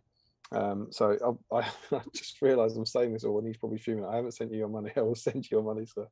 But yeah, he's got that was his choice of present. He got the Troll Chieftains. That's he says pictures in the mail, so I'm assuming it might have arrived. Angel said you Palmer Violets, well exactly. Michael is off topic tonight, working on 2 Cannot Tech spiders. I think they're Necrons, aren't they? Cannot It's Tech, tricky to do a Shelob in their own way because there's so many limbs. Frederick Short's got the Alan Lee and John Howe books. It's cool. Angel didn't get anything hobby related, just bath stuff, snacks, PJs, slippers, a candle, and ASOS voucher. That sounds like a cracking night. Old school Christmas, that, isn't it? Yeah. Joe thinks Palmer Violet's a lush. Max thinks it Yes, looks Joe. vile. Kenneth didn't get any hobbying done, but he got a Rohan house and AMF from his Secret Santa, which is cool. Michael finished 2 trolls over the festive period, which was his goal. Immortal words of Shane Ward. That's your goal. F90 got Dane off the parents the first. Got 4-year-old Dane off the parents. My first Hobbit and 4-year-old mini. Oh, that must be a lovely one. So, and treating myself to 4-year-old company. Very cool. Angel wants to give Joe her Palmer Violets. Excuse me. Max says it looks like a pint of week-old piss. It tastes like a pint of week-old piss. Yeah, and then Green Trees with all the same people saying, how is it ever going to be nice? Michael Curtis, no hobbying for the hobby holidays. Tonight's the first time I've had since November. Oh, I hope you're enjoying it. Peter Taylor says, if that is a sample, that run really did a number on you. Is that the Palmer Violets? The beer, yeah. Nathan said, yeah, Steve, it not being purple is the problem with that beer. Larry didn't get much hobby related stuff for Christmas because work was busy. Sorry to hear that. Joe can't imagine it's nice beer, but Larry did get lots of models painted. Frederick got some fantasy models for his wife. My brother got some fantasy models for his wife. Our mother was super surprised to see she was actually really happy with them. Oh, that's cool. Matthew Butler was in isolation over Christmas. Oh, I'm sorry, man. That sucks. So plenty of painting got done. Also got loads of Fallen Necromancer emails. Well, that's good. I hope you still were able to celebrate in something. Larry said he also finished some part painted stream models and making and painting a Rohan house, which is very cool. Crispin, yeah, here we go. Wife and I both got COVID 2 weeks before Christmas, so it was delayed for a few days. Oh, you did fake Christmas a bit late. That's cool. Yeah. Callum and Katrina came. We had Xmas on the 27th and 28th. Katrina has given me her GT ticket. Amazing. We'll see you there. Boop, boop. We're GT, aren't we? Well, I've not got a ticket yet, but I'm going. Haven't you? No. Have you not? I'm on the list. No, I've not got one.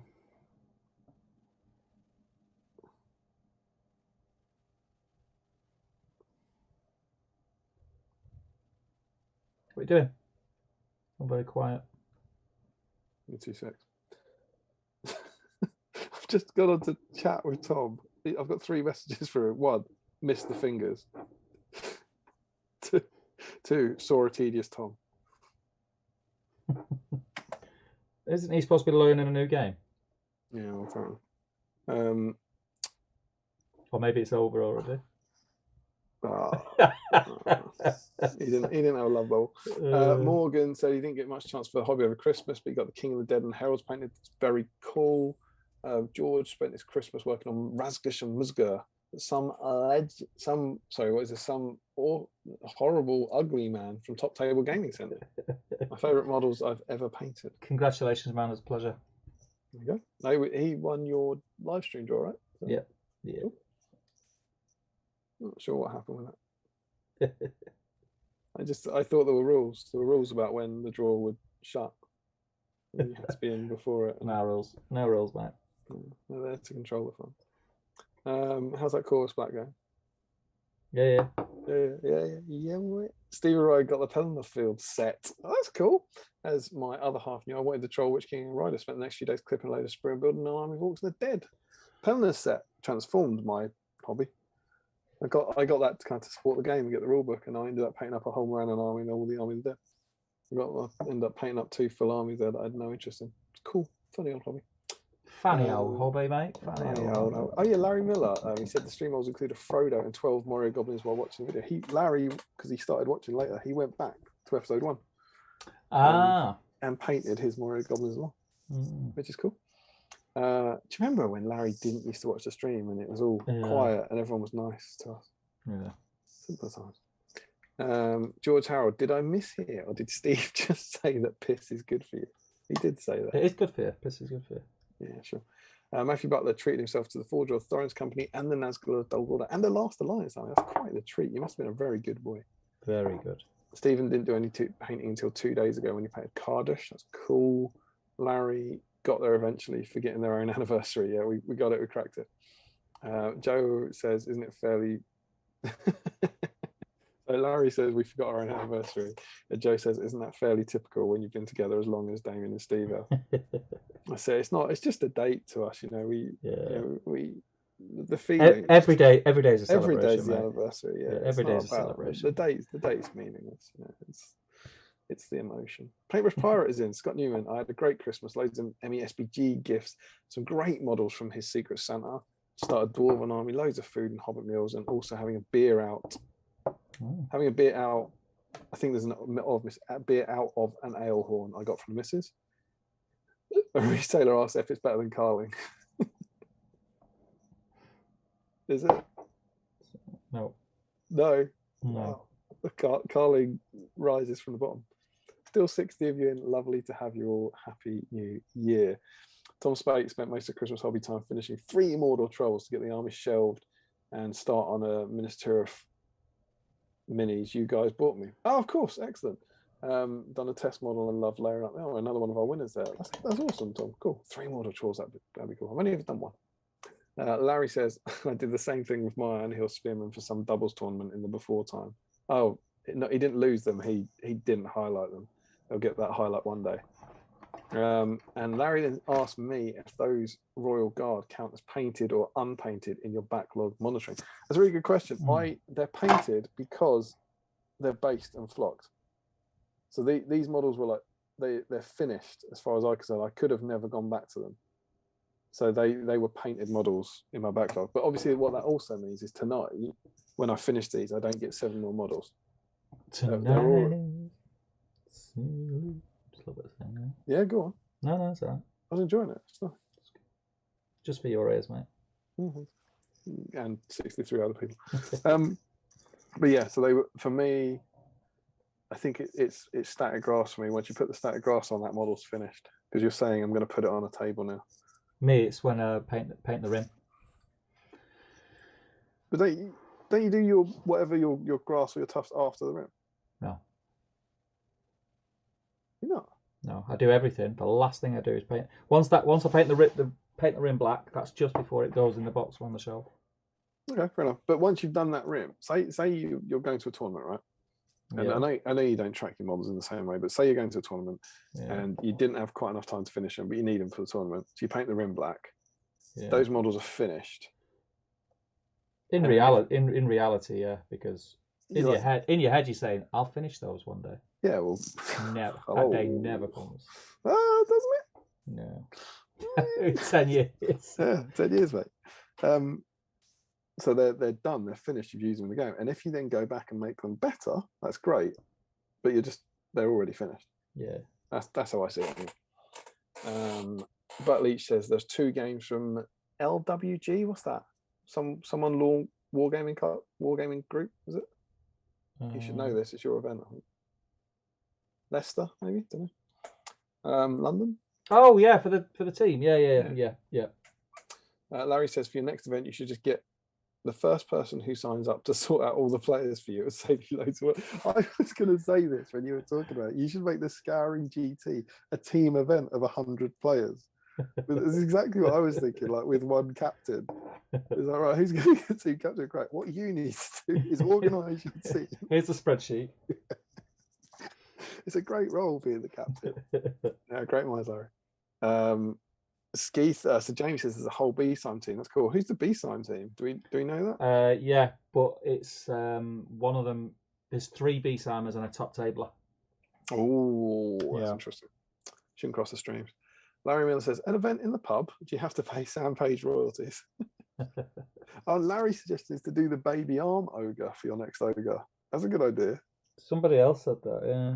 What? He's not, it's small, but it's not like human size, is it? What would you need? I don't know. Need like a half troll arm, maybe? It freaks me out a little bit. I like it. It's like the guy at a scary movie. I'm going to use my strong hand. Crispin knife chat. Still got mine from. Crispin's got a knife from college 39 years ago. Green Tree's got beautiful editions of books he's never touched. He just reads paperback versions. Yeah, I've got something like that. It's weird, isn't it? Yorick left for 5 minutes to get something and returned to hear Steve talk about frying pans. What's happening? Hey, just channeling Sam. Frederick thinks it looks like Fanta. I like that people are popping like in and out to just update on your horrible choice of beer. Yeah. I completely agree, Steve. Caught my partner using the veg knife to cut up some chicken. I had to leave the kitchen. Yeah, that would freak me out. Right, I'm just gonna go. Literally, I've got a bottle of Moretti outside the door because it wasn't cold, so I'm gonna go and pour that away. Suddenly, warm Moretti is delicious. Yeah. I'll be back in a sec. All right. Larry specifically got 101 models done, so I could call Damien a pointy-eared elf prince. Sorry, dude. Still can. Larry wants to go to Steve's house and use inappropriate knives. Well, that's not worth the risk. Joe loving the knife chat, but probably not as much as Frederick is. Dan is asking what knife you got. Is he back? He's not. I'll come back to you, Dan. Larry, surely they're allowed near the business end, Dan. Zarfango, good bit of paint been done on Royal Garden. Now I have to go to bed. We'll catch you recording tomorrow. Don't forget to check the email. Have a great evening. Are you back? He's not back yet. Joe says, I thought a love bunny was not dissimilar to a vibrating painting handle. Larry says, Faramir for some reason. That doesn't narrow it down, Damien. What's that about? I think you were saying, oh, look who it is. Yeah, but do you think Larry would be likely to just then comment Faramir? I don't know. He says some weird stuff. Oh, it's the quote. It's who says that? Oh. That's when I held it up. I bet it's that. And then because I then said I read it to you, and Larry says that doesn't narrow it down, though. There's a question for you. Yeah. Dan Cole says, "What knife did you get, Steve?" I use a Yaxel Goo for my daily. Nobody else is allowed near it. Some people cut stuff like they're using a hammer. I got a global chef's knife, really nice one. Didn't know I was getting it. Is that like spherical? You wouldn't know, mate. You wouldn't know. Just as me and Dan are talking. The grown-ups are talking now. Hey! Can't find my bottle opener. I've got a global chef's knife, but I can't find my flipping It's a polygon gag. Yeah, it's a global, mate. Really, really happy with it. Nice weight to it. Goes through things like butter. It's just, yeah. Do you use it on butter? Shit up. Not a fucking chance. Oh, not a flipping chance. You don't use it on butter? No, mate. I just would have thought, because it sounds like it's custom made for going through butter. Listen, I'm panicking now. I did have a bottle opener here 2 minutes ago. You didn't put it into that pot of like melting stuff you had, did you? Oh, for God's sake. Hey, there it is, in my paint box. It's not on your head, is it? It's in my paint box. I just looked in there as well. Right. Dan gives Larry some life advice. You don't stab people knives without bolsters, Larry. Joe says, careful with that tray. You don't want a Gundabad style disaster. Yeah, all right. I can still smell it. Oh, hello. I might be getting things wrong here. Hang on.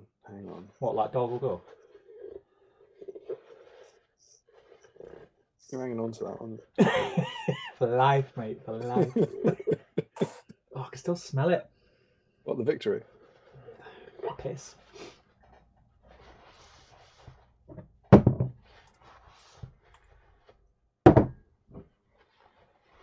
Right.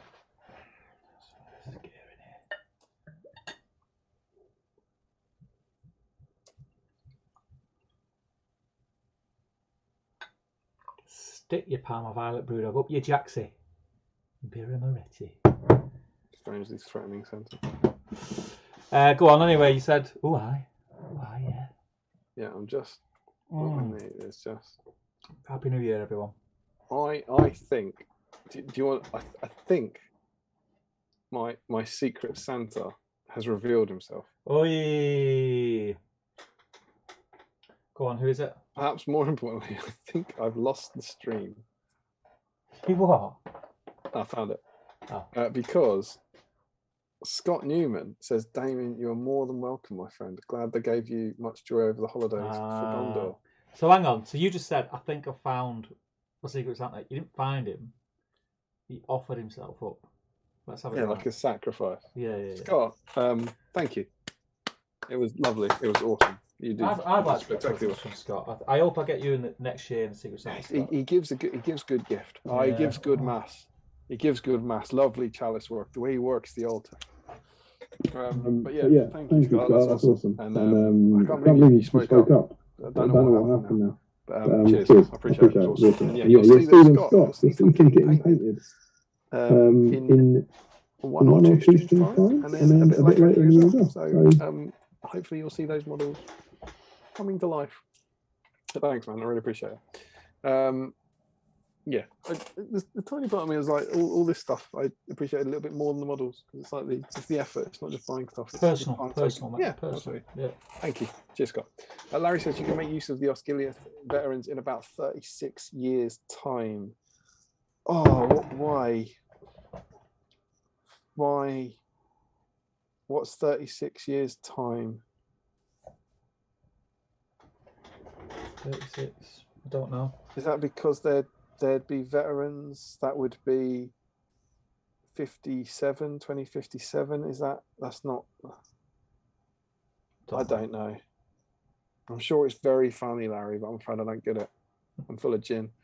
Larry says the main reason I've never done Secret Santa is I'm afraid I'll draw Damien and he'll make hurtful comments about my choice of box. Just send it in an appropriately sized box. Imagine if you got crap presents and you come in here going, yeah, I wasn't really impressed with my Secret Santa.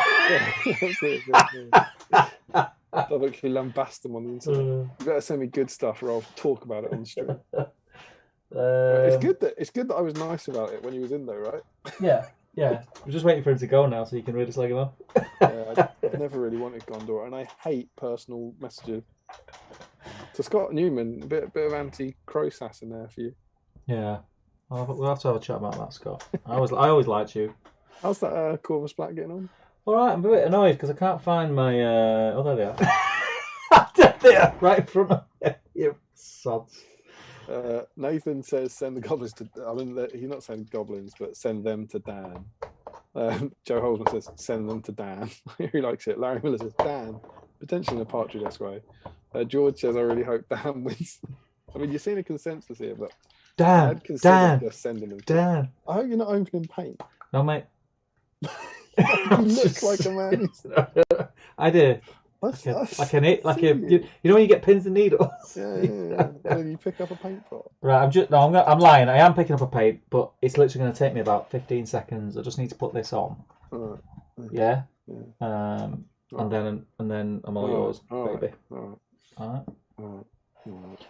Al Mullen says I would love them. So he's gone in. So we've got that. We've got a load of people saying send them down. We've sent Al saying I'll have them. Yeah, screw down. I'll have them. Yeah. No, but this is fun. Jamie says I would like some goblins. It would be nostalgic. Larry says I've never wanted to win a draw less, which to me puts him to the top of the winners so far. But maybe that was his plan. Someone in chat who will copy and paste the entire chat and send the names. Maybe it won't be the first time I've asked, mate. You know? Yeah, exactly. Maybe we could.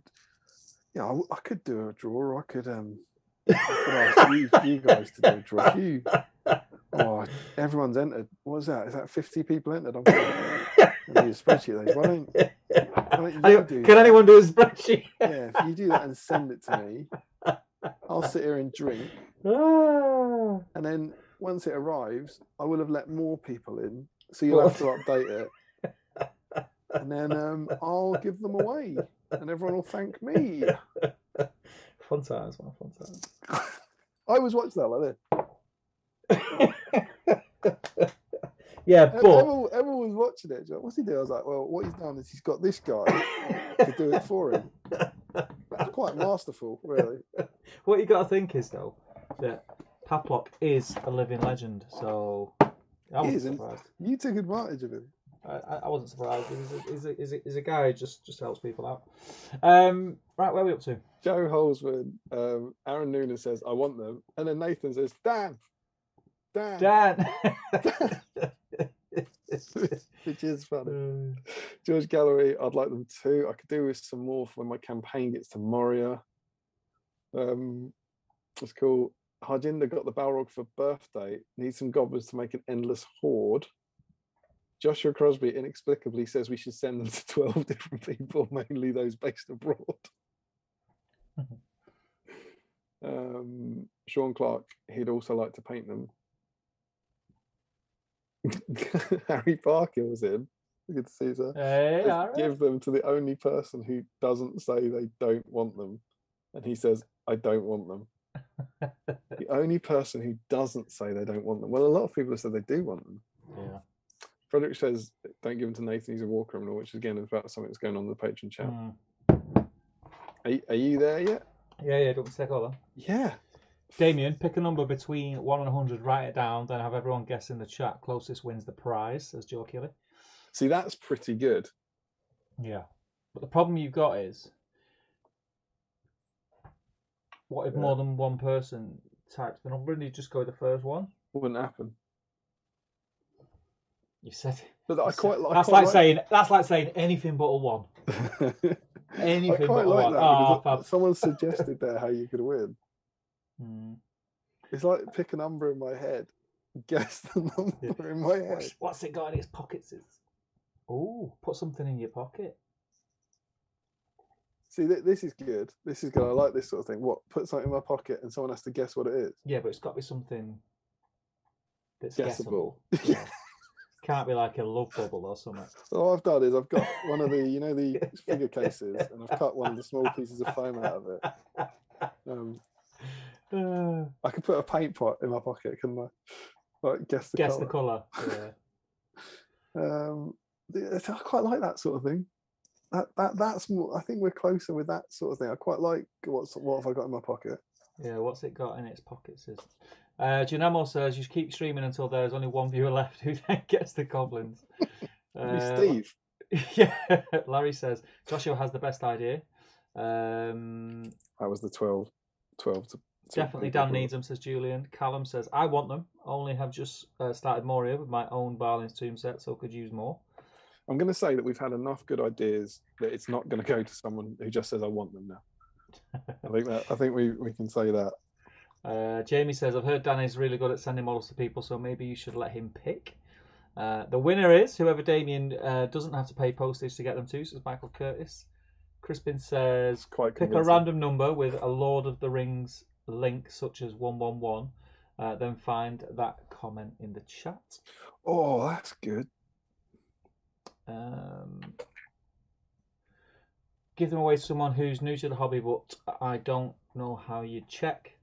Josh Crosby says, what if they're an experienced liar? Yeah. Give everyone in the chat a number and roll a D100. Re-rolling those not included. First person to 5 winning rolls gets one. Jeez. The second person to 5 winning rolls gets the second one, etc., etc., etc. Kenneth Vick says, give them to someone who is eating a BSIME approved snacks tonight, such as chocolate orange or something. Larry says, you could give them to Tom when you meet up for Fantasy Fellowship filming, or other Tom when you film the 100th Palantir. Alternatively, says Callum, give them as a prize at Tolcon, random goodie bag to someone. No, it's tonight. Green Tree says, I have audio sync issues with my Amazon Lord of the Rings. Oh, no. Email them, mate. Email them. Larry says, I watched the 3 extended editions for the first time in years on the last 3 days of the year. Oh, that's cute. See, I did that with the indie films. It's great. Josh Crosby says, what's your favourite indie film?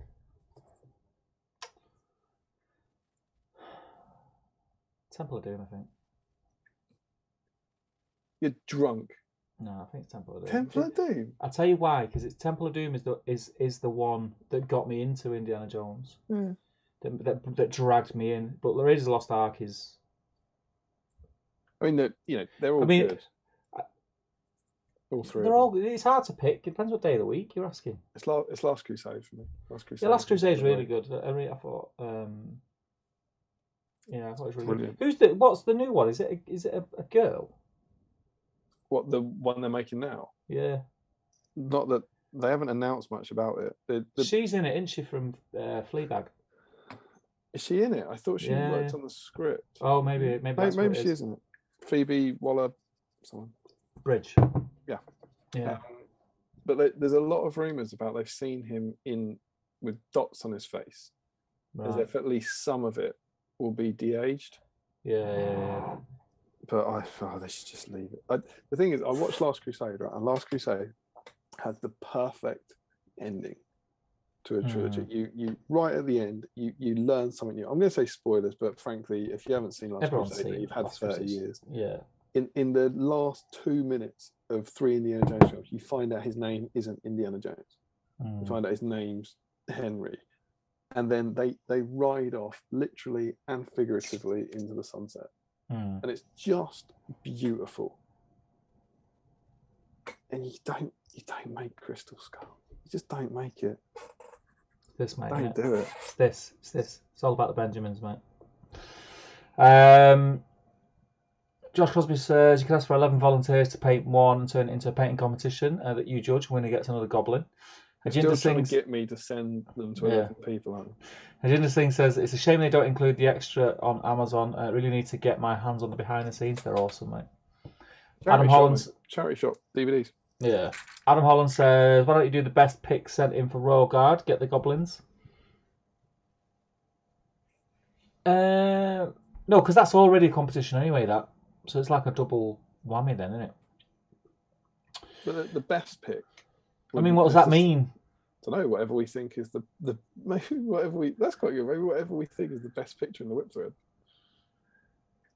Because they won't win the dice. They'll be very lucky to win the dice. I still think what's in his pockets is okay. Well, up to now. That's my guess. But then what if no one guesses? Because no one wants to come. Yeah, no, I don't mean like no one actually guesses. I mean, what if like no one gets the right answer? Oh, you ears.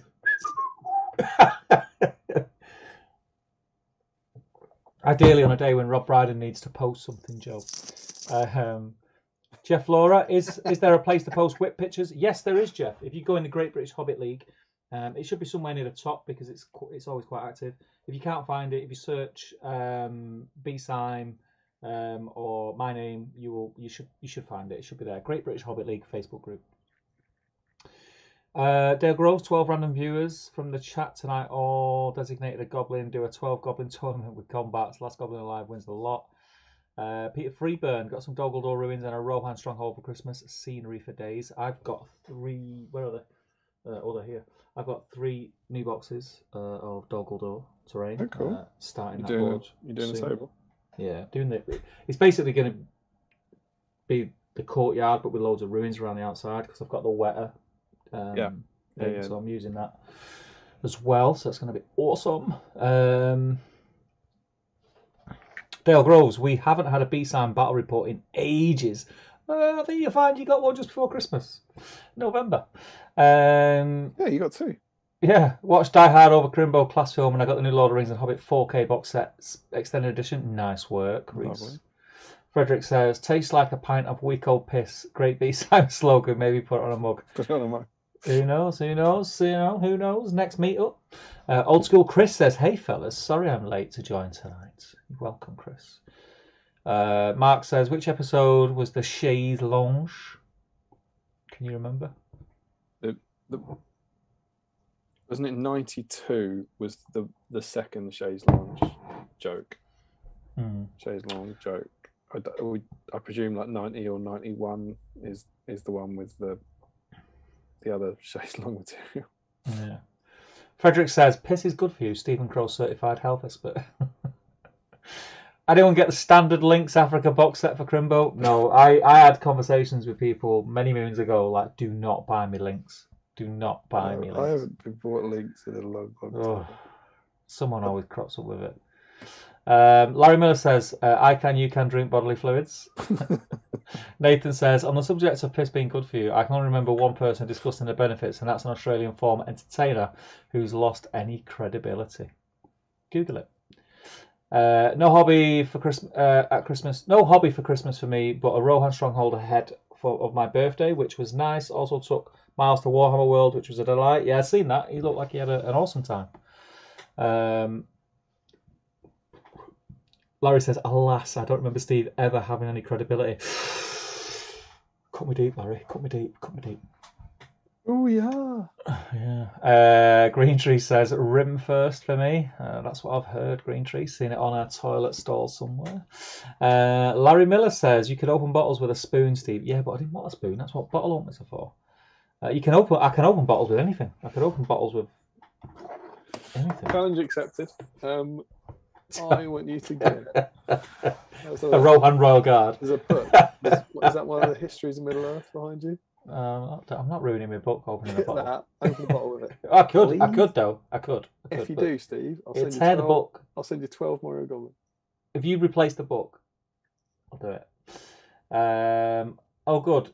The Steve's Lost Something segment returns for season 3. Happy New Year, Steve, says Larry. Old school Chris, echo. Yes, there was an echo because I unplugged my earphones, so you were getting feedback from my speakers. Better now. George, another favourite. Steve unplugs his headphones and Damien echoes section. It was a mean comment about the Fantasy Fellowship, says Larry. Oh, 36 years, I think that is. Oh. Larry means for Fantasy Fellowship, right? Gunder Brad's in. I am Bradley. Good evening, both. Good evening, Brad. Bradley, you went a bit boisterous. All right, Bradders. All right, Bradders. Mr. Cottington, if I'm not mistaken. Larry Miller says, "Oh, that's what my not narrowing it down comment was about." Damien saying it was someone who didn't like Steve. I don't think there is anyone, is there? Well, I can name two. I know two. Who's the other one? Sean Boyce is in. He says, "Hey guys, how are you doing? Any guess on the new 3 Easterling on who the new 3 Easterling figures will be?" One of them's Tariel. I think. Which 3? Who said there's 3? Have I missed? Presumably means the Palanquin as well. The what? The Palanquin thing. The Emperor thing. Yeah. That's the only one I know of. The Dragon Emperor. They did 2 on Christmas Day, didn't they? Or Christmas Eve. We've got the Dragon Knights models. They were shown. I keep forgetting about those. Dragon Knights? Is it Dragon Knights? What's the upgrades called? It's Dragon Knights, isn't it? Black Dragons. Black Dragons. That's the one. There's 2 silhouettes on Christmas Day. You've not seen them? Oh yeah, they have. It's like the what they're called. Oh, we don't know. War Priest. It's got a War Priest staff on it. Yeah, one of them's got a War Priest staff. Yeah. So it'll be, we're thinking a twin pack, right? Yeah, it'll be a command, won't it? It'll be a War Priest and a captain or something. You know, some sort of new named Easterling hero or Terrier. Yeah, a three might captain-y type malarkey with a special rule. There's a lot of them about, isn't there? They can just keep releasing stuff I don't want all day long as far as my wallet's concerned. Really excited for all the Easterling players, and I couldn't care less. Great. Steve Ginley. I saw a post somewhere hinting that one of them is a female shaman war priest of sorts. Yeah, I remember seeing that. Someone said it was female. Does it look like a slender model? Is that where they're getting female from? I don't know. Master Ball says, pick a random place on Middle Earth map and whoever guesses the closest wins. That's a good one. But again, a lot of people could get it right. And then do you go for the person who's the fastest typer, which is unfair. Because got a new miniature map here. Some people might only have 2 fingers. And that's just, it's a lot quicker if you've got 10. George Harold. What about guess the size of Miniatura in feet? Oh, according to this map. Who did I have this conversation with about the height of the wall? Was it on BSIME? Yeah, we had it on here. I was waiting for you to go up with it. Because we were talking about Orthec, weren't we? Yeah. Yeah. So show some spoilers. What? I mentioned Orthec. What's that? I had to unplug my earphones because the wire's not long. Not really spoilers. I posted before, but I'll show you something more in depth. One sec.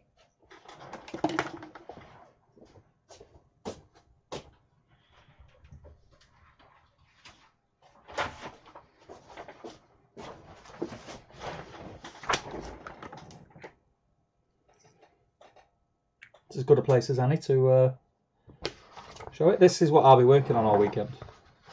So I printed all these off. 100 of them. And we're starting on movie number 1. So I'll show you a handful of what we've done. It's a layout for the boards. For the Brunnen. That I thought that was like a dog had walked over snow.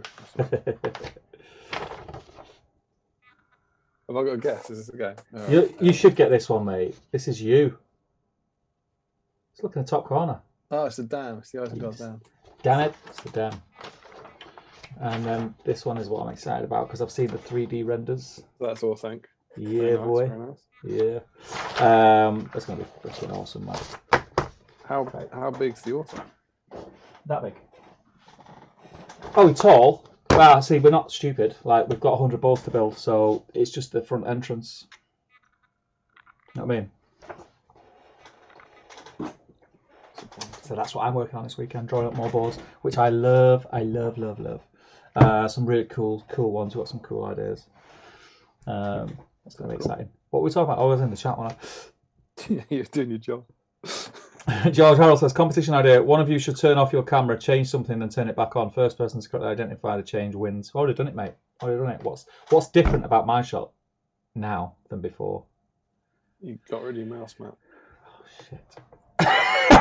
How many of them sprues you got, mate? It's going to be a few winners. Somewhat controversial, says Larry, but I put Temple of Doom on a similar level to Crystal Skull.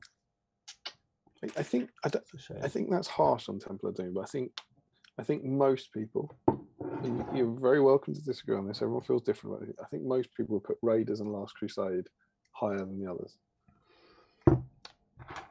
Do you know what? I've never really thought what's my favourite Indiana Jones film. I just like Indiana Jones. That's why BSIME is so great. We ask the big questions that everyone else is afraid to.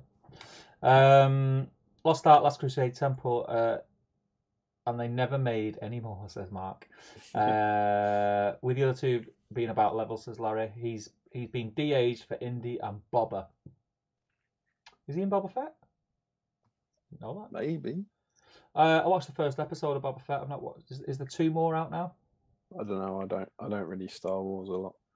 I watched the first episode. I didn't think the first episode was great, but it's the first one, so I'll give it a chance. Old School Chris says, I'm going to have to turn in early, Damien. I definitely have the shields for you, and they will be in the post tomorrow. Probably, definitely, thanks, unless I don't. Is that first the username like Old School Chris? Is that, yeah. Right, okay. I'm just trying to connect username to human. Gunda Brad retracted a message, obviously went absolutely mental. Larry Miller says banana. Evening Chap says Mr. Macklin.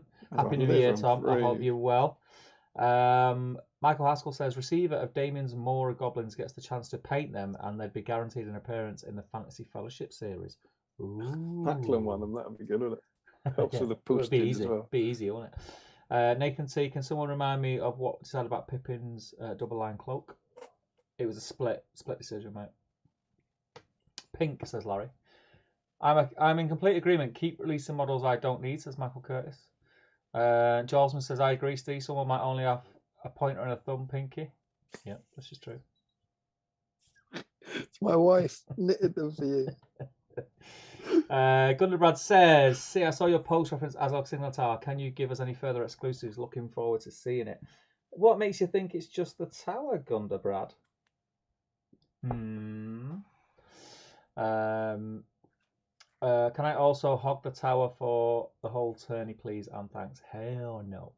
Mark says these would look good on Madcam. Joe Holzman says the antimacassar is missing. Am I saying that right, Joe? Larry says Temple has some good scenes, but it does have some silly bits too. Indiana Jones has silly bits. You what? Sean Boy says who do you think is in the promo picture of Lord of the Rings on Prime? I think maybe Feanor. I haven't got a clue. I'm still not sold on whether it's male or female. Never watched an Indiana Jones film, says Hajinder. Might watch them next Christmas. Rewatch the 3 Pirates of the Caribbean this year. Give them a watch, Hajinder. It's just like wholesome family fun movies. It's very, very good. Everyone says, I don't remember him eating enough for it to be antimacassar. Stop typing that. Carl's in. Good evening, guys. Hope you're all having a grand old time during episode 1 of season 3. Shall probably watch some of this tomorrow whilst I work on the Rangers of the North, which he is bringing on Sunday. That banana comment was my suggestion of what Steve should open the bottle with. Yeah, I probably couldn't do it with a banana, to be fair. No, you could do it with anything. No, not a banana. I'm sure that's what you said. Banana's not a thing in my world. Banana's not a thing. Steve Crow, no. 2022. Gunderbrad says, ha ha ha. Orson Krennic Sean, says Larry Miller. That's the... Krennic is the guy from Star Wars that a lot of people think the Amazon Prime image looks like. Oh, right. Guy from Rogue One. Yeah. Caught up on the chat, mate. What? Nailed it. Can't believe it. Mm-hmm. If you've got up on the chat, that feels like magazine o'clock to me. Well, I was just about to say, do you want to jump in that magazine? Because the scene for grabbing Facebook thing is disappeared for some reason, so I'm gonna have to rebuild it. So can you jump in the mag and speak to people? Can you hold the fort? Because I might wee and get a drink for me to do my sitting reading. Got to do everything around here. Oh dear. You spent a lot of time getting a selection of different drinks you haven't enjoyed tonight. See you soon. I mean, I'm going to keep the can. I'm going to keep the can about. Because I think the can's pretty. Look, it's pretty. I like the can. Saw a cut of Raiders a couple of years back. That was black and white. They shot the film as a 40s pulp so much that it worked perfectly. I've never seen that. Wholesome family fun when that's I love that bit. Yeah, but it's so fake though, Mark. Right? It's so fake. It's too fake to be scary, I think. Which is what Indiana Jones is all about. I think I've made a mistake on this guy's skin. I want him to have like an olive complexion, like not olive. That's the wrong. I don't want him to be olive. I want him like a tanned. Easterling is, he's going to be out in the sun a lot. So I've base coated Tuscar fur instead of what's the one I normally use? The dwarven. It's the new dwarven flesh. Bugman's Glow. I thought this was a bit darker, but I don't know if I'm going to be able to get that up to the colour that I want. Has anyone used Tuscar fur as a base for flesh? Let me know. Steve skipped my last comment. The banana comment was my suggestion. Which one? I don't remember him eating from Atticus. I don't think I did. Wonderbrad says, Damien, I know you love dinosaurs. What is a Micropachycephalosaurus? He's not here and I haven't got a clue, mate. Jill says, no, we just expect kids to have a bit more fear in their hearts back in the 80s. Yeah, it's true. And mine, says Joe. Callum, Steve, is Tolcon just a tournament or can spectators go? Would only be able to go on the Saturday. Spectators are more than welcome. We're going to be releasing, I don't want to call it a rules pack. It's not a rules pack. It's more of a guide for the weekend, but it's going to have the rules pack in it, hopefully next week. And what you're paying for is a ticket to the tournament, but it's either going to be a wristband or a lanyard. And if you've got the wristband or the lanyard, when you're in there, you'll get certain things. Like for the axe throwing or dagger throwing, you'll get a go of that for free. Your first go for free. You might get a discount on the food. You might get different things for free because you paid for a ticket. If you are a spectator, there's going to be stuff there that's free anyway. So if you're a spectator, you can come and there's be certain things you can do that don't cost you anything. You can just rock up. But there will be other things. Like if you want to go the axe throwing or the archery, it'll be like a few quid to have a go. But yeah, basically you don't need to buy a ticket just to come. I don't agree with that. I don't think it's right. Just to be there, you have to pay. It doesn't sit right with me. So yeah, that's fine. You can come. It'd be good to see you. Jamie says scale 75 Arabic shadow. I haven't got a lot of scale. I have got a few scale 75. I haven't got a lot. I found them quite difficult to use. I know everyone raves about and says they're good paints, but I don't paint like I used to. I don't spend a lot of time painting. And I heard that you got to thin them down and stuff like that. But I do like the fact that they're very matte. But I don't have time for that anymore. I have so much like to do in any given day. I don't get to spend as much time painting models as I would like to spend on them, if that makes sense. So I kind of stick to Citadel and Vallejo. But I'll have a look at that. I will have a look at that. What do I think the next plastic hero will be? Next plastic hero. What do you think next plastic hero will be, Damien? Next plastic hero, Tario. Honestly, I don't know. I don't know, George. I don't really think we'll get one for Defence of the North. I don't see who that. No, Forge World. Yeah, I really don't know. Unless it's. I got my victory pork pie. Oh, I love a pork pie. Love a pork pie. I never say never, but at the same time, I stopped a while back. I don't try and second guess what's coming. I just kind of sit back and enjoy the stuff when it comes. I don't think we'll get one related to Defence of the North because I can't see who it would be. So, given that we don't know the supplement after that, it literally could be anyone. I think Boromir would be good. Yeah, we need a new Boromir. Some version of Boromir. A Boromir, like of the same ilk of AMO. It's generally the heroes you recognise. So there's a relatively small number of them. Yeah. Yeah, I think. But then, sort of saying that, I agree with it. But just to kind of be wrong, argumentative, you could say that we're going into the realms now of things that aren't as recognisable, like Defence of the North. They're dipping their toe into things that weren't in the movies. So there's going to come a point when they've done everything that's recognisable, and they have to, and they still want to make plastic models. Yeah, maybe. So yeah, I don't know.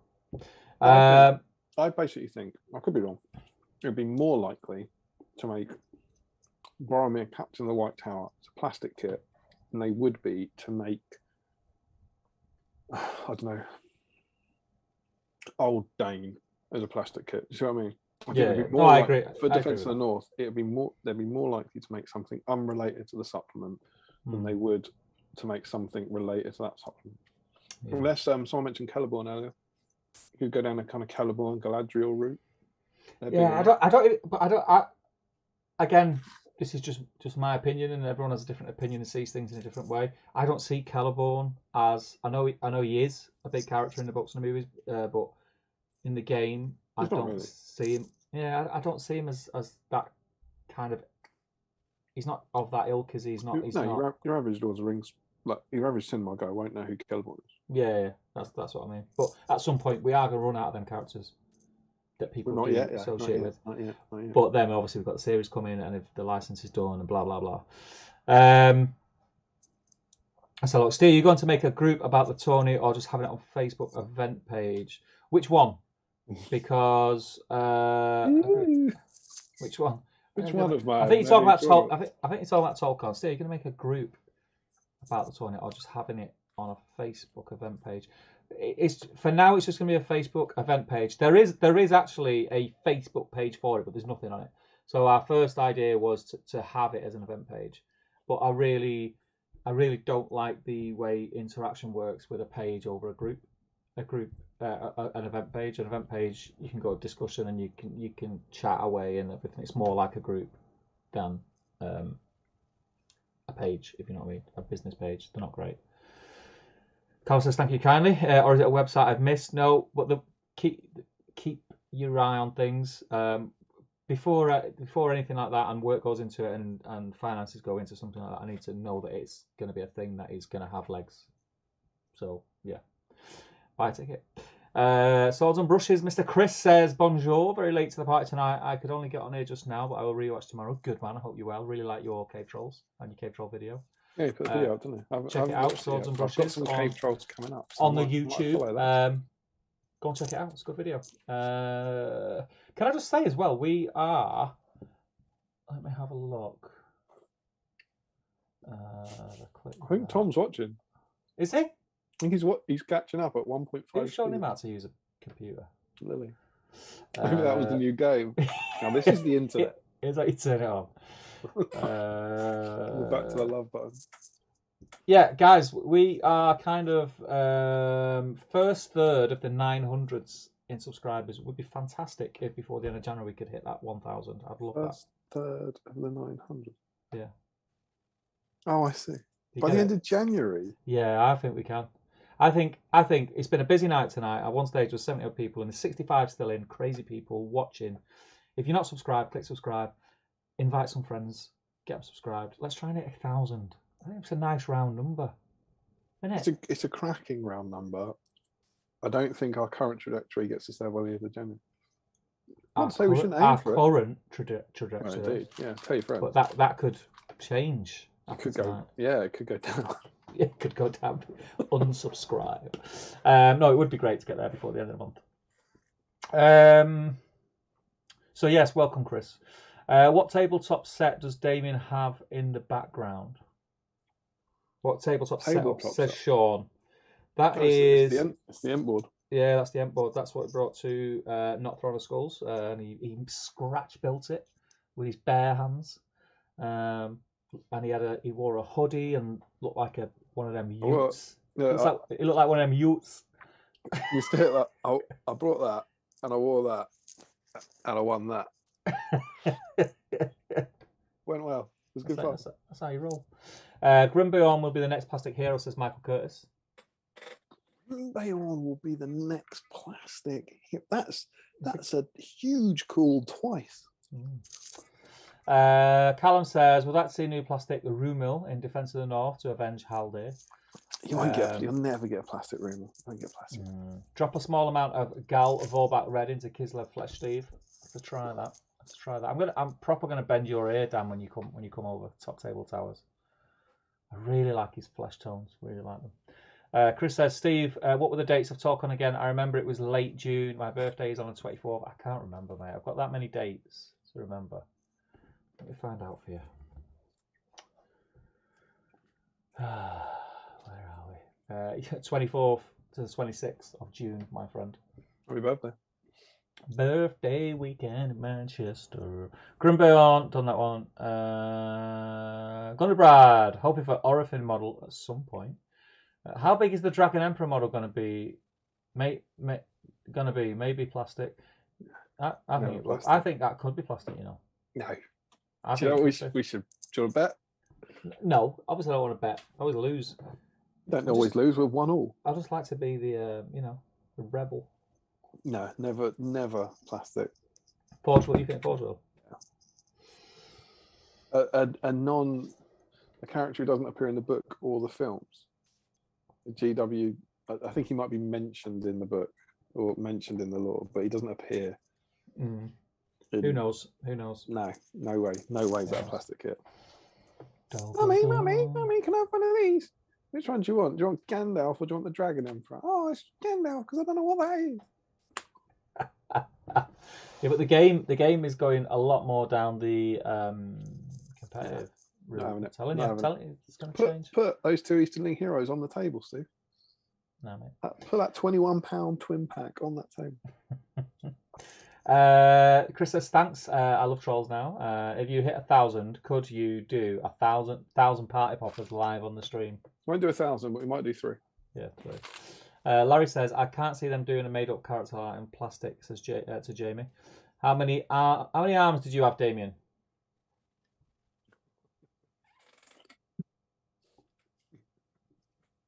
I don't get it. You see Mick's thread today? Mick put up a thread about how many arms Ents have. It was quite good fun. It was good fun, and also looking at the lore and stuff. So, is there anywhere where he says they have 2? And it was the whole idea. He never says they have 2, but he never says they don't have 4. Yeah. And you have that evidence of absence isn't absent. No, sorry, absence of evidence isn't evidence of absence. Just because Tolkien never says there aren't 4 arms, there aren't. Doesn't mean that there are 4 armed Ents. But you could do. That's what I was saying. Like, it's not mad. If there was, it could be a Mortal Kombat baddie. Yeah, that's what I said. Gorok. You're welcome. Nice. That Gorok. Come Come on. Garok, all right. That's hilarious. Garok. I got Yeah. it. I got it. It's very funny, isn't it? It's all right. It's up there. But you're mixing two things. Yeah, I'm mixing Mortal Kombat with Ents, which is what we're doing. You're dirty in the water there. Should never cross the stream. Chris says, "Oh, that'll be a belter." Plus, I've never been to that part of the country before. It's a cracking part of the country. It's not really. Jolesman says, "Surely, if you're betting on the material of the Dragon Emperor, you should be betting that model, not a £21 twin pack." Yeah, I'm not that confident. We always bet the twin pack. No, I'm not that confident. Did Steve skip my Shelob comment? I didn't see his Shelob comment, Larry. What was it? Yes. Oh yeah, General Trevius. Oh, hello. Look at this. Mr. Thomas Harrison. Thomas, if you're new to the stream, can you let me know? Catching up now, 1.75 times speed. Just seeing the fingers flash up super fast. Haha. I mean, he's not even. There's no point even speaking to him, is there? Because he's gone. It's gone, 3 hours ago. Gone, it's yeah. 3 hours ago. Jolesman says to Larry, probably he skipped a few. Sorry, man. Larry says, out there prediction, could we get new plastic model or orcs? They're in a lot of lists and are big enough to be part of the films to appeal to a wider audience. I would love that, but can't see it. Careful, Damien. You're Parma violeting your beer there, says Joe. Oh, for God's sake. What's Parma violeting your beer mean? I don't know. But Thomas Harrison is watching us in the bath. I love it. You filth. I mean, he didn't have to tell us that, did he? Steve, right now, Thomas Harrison is naked. He's nude right now. And you only need one hand to hold a phone, that's all I'm saying. Oh, I'm there. I'm with you. I'm there. It's like a selfie, Tom. Selfie. Saying that, he's only just learned how to use the internet one step at a time. Peter Freeburn says, believe you could actually open a bottle with a book. Paper note only needs to be folded 4 times, have the sturdiness for it, so it would follow that paper would work too. Yes, I agree, Peter. Sean says, I can just imagine an Easterling model with Damien's face on it. I wouldn't buy it. Instead of muddying the waters, says Jill.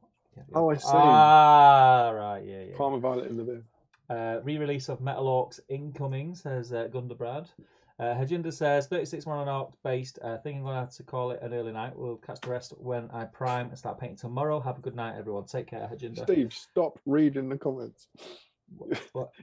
You're getting to the penultimate one every time. We're meant to be looking at the magazine, and then someone's writing. Oh, right. Yeah, just read the magazine. I need to do that. I need to do the Facebook thing as well. So I'll get on that. Let me do my. Right. So stop commenting about whatever you're commenting about. Yeah. And any more comments that will come now as we look through the magazine should be about Royal Garden, if you like Royal Garden, so on and so forth. So this is this week's issue 40. But we don't want to give you that. Before we go into that, give you that. You know what's exciting? What's exciting?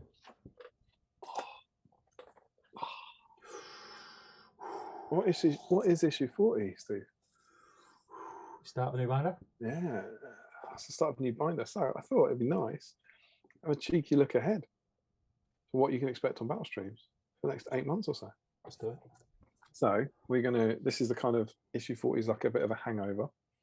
And then what we'll get in as we go, I don't know what I can kind of do here. Maybe I don't want to shade too much, but maybe if we go something like that. As we go through kind of 41, 42, and 43, we get this a bit of an Osgiliath theme. So we're going to be spending some time attacking Osgiliath, a bit of Mordor, a bit of Gondor stuff going on, which will be quite fun. Then, and I'm really looking forward to this, utterly disproportionately for the age of the models, but then we get the Last Alliance. So we get 4 issues, all set in the Last Alliance. So you're going to get some plastic elves. We're going to get Gil-galad. We're going to get Elendil.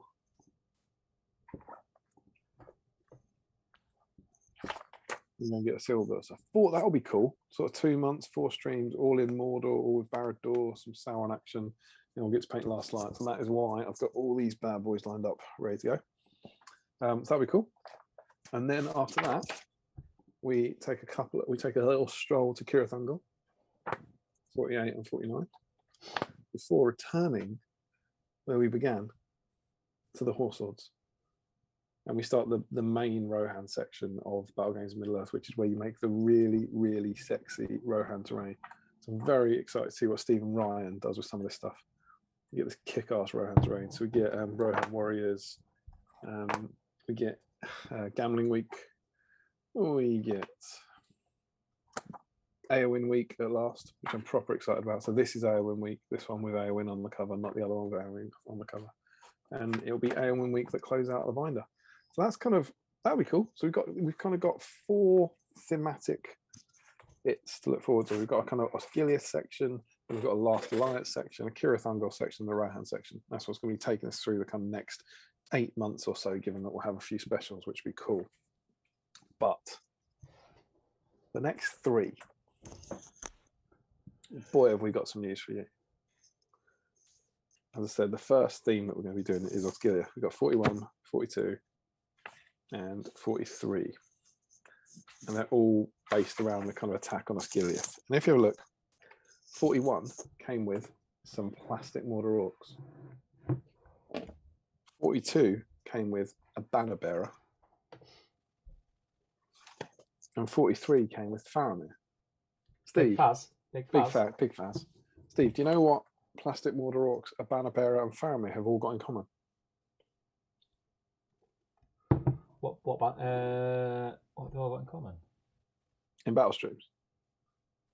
We've done them before. He's got it. He's nailed it. I don't wear this for nothing. Nah, he's remembered the conversation we had 2 days ago. I didn't. I just guessed. Yeah. We've done them all before. We've had a Mordor Orc. We've had a Banner Week. We've had a Faramir Week. Now, we could do them again. That's the simpler solution. But I don't think we've ever had a duplicate week yet. We probably will do. You know, I think you get an Aragorn about 60. We'll probably have another Aragorn week. I think that's fair enough. Yeah. But we wanted to do something a bit different to another Mordor Orc week or another Banner week. We got some exciting things for you coming. So the next 3 weeks, they are going to be on theme. And so next week, you will be able to paint plastic Mordor Orcs. The week after that, you will be able to paint an Orc banner. And the week after that, you will be able to paint Faramir. But it won't just... Sorry, the excitement got to me there. It won't just be those. So, Steve. Careful what you say here, because Tom's in the bath. Knocks the laptop off. How much do you want to tell? Do you want to tell them all 3, or do you want to tell them 1 for now? Just next week. Can I tell the biggest secret right now? Well, I don't know what the biggest secret is, so why not? The biggest secret is I can't remember what we said. Lovely. I wouldn't expect anything less. Well, we decided the theme of the next 3. Oh, did we? We did. Yeah.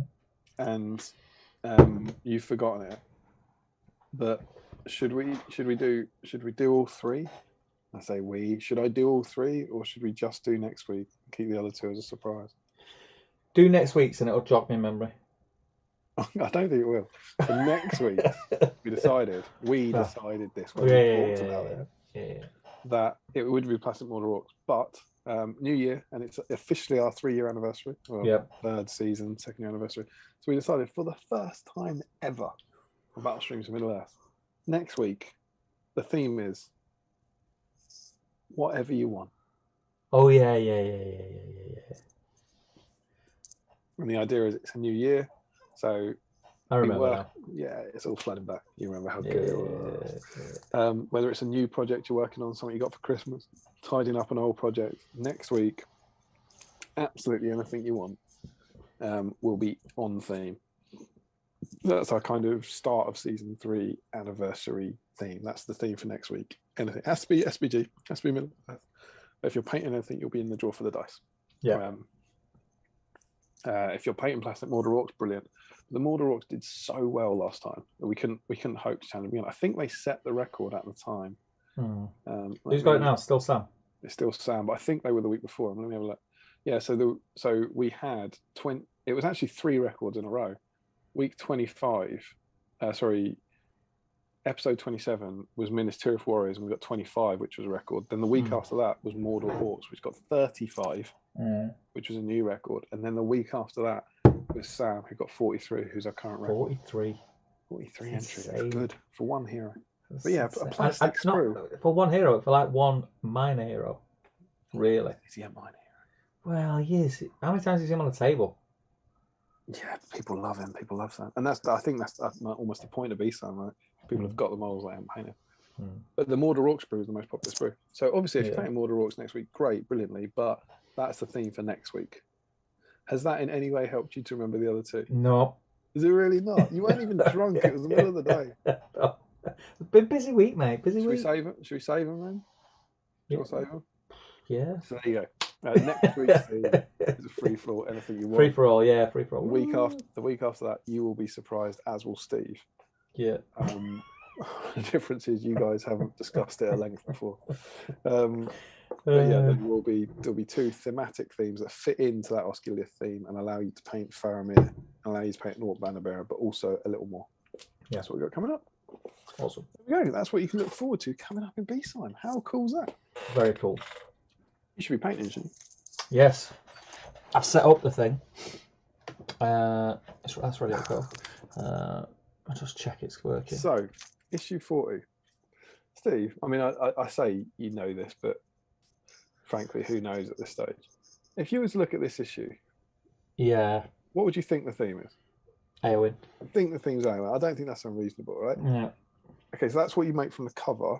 Yeah. Once you imagine you held this in plastic with a model in it, what would you think the theme is? Rohan? Yeah, maybe. Rohan, Royal Guard. Yeah. Let's find out, because this one's a doozer. So we get a doozer. We get on the cover, the Wolves of Isengard attack the Rohan. We get this quite cool Warg attack thing. And obviously we've got Eowyn. We've got Eowyn on the cover. We've got a Royal Guard free. So obviously when we open it up in the magazine, what we get is the Wargs of Isengard and a massive orc. The Wolves of Isengard, riding ahead of Sauron's main forest, the forces, the ferocious wild riders of Isengard scour the lands for their prey. As the people of Rohan retreat from Edoras to the refuge of Helm's Deep, they must face an ambush by this fast and deadly foe. Brilliant quote. Wargs, we're under attack. I love the credit. Really had famous. One of the most famous. Yeah, one of the most famous ones. It's up there with for Frodo, isn't it? The amount of memes you get, Aragorn goes, Wargs, we're under attack. And this all bangs on about Wargs. And don't get me wrong, this says the Wolves of Isengard. So I don't know what I'm looking at here. So we go on, which is quite exciting. I also have a mag cam. And we get the expanded rules for cavalry steel. Now they do make reference to the fact that way back in pack 14, we got the rules for cavalry, which basically introduced shooting at cavalry, knockdown. What are the two rules called? Is it it's extra attack and knockdown? Is that right? Knock to the floor and extra attack. Whatever. Charge bonuses. Yeah, so we had those, but they basically made extra, or kind of added extra rules, and they're basically about the fact that difficult terrain. If some of you old school BSIMers remember that in those rules you had to dismount and lead your horse through a forest, which is quite fun. In this, you can now move through difficult terrain at a quarter of your move, which people will be familiar with. Cavalry models can now defend barriers. In the old rules, they couldn't. They introduced the rule for expert rider. They introduced a whole page worth of rules of passengers. But again, if you can kind of see they're kind of theming it around the Warg attack. And you've got a lot with kind of Legolas and Gimli as the example on that. And there's quite detailed rules about that. I don't know if this is still the case. I didn't actually go and look at the new rules on passengers, but it's on a 1 to a 3 the mounts hit, a 4 to 5 the riders hit, or a 6 the passengers hit. So they've got that stuff. And then they actually introduced the rule, the optional rule, which they call it, for loose mounts. So they've got a whole page, which is this one here, about loose mounts. And this is the idea that you would have horse models. You would have, as well as your, imagine how hateful it is. We've already talked about it once tonight, the idea that you have to paint a dismount. Imagine that for every model you have to paint a dismounted rider and another horse. I mean, it just makes me feel quite ill thinking about it, if I'm honest. But when a rider is killed, it is usually convenient to remove the entire model because a loose mount would just get in the way of the action. However, in some scenarios, you might find it useful to keep track of what happens to loose mounts. Indeed, when a rider involuntarily leaves his steed, it's likely that he will want to remount at some point. And then I like this: when a rider is slain, is thrown, or dismounts, the player can opt to remove the horse or leave the model in place. If it's removed, we assume it runs away. If it remains, it stays where it is, and the rider is removed, or a marker of some sport to remind people that it's loose. So you can, if you just love the idea of having a horse in your army, you can just choose to. This is like the rider's dead. No one can remount this thing. Put all your random horses in front of your lines. It's in the way, mate. Yeah, absolutely. They are, yeah. It's a tactic. Pro skills, mate. See, that's why you're a top table player. You charge all your cavalry forward, deliberately get the knights slaughtered, and use the horses in the way test. But they've got rules for them. Loose mounts do not move unless they have to retreat because of a failed courage test. That would be the courage test for being on their own at the time. Yeah. There used to be that courage test where if they're outnumbered, they're to back away. Normally, mounts don't test if they have a rider, but loose mounts must take courage tests using their own courage value. Loose mounts have no control zone, so other models can move through them easily. If a loose mount inhibits the movement of another model, it will automatically move aside to allow the model to pass. The player whose model wishes to pass must reposition the horse. Excuse me, a horse just coming through here. Horses generally are quite pleasant. Yeah, they'll be like, oh, quite Sauron. Go on. I used to have a rider, but he's dead now. Carry on. You killed him. You killed him, you bastard. You call me a bastard, horse? No, it wasn't me. You sound a lot like me. I do, don't I? I'm very similar. I am your father. No, what a twist. And then they've actually got a little thing of like, this is quite cool. Like the idea that is it an orc? So you got a cheeky orc up here, right? On this building. Yeah. And the rider can't charge him. So the guy gets off his horse, runs up the steps, kills the orc, and then runs down and gets back on his horse. That's quite fun. Long-winded. Let's shoot him, I reckon. Just got this vision of this. It's only 7 turns, isn't it? And the orc just standing there waiting for him. Just backing away. Check this out, Steve. Loose mounts still block line of sight and may be in the way of shooting. Of course. This guy knows. A good model can't fire at an opponent if a good mount is in the way. So if you're a good model, you go, it will backfire on you. I'm going to keep these. Oh no, they're in the way. I can't shoot my horses. Yeah, your general's about to get charged. Shoot him! Aim for the neck. I can't, mate. There's a horse in the way. Shoot her. However, the evil player is in no such obligation as ever. In a fight, the mounts have no attacks and may not roll any dice. They automatically lose any combat they're in. Who would pick a fight with a horse? That's a bit harsh, isn't it? I think the horse could do. I think if you started on a horse, it'd kick you right in the nuts. Yeah, I was going to say the same thing in the same place. Because they seem to always. You might be able to run up to it and sort of stab it before it knew what was happening.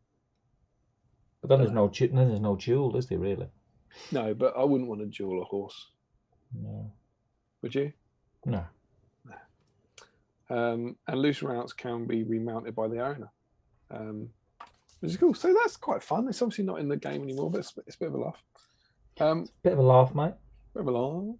And then we get our scenario for the issue, which is from Edoras. So this is cool. Again, look at the cover. Remember what we're focusing on? Yeah. Remember the scene? By order of the king, the people of Rohan have evacuated Edoras and are headed for Helm's Deep. As the refugees trudge through the lands of Rohan, they're exposed and vulnerable to attack by Saruman's deadly wild riders. So, what are the combatants for this game? Wild riders. 8 warriors of Rohan without bows, 5 riders of Rohan, Rohan Royal Guard, Bannerbearer, Shaku, and 5 wild riders. Makes sense. There's no Theoden, no Aragorn, no Legolas, no Gimli. And, to be fair, it's presumably because you didn't have those models mounted. And you don't have the wild riders either, but Kalukale. Yeah. Card insert system. I love a card insert, mate. I love a card insert. So it's that scene, but imagine I guess the decent heroes have ridden up the column. And do you know what, Steve? This is a really cool looking scenario. All right. So, as it said, imagine you've got the evil force has got Shaku and 5 Wild Riders. Okay. Yeah. The good force has got 6 Riders of Rohan, and then 8 Warriors of Rohan on foot. Warriors of Rohan on foot are refugees. Like it. It was always Warriors of Rohan with the civilians on it. Yeah, they're the same as Warriors of Rohan though. Interestingly enough, in this, the Warg Riders are fight 4, which is quite fun. The Orc Warg Rider rather than the Warg is fight 4. So the Orcs have got the edge over the Riders and the refugees. And what they actually do, have a look at that. It's 3 games. Oh, So because you've got quite small numbers, it's called hit and run. The Wild Riders rush into enemy formations, inflicting as many casualties, then retreat before serious opposition can be brought to bear against them. To represent these hit and run attacks, this battle game is played as 3 encounters. So it's meant to be the Wargs attacking the column 3 times on the journey. So you see here, you've got these barrows. This is meant to be just as they're leaving Edoras. And then you've got a kind of rocky wilderness one. And then you've got one that's just meant to be the hills because it's as you're approaching Helm's Deep. And those, can you see the kind of layouts? You've got a kind of strip. yeah. The refugees are on that, right? And they're all spaced out along it. And it works like a travelator. So that yeah. he leaves the board and then he comes back on here, right? Yeah. So you get a kind of endless stream of refugees in all 3. And then what changes is the scenery and the deployment. So the Wargs kind of turn up in different kind of deployment zones. That's Scooby-Doo. Yeah. And what has to happen is to win, the refugees can't run away. They just have to move 4 inches kind of sort of down the road, and then they recycle. And each of the 3 encounters ends when either 6 refugees or 4 Warg Riders are killed. And at the end of all 3, if the evil player kills 10 refugees, he wins. So you've got you don't have to kill 10 in this one, but once either 6 are dead or 4 of the Wild Riders are dead, that ends and you play this one. And say maybe you killed 4 refugees here before your Wilds get wiped out. In this one you kill 3, in this one you got to kill 3 to win. So you play 3 little games. I think this looks brilliant. Doing some theory hammer in my head, I think it looks tough. I think for the good force, I think it feels fairly easy for the Wilds to kill 10 maybe, but I think this would be brilliant fun. It's a really cool BSIME back rep. Yeah, it's 3. I'd be well up for it if it was just the 1. But if you want, set it up. We'll do it. You can do it. Come on then, get the table down. Table's up, mate. Table's up already, doesn't it? And then you get some tactics, and it's a bit annoying because for posterity, I've kept the card inserts in, but you get this lovely bit of artwork here of the riders coming down here, and then on the facing page, the orcs coming down there. It looks really cool. It's really, really nice. Yeah. And of course, at that point, they're all the metal Wild Riders as well. Yeah, they're beautiful. That's quite nice. What is that? We've got Shaku and 3, 6, 9, 10. We've got Shaku and 10 metal Wild Riders there, which is quite nice. You don't see them a lot. And just a couple pages of tactics, which is quite cool.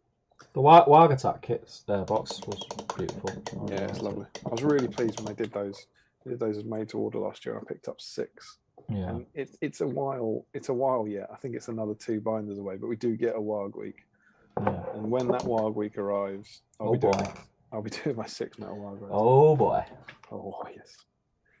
And then, Matt, halfway through the magazine, they mention the Royal Guard. You did, to be fair, he is in that scenario. 1 joyous Royal Guard gets to play in that scenario. So you've got just your 1 Royal Guard that you've got running around, which is cool. And you get a nice painting guide. They actually show you here. They find this incredibly handy picture of a Royal Guard carrying a banner. Massive spear. Massive banner from the magazine that brought you Massive Bridge and Massive Tower. We now bring you a Massive Spear. So, do you know the history of this guy, of this model? Like, do you have him? Well, I've got the magazine, so I'm assuming I have. So that Royal Guard here, this is the one you got with it. Yeah. He has a massive spear. Yeah. And I have him here. There he is. Yeah.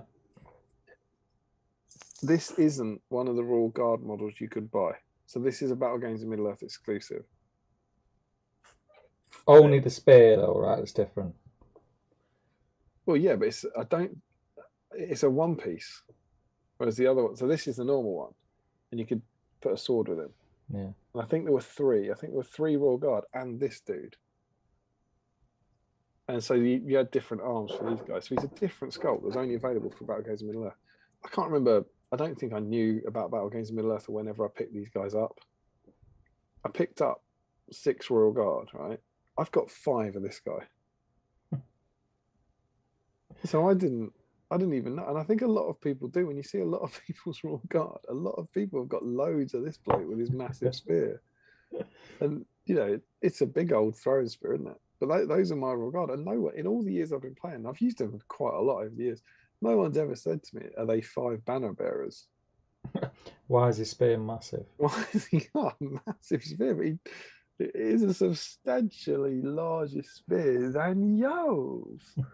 And actually, it's all right.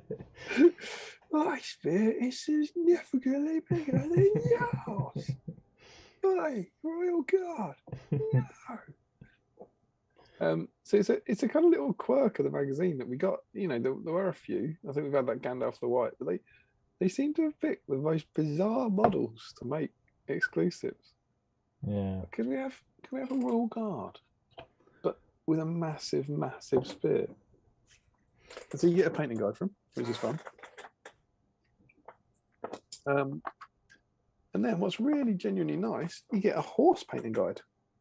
So you get a 1-page painting guide just to do the horse, which we've had some horse stuff before, but this is obviously, you've come on a bit way. And look at that. That's quite a good horse. Yeah, it is. I like that. And I had a look at this and I thought, I might use that. You also get, is it that picture? If you need some good reference, you do get a really nice kind of full picture of Royal Guard in costume, which is what these magazines are often very good for. And so suddenly I've got a 3-page Rohan painting guide, a 1-page horse painting guide. Over the next page, look at this. Attaching the banner. You get a page on how to attach the banners. Because Steve, what else you got in this magazine? Banners, mate. He's only gone and got them. Look at these. So we've got a sticker sheet. I've seen people getting very excited about these in the patron chat. I think mine's sweet. There we go. It's nice, isn't it? Yeah. You don't just get the Rohan ones. You get one little miniature one, and you get a bunch of Mordor ones. And these are adhesive banners that you could double back over themselves.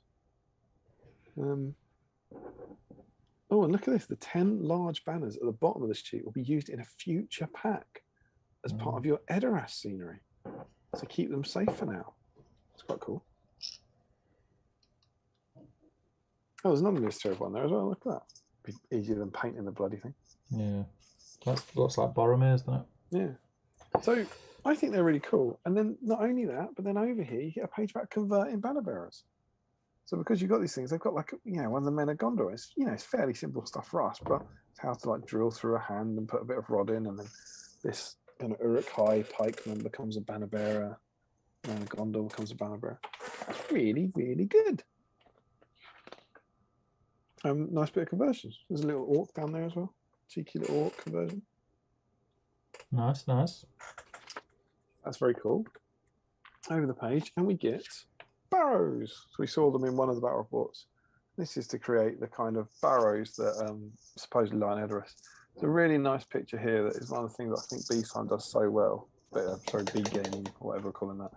That these are the things you've made, but also back here, this is the Palisade Fort that they built ages ago, and these are the houses from like, I don't know, issue 10 or issue 15 or something. So there's a real sense of everything in here is quite achievable. It's like, you know how you've already got these, or if you now build these, it feels kind of like, it doesn't feel like, oh, and we've chucked our massive brie board behind it, which you won't have.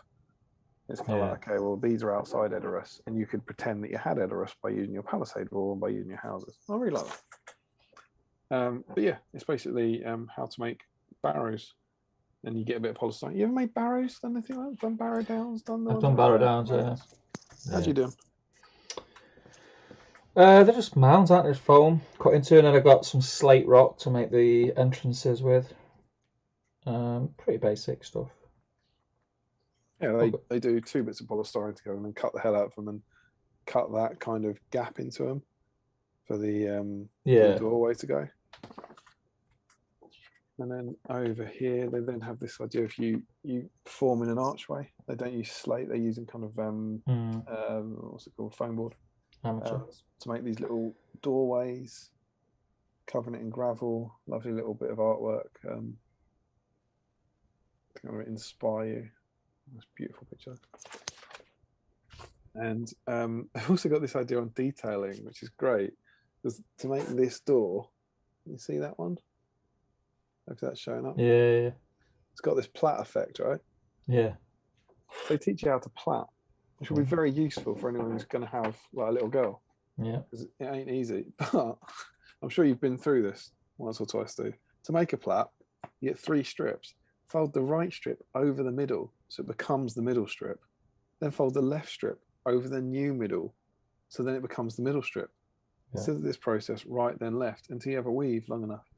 And it's fine for barrows, but the child will move constantly. The hair isn't 3; it's 4,000. It's very tough to do. But yeah, so there's one. I think it's a really nice little idea of how you can just take 3 little strips of plastic like that, and then make a really nice design. Yeah. Very, very cool.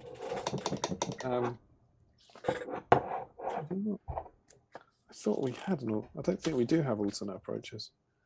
I thought we did in this one. I got excited. I might have looked ahead at the next one then. But what was a really, really nice finish is they do the sidle meaning. See the flowers? Yeah. Do you know how they do them? Pins. Yeah, they're dressmaking pins through what? Bog roll. No. Don't overthink it. Just paper? Yeah, paper. But where does that paper come from? What is that suggestion? How do you get tiny circles of paper? Hole punch.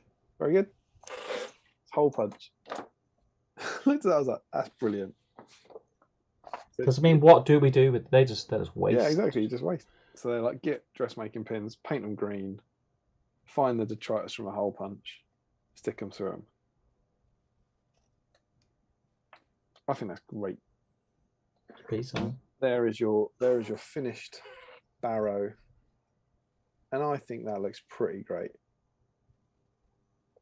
Yeah, it's good. I think it looks cool. I don't actually think Did we get a picture of the finished royal guard, or do they not care about him enough? You don't get it. You don't. Oh, he's there. No, because they put the banner on. There's your finished royal guard, and I think that's a pretty cool looking paint job. Yeah, a pretty cool model. And there we go. That's issue 40. And Steve, I've got to say, out of nowhere, I think this one's really good. It is a good one. I think because it's quite there's a lot in it. Yeah. And a lot of different stuff. I think it's packed. Doesn't drone on about one thing, you know what I mean? I always think, however good the scenery is, when you get like the 8-page scenery articles, I think the issues feel short. Whereas I really like that this, you get a 3-page Rohan painting guide, a 1-page horse painting guide, a 1-page attaching banners, and a 1-page converting banners. Mm. So your painting guide kind of becomes 4 articles. The scenario I think looks great, and I think would be good fun to play now. Yeah. Would be really, really good fun. You might change a couple of things based on the new rules, but I think it'd work really well. It'd be a good laugh. And there's only kind of 3 pages of almost outdated rules, and you might even want to try out the loose mount rules. That might be quite good fun. Yeah, give it a go, won't you? Not to mention that, but you also get the cool banners included in it. I really like it. I was really impressed. It's not about Eowyn. It's not really about Royal Guard. But it's a good one. Is it top 5? Is it best issue ever nominee worthy? We got 3 so far. Do we add it? Remind me what our other 3 are. Watching the water. Watching the water. Sewers. Ents. Ooh. I don't think it is. I think I think it's honourable mention. Yeah, I think we had one of the Gillies ones where we're like, it's good, but it will never compete against those when we come to decide the winner. So is it honourable mention? Well done, issue 40, but you'll never compete against Sewers, Ents, and Watcher. Well done, but you'll never be good enough. We are comfortably back in Return of the King territory, which I think it's been it's been 3 months since we did 39, so it's hard to remember. But I think the back covers have settled down and got us into Return of the King. And as we say, next week we're going to have some Mordor Orcs, but you don't have to have Mordor Orcs. So we go. Do you know what else is super fun about Rohan Royal Guard? Go on. When did they come out? Not got a clue, mate. When did they come out? They came out with 2 towers? No. You would think they would, right? But in here, this is the 2003 2 Towers rulebook. That's incredibly curious. In the Warriors section, High Elf Warrior, Wood Elf Warrior. This is a teaser for probably next December. Okay. High Elf Warrior, Wood Elf Warrior, Warrior of Gondor, Warrior of Rohan. New profile. Rider of Rohan and Ranger of Gondor. So the Royal Guard weren't in here. Now, they're hardly CGI obscure troops, right? When the game came out, they didn't come out. But they did come out in White Dwarf. So this is the best of the 2 towers, White Dwarf. So all the White Dwarfs from the next year. And there's an article in here. The Rohan Royal Guard. So they were released for White Dwarf. So they were released in the year of the 2 towers. But as a White Dwarf exclusive. Yeah. And there's no explanation of that here, but it says the Rohan Royal Guard will ride forth with their king, resplendent in their fine armour, the fiercest of all the proud Rohirrim. The rules for them are given below, so you can have the Royal Guard join your muster of Rohan without delay. And look at all these Rohan, look at all these Royal Guard with their small spears. This is the Royal Guard people will collect, the fool said. I don't get that. It is odd. Like, talk me through that, because these are men in armor on set, right? This isn't like, Sauron wasn't in the Fellowship book. Fair enough, because was he going to be a CGI creation? Like, they didn't know how big he was, and he was released the following year. They actually make a point in the designer's notes for the 2 towers of saying the Fell Beast isn't in the 2 towers book because they didn't know it was going to be in the film. Yeah. Then they released the Fell Beast later that year. Kind of sculpted it for that. But the Royal Guard, it's like they must have seen it. And you don't see Royal Guard in the film really, right? They're there, but it's not like there's suddenly you don't go and see the 2 towers and see this sort of Royal Guard scene where you go, oh my god, they're amazing. Having read the script, I had no idea about the impact the Royal Guard were going to play. It's like I just don't get it. I'm just really, really surprised that they, those men in armor were there on set along with Warriors of Rohan and Riders of Rohan. And for whatever reason, maybe it's a time thing. They just didn't have time to make those models in time for that book. I guess they probably hadn't seen the film. They were probably working from scripts.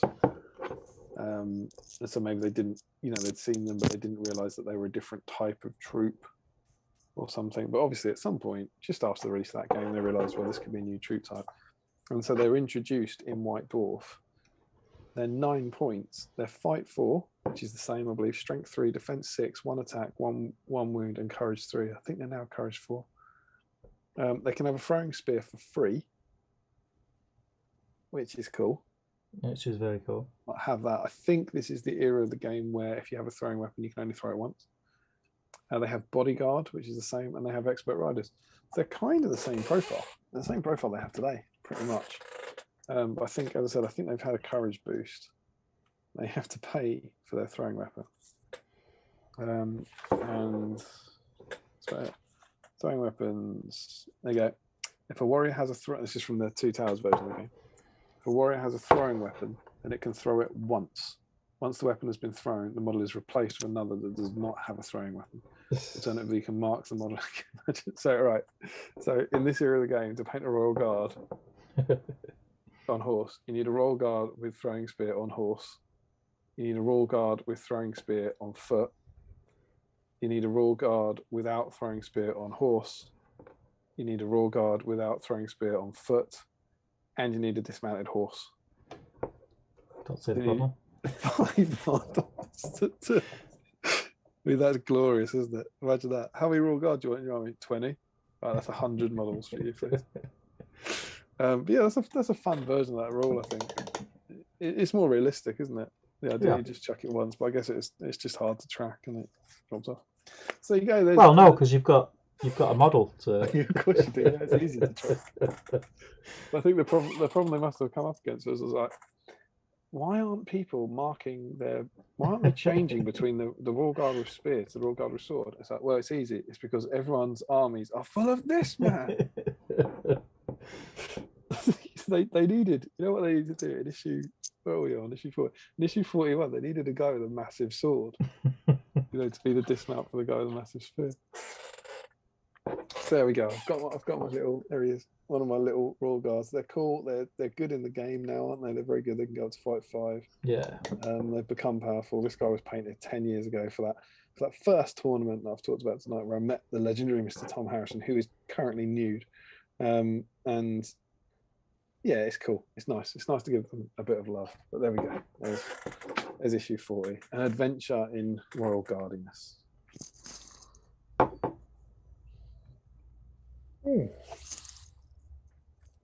Time for a panda biscuit. I'm doing all right here, mate. Painting away. Yeah, well, I'm glad to hear it. Dan Collister, if you're still out there, sir, thank you for your panda biscuits. Oh, I've finished them. What are we thinking? Are you painting? Are you chatting? I'm just gonna get this gold on, and then we'll dive into Facebook. All right. Well, I will go and jump into the chat, see if I can catch up. Yeah. And then you can pretend that you're going to relieve me and not. Yeah, boy.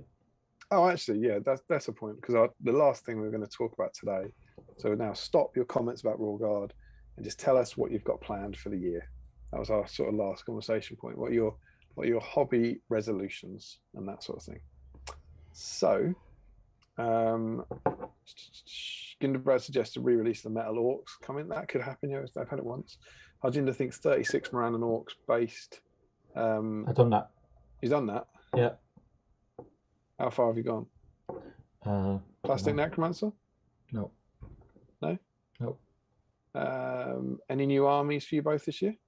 I didn't read the Plastic Necromancer. Have you done the one about new armies? That's before that. No, I've not read that, no. The banners is in. It says when you reach 1,000 subscribers, you have to say Hot Gates Gaming as fast as you can 1,000 times. What happened to that? Well, I think he started doing like X-Wing stuff, didn't he? Gunderbrad, this is a good one. Any new armies for you both this year? Steve, I remember you talking about an Easterling one. Has this changed? And Damien, he's doing it. He's doing it live. So is that your only force? Is that your main force? Is that what's the for this year? Yeah. Well, I've got Dale bit, but I'm not painting it. Lazy. So yeah, probably a few. I mean, at the beginning of the year, there's a lot of things going to happen between now and the end of the year. I'll probably have started 15 new armies by Christmas and not finished them. Standard. Spirit. I'm doing Dale. Finally getting around to my Dale. I assembled some of my Dale, I think 3 Christmases ago now. Poor guys. They were assembled, cleaned up, ready to paint in January, and they've been put off for it's at least 2 years. It might be 3 years. I feel very bad for the board. It must be 3 years, actually, thinking about it. But they're finally happening. That's going to be my first half of this year. I'm going to do a Dale Force. It's going to be about 20 plastic warriors and about 12 of the knights. I converted. So I had 2 boxes of Warriors, and I converted a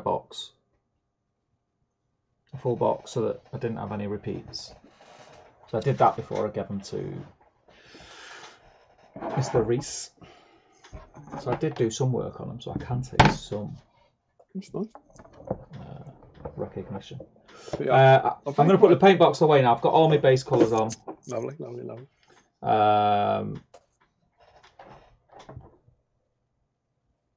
So I've got all my base colours on.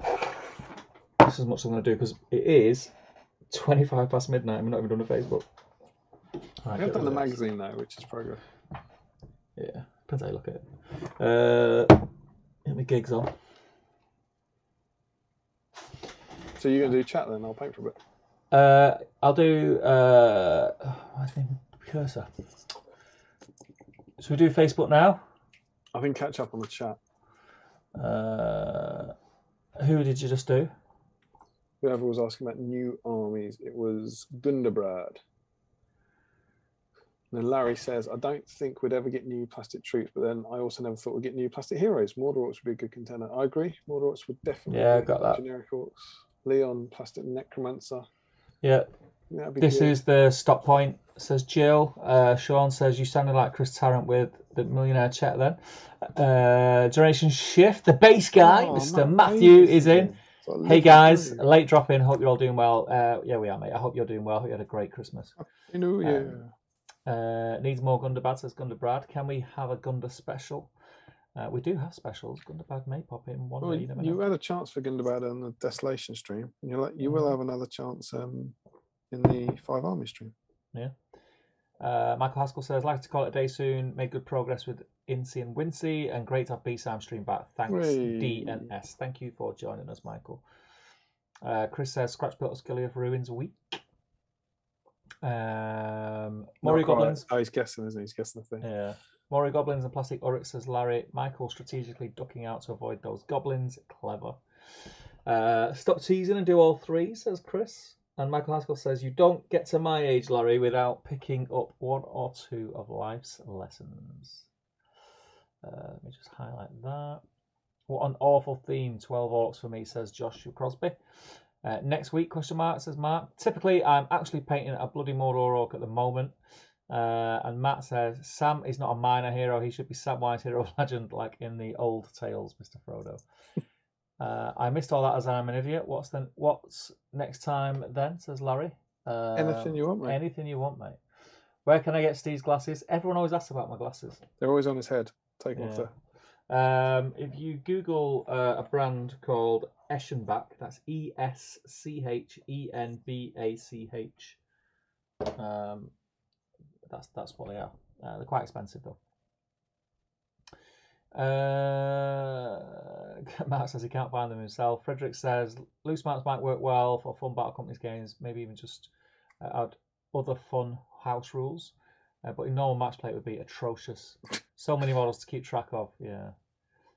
Brad says, can see this being an episode of It's Always Sunny in Philly. The gang try to fight a horse, which is Steve and Damien. Joe Kelly says, you could do heroic combat as an evil player, kill the horse, which can't even defend itself, and then slingshot into someone else. Clever. Yeah, that is another good tactic. Good. Warwick These B-Simers are absolute filth, aren't they? Filth bags, aren't they? Warwick Grigg says, I'm off. Enjoy the rest of the stream. I'll catch up over the week. Peace out. Adam Harrison says, does sound good that. Chris says, you have a Smaug. I have 87 riderless horses. My Witch King is finished, says Jamie. Now just to do the base. Kill the Refugees sounds like quite a cruel game, says Frederick. Nathan says loose mounts would look a bit like the cow stampede scene in Zulu. Yeah. Chris says, could you just move them and make them fall off a cliff like an old Lemmings game on the Amiga? Oh, I used to love Lemmings. Lemmings. Great game. My spear is too big, says Larry. My spear is too big. My spear is too big. He's doing salad fingers. My spoon is too big. Bonus points if you say it right. Joe Kelly says, my spoon is too big. That's what he wants. My spoon is too big. Massive Spear Rogard probably has really big feet too, says Joe Keeley. More likely he's just compensating for something. like a guy with a monster SUV, says Joe. Stephen Ryan says, made these barrels before Christmas, quite fun. Quick building between wrapping presents. Well, he's gone off. He's gone off. What's he doing? Yeah, he's gone. Going ahead. He's jumping backwards and That's forwards. not what we're about. Joe Kelly says he probably shows up to the battle playing really loud music also. My daughter wanted to know why I was building something for dead people at Christmas because apparently that's too sad, says Stephen Ryan. Larry says, Chads, I think they're called. And Joe Hosmer says, the only thing stopping this issue from really troubling the greats in my mind is the lack of a battle report. Could be. Oh, it's jumped. Sorry, got jumped. Matthew Butler, call it a night here, folks. Had good fun and got some painted done. Thanks until next time. Thanks for joining us, Matthew. Masterball says, how many issues is there in total collected these as a kid? Then the post office randomly stopped getting them well before the internet was so accessible. Is it 80? 91. Oh, is it 91? And Oh, that's including the specials. 91 plus 3 specials. So 94. 94. The banners. Berserkers gets more of a spotlight than the Royal Guard. Masterball, there were 91 plus 3 specials, says Joe. I have about 45, says Masterball. Matt Curtis says they had to release them in White Dwarf because they didn't know how massive their space would be until the movie came out. Twinkle Cave finally managed to catch a stream live. Thank you, Annual Leave. Sadly, no Royal Guard to paint as I sold them to clear my backlog last year. That's not how you clear your backlog. You paint it. You paint them. Says to it. But welcome. Glad you could join us live, Twinkle Cave. Do we know who you are, Twinkle Cave? Do we talk on Facebook? Jolsman says, how were the panda biscuits, Damien? Could you describe the taste poorly? Shape, isn't it? It's describing the shape poorly. It's Steve's ring. It's like flat but round. the thickness of a real life panda all the way through, but it's only 2 millimeters high. What they look like? They look like the pad on a panda's foot. That's impossible. Larry says, I plan to work on Easterlings, I plan to work on the Easterlings, plan to work on last year, but I bought 2 years ago. The Easterlings I'm working on, mate, I bought whenever they came out, I think. This time wasted, clear your backlog. Yeah. Hobby plans for the year, says Joe. Paint more models than I buy, complete the Hobbit bingo, and intend to paint the White Council and the Rise of Necromancer armies. Might be tempted by some Easterlings or New Dwarves. Oh, and I'd like to win a black dice for from some chatty nerds. That's a good aim. Good aim. Solid plans for the year. Remco says, my plans for this year, hobby-wise, is to finish all the boxes I've started work on in the past years. Should take me up to around 100 models. Steve Ginley says, part of the year is to clear the backlog and start watching the BSIME stream from the start. Off to bed now, though, so thanks and good night all. Take care. Thanks for joining us, I've got a next level observation. Go on, what's the next level observation? I'm working on these Royal Guard on foot. Yeah. I think Royal Guard with swords have 2 swords. Have they got one in the sheath? Is this known? I think they have one in the sheath because they can carry a throwing spear. I think this, I don't know if this is going to show up. Isn't that not? You see that little gold blob in here? Yeah, it's the That's the pommel. It's the pommel. And look, do you know what that is at the bottom of his sword? That's the pommel. How he rolls, mate. 2 swords. How he rolls. Berserker. Neither of them massive though. No. Yeah, but if you put them together, makes a massive pommel. Nathan says, I've already forgotten my hobby resolutions, but standard paint more than I buy, do the hobby bingo stuff. So SBG Secret Santa this year. No plans post August, just in case we get exciting news. I'm assuming you're talking about the TV show. Morgan Harris says, hobby plans, paint more models and go to my first event. I haven't booked anything yet. Any suggestions for a good first event? There's loads of cool ones, but what I would say, Morgan, is go to one where all your friends that are currently in the chat would go. Go to an event where you're going to know people. Not that that's a necessity because you will make new friends, but it just makes life a little bit easier. I always want to scream voting for a Warhammer World one. You just get so much in terms of the experience. So that, whether that's the GT, which is coming up and sold out, or if they get back to the normal schedule, there'll be a doubles tournament. There'll be Throne of Skulls at the end of the year. They'd always get mine. Steve puts on really good events, really big popular events with lots of people. Go to a bigger. If you can't go to one, go to a big one. Go to one where lots of. Don't be put off by the amount of people. Yeah. Go to a big thing and just jump in. You'll have a great time. Yeah. The big ones. It's just the atmosphere. Don't get me wrong. There's nothing wrong with the small, intimate ones. They're great, but I think if you want that sort of full experience, yeah, go to a big one. Big one, Pippin. Big one. Big. Remco says, please don't forget to check the mailbox. Chris says, master plan for this year is to get 4 armies up to around 750 points mark and take part in the hobby bingo. Joe says, next stream, anything you want. The rules are there to control the fun. Next stream, there are no rules. The only rule is there are no rules. Yeah. Jeff Flora says, I want to paint 100 Lord of the Rings minis this year. Yay, Damien got it, says Larry. Michael Curtis says, plan for 2022 is paint all my Fellowship era models before the 20th anniversary of the Two Towers and start Bjorning's army when they're released for Defence of the North. Nice. About Bjorning's. Yeah. Larry says, that was the paper from Hole Punches. They're called Chads. Twinkle Cave says, not on Facebook, Steve. I thought you meant like arseholes, like the Royal Guard with playing his music loud was called it Chad. Not on Facebook, Steve, says Twinkle Cave. I'm a mystery. Oh, it's good to have you anyway, man. It's good to have you. Larry says, I've got like 9 acolytes I bought on release that haven't even been opened. I'm the same. I've got 9. Is it 9? 1, 2, 3, 4, 5. What you should do, Larry? You should paint those. 7, 8, 9. And then I had one that had a broken sword, and they sent me another blister. So I've got 12 now. There you go. Oh no! Because the thing is, if I had the sword, I wouldn't have even emailed them. I just glued it back on. The sword wasn't even there. Where was it? Oh, Nathan, it's late and I'm tired, but I bet there's a joke somewhere about that massive spear being more than half of what Theoden had hoped for. Royal Guards on foot around to the sheath. He's Madame Two Swords, says Larry Miller. Frederick says the Royal Guard probably have 2 swords because they stole one from Plastic Amer. Great, so now I'll have to cut off lots of sword handles when I get the Royal Guard for my Rowan army. Not really, because they've been out for 10 years? And it's only just been noticed now. Matt says... saying that? That sounds like a Josh Crosbyism. Frederick. Matt says, with you there on the Easterlings, Steve? I can't remember what I said, but yeah, I'm always with you, Matt. Whatever you say, I'm down. I think he's going to collect them.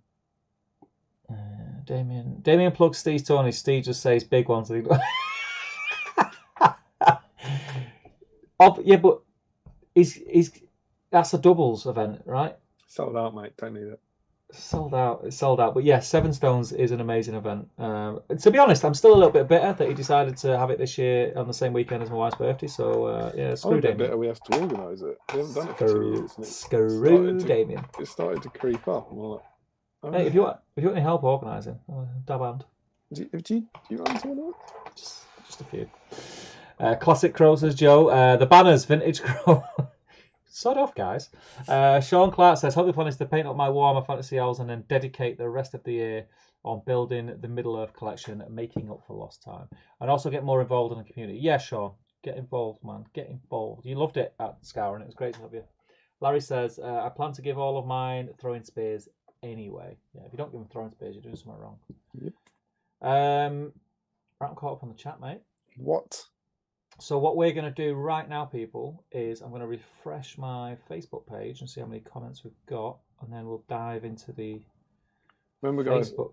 we yet to How many decide. comments do you think we got? How many comments? Have a guess. 81. 93. That was pretty good. It's pretty good. Remember, guys. Could be a record breaker. Yeah, we still need a way. We're not necessarily sold on how we're giving away these Mario Goblins.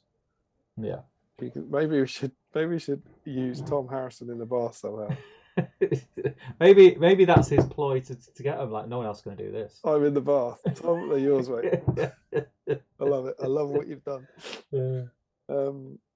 Yeah. So there's still. I quite like the idea of looking out for a spectacular picture in the whip thread. Steve likes the idea of me putting something in my pocket and you having to guess. Yeah, but to be fair, it's 25 to 1, so I'm kind of like, I'll just go with the flow, whatever you think, man. Right, have you got your list making I am closing technology ready? I'm closing my paint pot.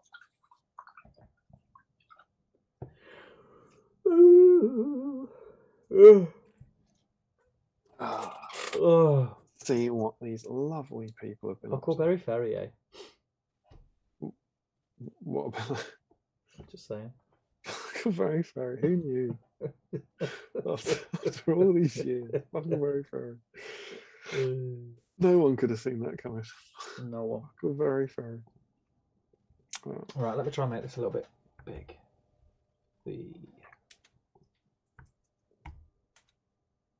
Okay. Straight off the bat, Mr. Sam Page. No. What are you doing tonight? I'm sorting it out. You rock up 10 minutes late. You know what I mean? We're doing a stream tonight, mate. Is that me? Is that my down south voice? I had to come up the apple with pears in there. Yeah, absolutely. I was down in Marker. I was down in Central. Believe the traffic. It's a run from the Vic. To buy some apples off Pete. Pete the apple seller, of course. Pete Wicks. That's a lot of comments that dare to dream that they might be. Could be. They might be Royal Guard heavy. If 50% of them are Royal Guard. Yeah, you're absolutely right. So we're starting off with Sam Page from nowhere. Mr. Sam Page, welcome to the show. Welcome to the party. Let's go. Tis a tester for his rider's bed. Jens Elmos is not painting Middle Earth tonight. He's packed it all the way for the move, but he's painting some MCP. Looking good. He's not winning any goblins. Nah. Looking cool though. Sean Clark, Loving Life, he's in. I think Sean Clark has been waiting for this stream more than anyone else. Oh, he's got two. You don't need two pork pies there, He's Sean. been very excited. Very little. Discos as well. I love a disco. I love a cheese and onion disco. I don't think I've eaten a disco since I was at a school disco and bought them. Do you know what else I like as well as discos? Dipping toast into. What are the ones called with the crinkles? You got to say frazzles. What they're McCoys? No, the KP. Frisps. Aye, fresh. Yeah, Frisps. Caramel is a solid chocolate bar as well. He's got a little update picture there as well, hasn't he? He's saying they're not finished, but they're all, by both of us, their rims are done and the static grass is done. Yeah. So as far as me and Steve are concerned, they're finished. Yeah, just send them to me, mate. Just send them to me. You'll strip them and send it to someone else. Matt Stone thinks he has a Royal Guard or two, but up in the loft, and it's too cold to go up there. Might paint some horses. Does that count? Hell no. Get up in the loft. Yeah, get in the loft. What's up with you? Joe Holzman, Royal Guard with a long spear and a chocolate orange. I like the way that Joe has extended his long spear by putting him on a long stick. Yeah. Precariously balanced. Dan Collister is painting Razgush tonight. That desk. That is a great day. I'd love to just. It's just so. I'd love to just sit at it for 10 minutes. Yeah, just sit nicely. Put your hands on the top. There wouldn't be anything on them. Would you annoy him and just like mix up two bottles, like swap two bottles over, because you know they're in colour order. You know they're going to look like a rainbow of joy. Alphabetical, because they're not in colour order, are they? I think they are. You know. Look at that front row at the back. You got like green, pink, red, yellow, greeny, blue, orange. No, they're just the stickers, mate. What? They'll be colour. They'll be in colour order then, or they could be base colours in colour order that then shades. What psychopath would put a different coloured sticker onto a paint pot than the colour it is? Lots of people, mate. Lots of people. You've not lived. Come on. No, I haven't lived. You're right. Come on. I like he's got panda biscuits lurking in the background, taunting you. I like the fact that he's got a kitchen roll holder as well as kitchen roll on his. Yeah. I mean, this is how I roll. Just like. All right, I can beat that. You know industrial roll, mate. If you've got bog roll. Oh, jeez. I bet he only tears it on the perforated edge as well. Yeah, well, that would be. You see, Frederick's classic murderer setup. Dale Groves, 12 Royal Guards on foot, primed and ready. That's another fairly neat It's a nice looking painting station.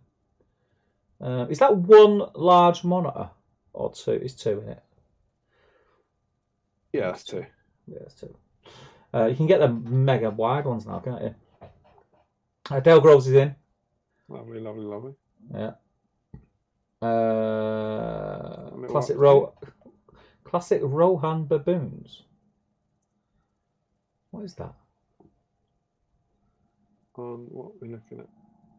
Oh, Frederick got some beasts on supplies. What are they? Classic Rohan baboon. Whatever they are, they're not Rohan Royal Guard, so yeah. I don't know what they are, but you're right. They don't look like the royal baboons to me. No. Hawk Jacobson. He's not painting on theme, but he is painting some spooky stuff, which is cool. What? They look very nice. What are they? Are they conversions or are they third party? What are those two Twilight That Rays? one to the far left. That's the tainted, isn't it? It looks like the tainted.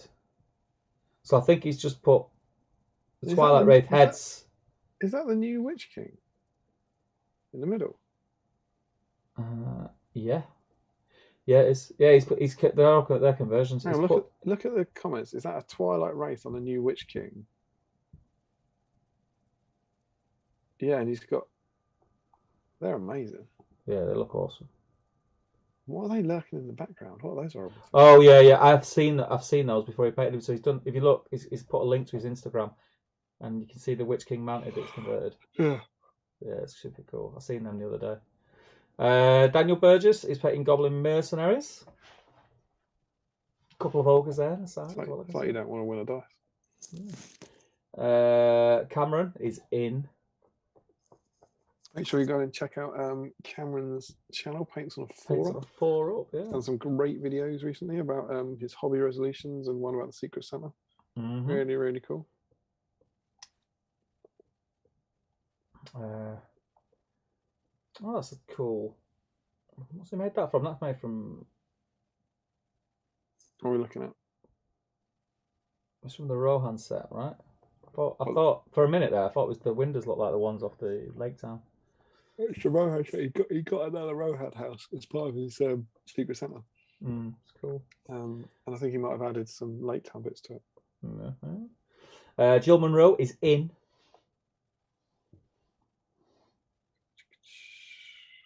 Oh, I like that copper. What's that say? I've come in. There's Jill. Copper is on. Model still glue drying, but the snacks are gold and the streamer is on. That sounds delightful. Yeah, looking good as well. You're in, Jill. See, that didn't get much done before my eyes stopped working, or did a Steve, as it's known. No plans for tomorrow, so I'll come back to them. Chris McKittrick, sadly no Rohan Royal Guard for me, but working on a Gondor version with Faramir's Royal Guard Knights. Yeah, cool. Has he done? He's put plumes on them, and he said, look. He's also borrowed the massive spear from the. They are massive spears. They are massive spear. You're gonna have lots of cuts on your hands when you're moving them around the board. They're only slightly smaller than the spear of the Royal Guard. Scott Newman is painting a Mumma Kill.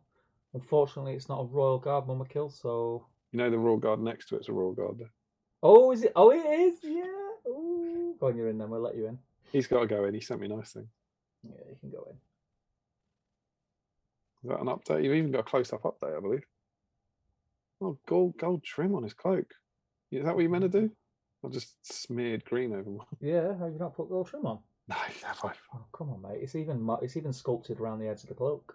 Yeah, but I've got green trim around my green cloaks. I'm not saying I'm not painting the trim. Maybe my Royal Guard. No edge highlighting on your Gondor, no gold trim on your Rohan. Do you even paint, bro? They're just not doing as well as your Royal Guard, you know. They're not. Times are tough over in Theoden's house or something. New Year's resolution says Just Crosby, I'm never going to paint to a deadline this year, so I can just paint this guy without a care in the world. That is a great deadline. Yeah. That's what I did in 2020. It was spectacular. Matt Armstrong is painting his way through Scout Command. Great models. But not a single Royal Guard. They're lovely models. Agenda's painting Goth Mog. Very cool. Good Goth Mog as well. That's a good Goth Mog. I like that one. Is he just missing Goth Mog on Warg? What's going on there?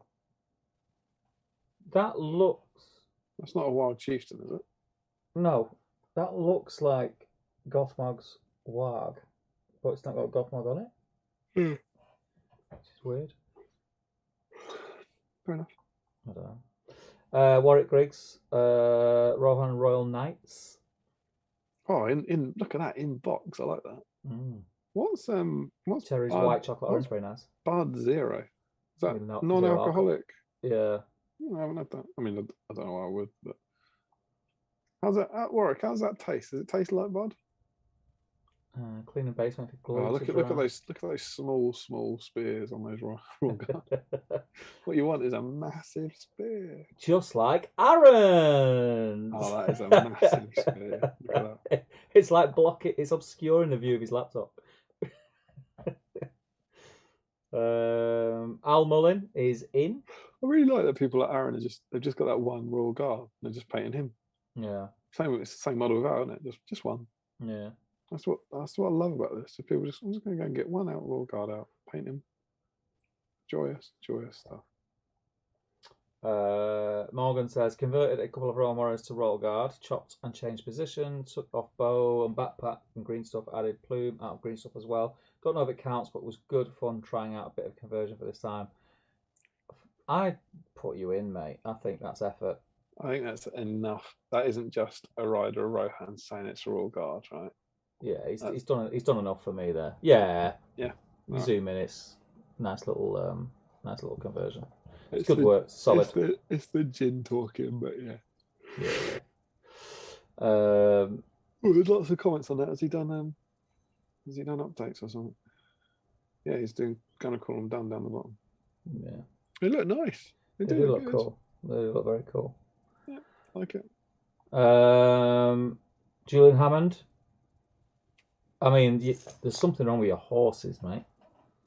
Oh yeah, what? They look like they're like Minecraft horses.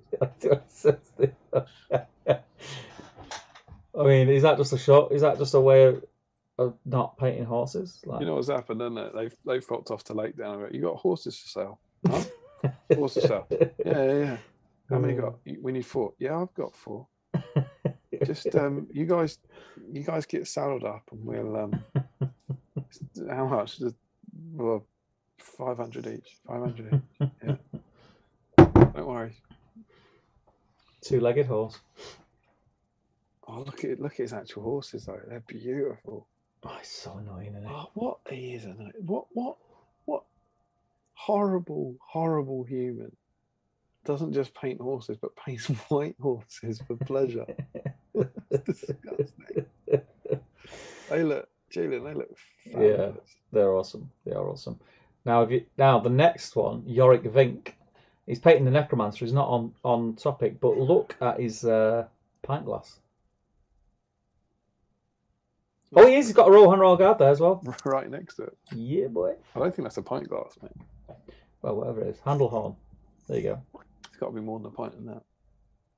Not just for that bottle, mate. You think how thin it is at the bottom? It's deceiving, that. So you're not going to get a lot of liquid in the bottom, are you? I think there's more than a pint in that. Nah, I don't. I think that's a pint. That's a big bottle. I think that's a pint, mate. I think that's 500. Nah, 1 pint. Go on, pint. George Harold, Black Riders this evening. Hang on, I'm typing Yorick. Yorick. I didn't know him well. George Harold is not in, but he is playing in Black Riders and the normal Reds on foot, and they're looking very, very nice. Very cool. Oh, look at those painted hands. They are some pristine painting hands. Yeah, how do you think all clean? Might get a mess when I prime, but then I spray yours. Yeah, you deserve everything you get. George Harold wasn't in there, right? No. Yeah. In Whitehouse. I don't think there's any Royal Guard there. Yeah, there's one. There's one at the Festive. back. Oh, there is. Hey, sneaky, sneaky. Nathan Talbot. He's painting Hobbits and some Fellowship models. Glowing. Looking good, mate. Looking good. Steve Ginley is in. Oh, I love that. Straight out of the post and onto the table. Ordered for this. That is wonderful. You love to see it. Nathan's Kind of the opposite of what we're going for. It's like adding to your backlog. But... Right, I get it now. Nathan's posted all his like labeled boxes of models, and he's got one bit that's just a BSIME box. Cool. Right, okay. Nathan Bolton is in. Look at that. That's a rarely seen sword, Royal Guard. Thomas Sherlock is in. I'm a person behind you. I've got Nathan, Thomas Sherlock. Oh, very nice. That's a cheeky banner conversion? Yeah. Tom Christian is in. He's had this fella since the mag came out. That's what we like to hear. That's really lovely. Yeah. Michael Joma Broly Chapman is in, working on fixing these awful paint jobs from 15 years ago. You see Tom Christian's spray painted handle as well. He's with you. Yeah, that's how we do it. Oh, they're well cute. Working on fixing it. That's awesome. Then look at it, cool. Goblin green bases. Goblin green. You love to see it. Cool. Frederick's War Crime. It's got Aowen soup. Oh, right. Very cool, very cool. Kenneth, is it Mielda? Mielda? Yeah, I think. Mielda. Is in.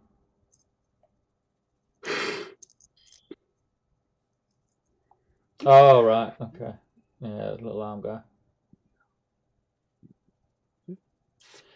They're doing all right. They're holding their own, aren't they? We'll go. Callum Mooresman is in. A lot of people, you're right, a lot of people have just got that one cheeky BSIME Royal Guard, haven't they? Yeah. Andrew Poole is in. Working on some foot Royal Guards as part of my Theodred's Guard project for 2022.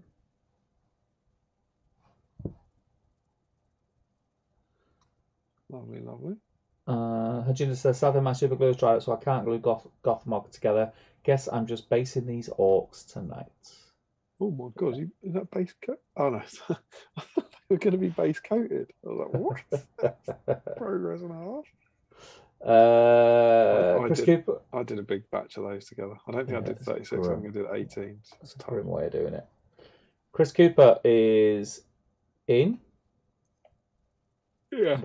Got Royal Guard and some conversions. One in the middle, right? Yeah.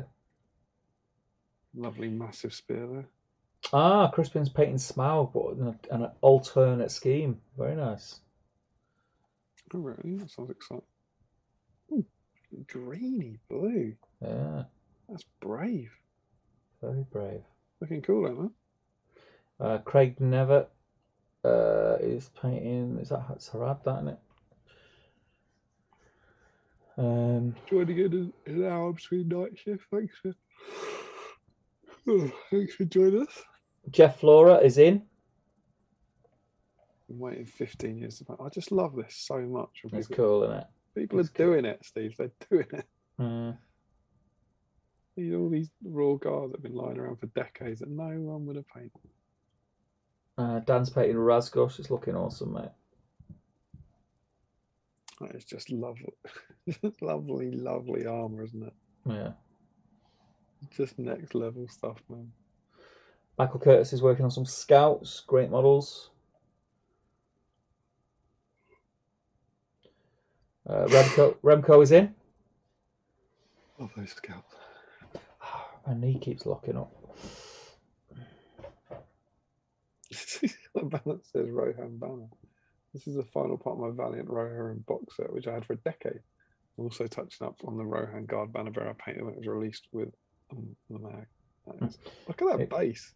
And he says, have to say this, the model is not a walk in the park to paint. Yeah, they're grim.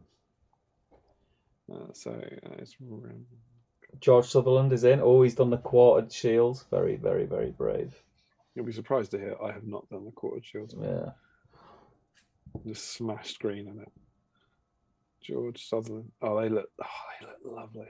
They do. Doing that with the shields does make a big difference. Mr. James Wilson is working on some high elves at the moment. Looking good, man. How you doing, James? Good to see you, sir. Tom Spate, the Wrong Guard. Couldn't wait any longer to start these. Paint some Citadel. And Stephen Ryan is in. He's working on a mounted version. Comments are still coming in. Chris is painting some Moria goblins. Hi, my name is Chester Copperpot and I need some more goblin friends, he says. Get in there. I might actually finish this tonight, says Joe. Hang on. My things ended after Stephen Ryan. So was there anyone after Stephen Ryan? No one else in. I'm gonna refresh to make sure, but yeah. Stephen Ryan was the last. So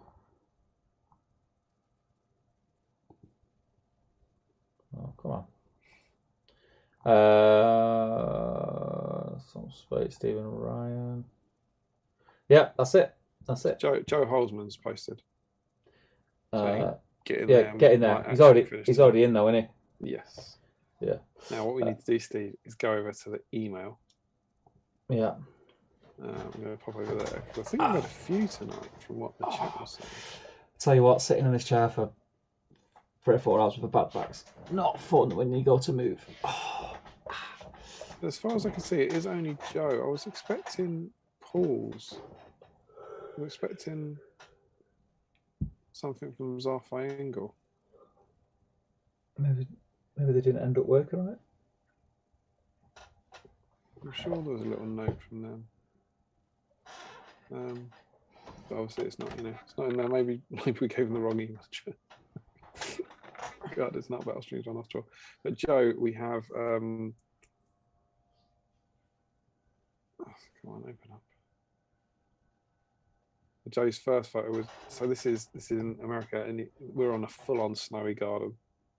They have deep snow. First big snow of the year, and then his entry. Again, back to work on my squad of Royal Guard. Hopefully the base coach finished this week. Maybe even a washdown if I'm lucky. Sadly, no cooking on the smoker this week. Sorry, Steve. Hopefully we'll be firing it up again for the next stream. And he is working on a lot of Royal Guard. Nice. So Joe's got about 12 Royal Guard on foot there. Nice. So we can obviously decide maybe when we do the maths on the entries whether Joe's going in the draw or whether he's getting a Joe Achilles solo draw. I think put him in the draw, mate. It's got to be lonely, isn't it? Having that draw to yourself all the time. Yeah, lonely, how many we got then? Lonely or incredibly special. Yeah. So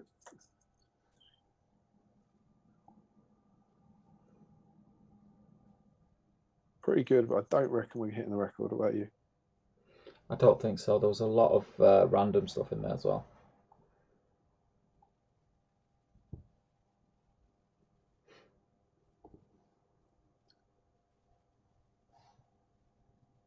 Oh, that's annoying. We've got 9 with Joe. We've got 29. So I think 29 pretty good for a Warrior week. Yeah. But agonisingly, where's number 10? We need a number 30.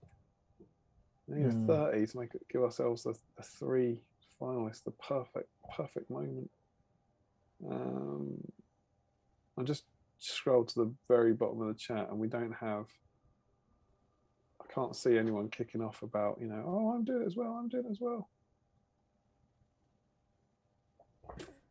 So should we do our usual then? 3 finalists. Yeah. Yeah. So I need a D10 of some sort. I feel like we have a D10. You think a D10 would be feasible? Yeah, we do. We have 0 to 9. Right then. Are we ready? I'm ready. You're ready, mate. Three finalists and then first of three. To give away some Mario Goblins as well. I've got a suggestion for the winner. What, for the Mario Goblins? Yeah. Do you want to? Are we doing dice first? Do dice first. All right. Because if he wins, here we go. Remember, you are playing. You are playing for this bad boy. Yeah. I'll take this off. All right. So I've got a D10 which is 0 to 9. So we've got a set of 10, a set of 10, a set of 9. Yeah.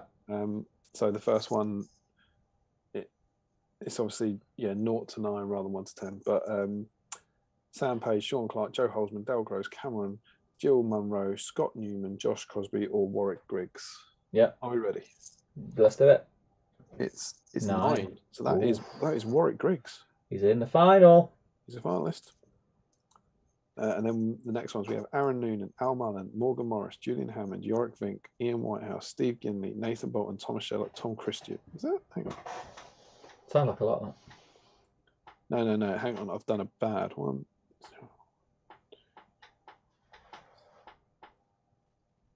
I'm sorry, Warwick. You were the 9th. You were number 9 on the list. Yes. Of course. Yes, that's a 0. Dice is behind. So that goes to number 10, which is Aaron Noonan. Okay. I'm so sorry, Warwick. So close. So Aaron Noonan's in the final. Aaron Noonan's in the final. 1, right. 2, 3, 4. Warwick there was party poppers. I could hear him from here. Party poppers. I know. It's disastrous. Okay, so we now have Al Mullen, Morgan Morris, Julian Hammond, Yorick Vink, Ian Whitehouse, Steve Ginley, Nathan Bolton, Thomas Sherlock, Tom Christian, and Michael Chapman. Okay. There are 5. That's obviously 6. 0, 1, 2, 3, 4, 5. That's Steve Ginley. Well done, Steve. Yeah, do you know what? The thing is, isn't Steve Ginley? Let me just check my little...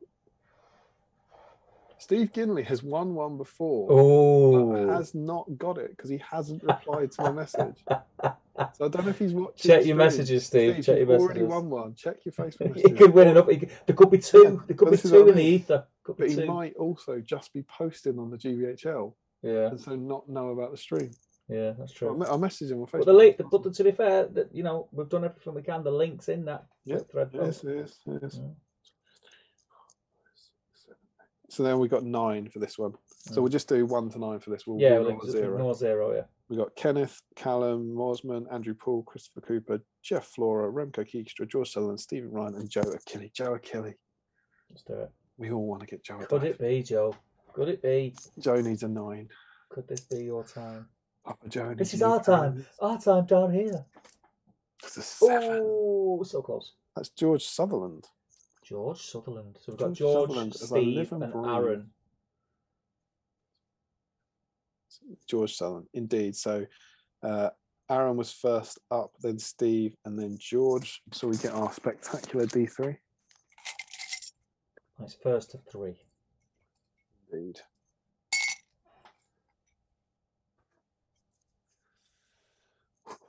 There's been some big swings. I think the last 2 are both, someone's gone 2 up and lost, I believe. But yeah. We'll see. So remember, we're going for Aaron Noonan being 1 or 2, Steve Ginley being, sorry, not a 1 or 2. Aaron Noonan being 1, Steve Ginley being 2, and George Sutherland being 3. Yeah. You ready? Yeah. Oh, Aaron takes an early lead. That's 1-0 to Aaron. What do we think, Steve? What do we think? What's happening now? I think Aaron might have it. I think he might have it. Another one. I think he'll get another one, yeah. No, Steve, you're wrong. Is that Steve? That's Steve. Solid. It's 1-1 to Aaron and Steve. Can George bring himself into contention? We've had this before, though, where the one who goes down absolutely just comes back and takes Michael Haskell's been hurt in this manner before. Yeah, he has.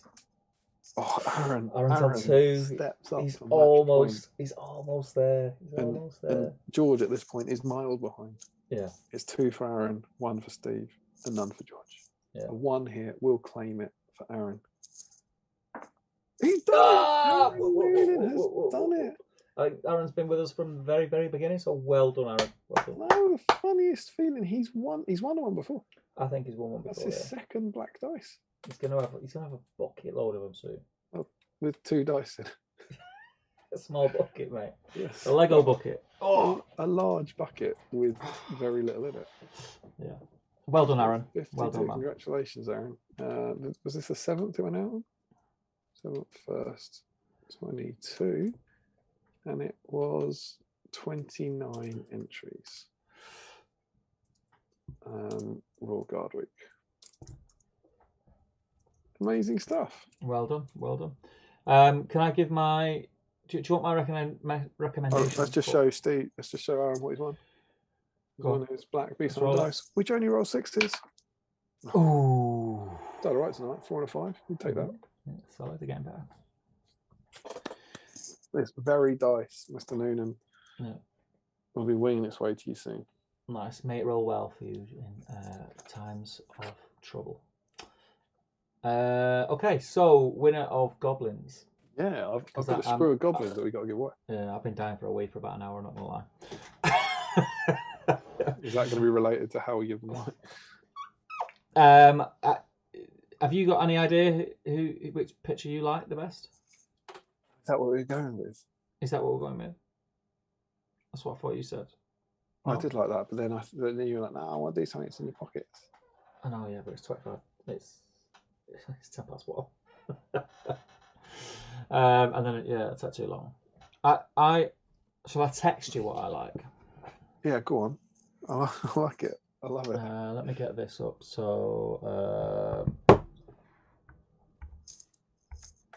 it's exciting. Everyone's just seeing us messages. So I've just had a text from Emma. God almighty, we didn't complete our Sainsbury's order, so we've got 2 bottles of gin coming tomorrow night. You know, you put 2, but you have to get 40 quid in to. Yeah. Oh, that's outstanding. I'll have to keep drinking. It's all right. It's Christmas still.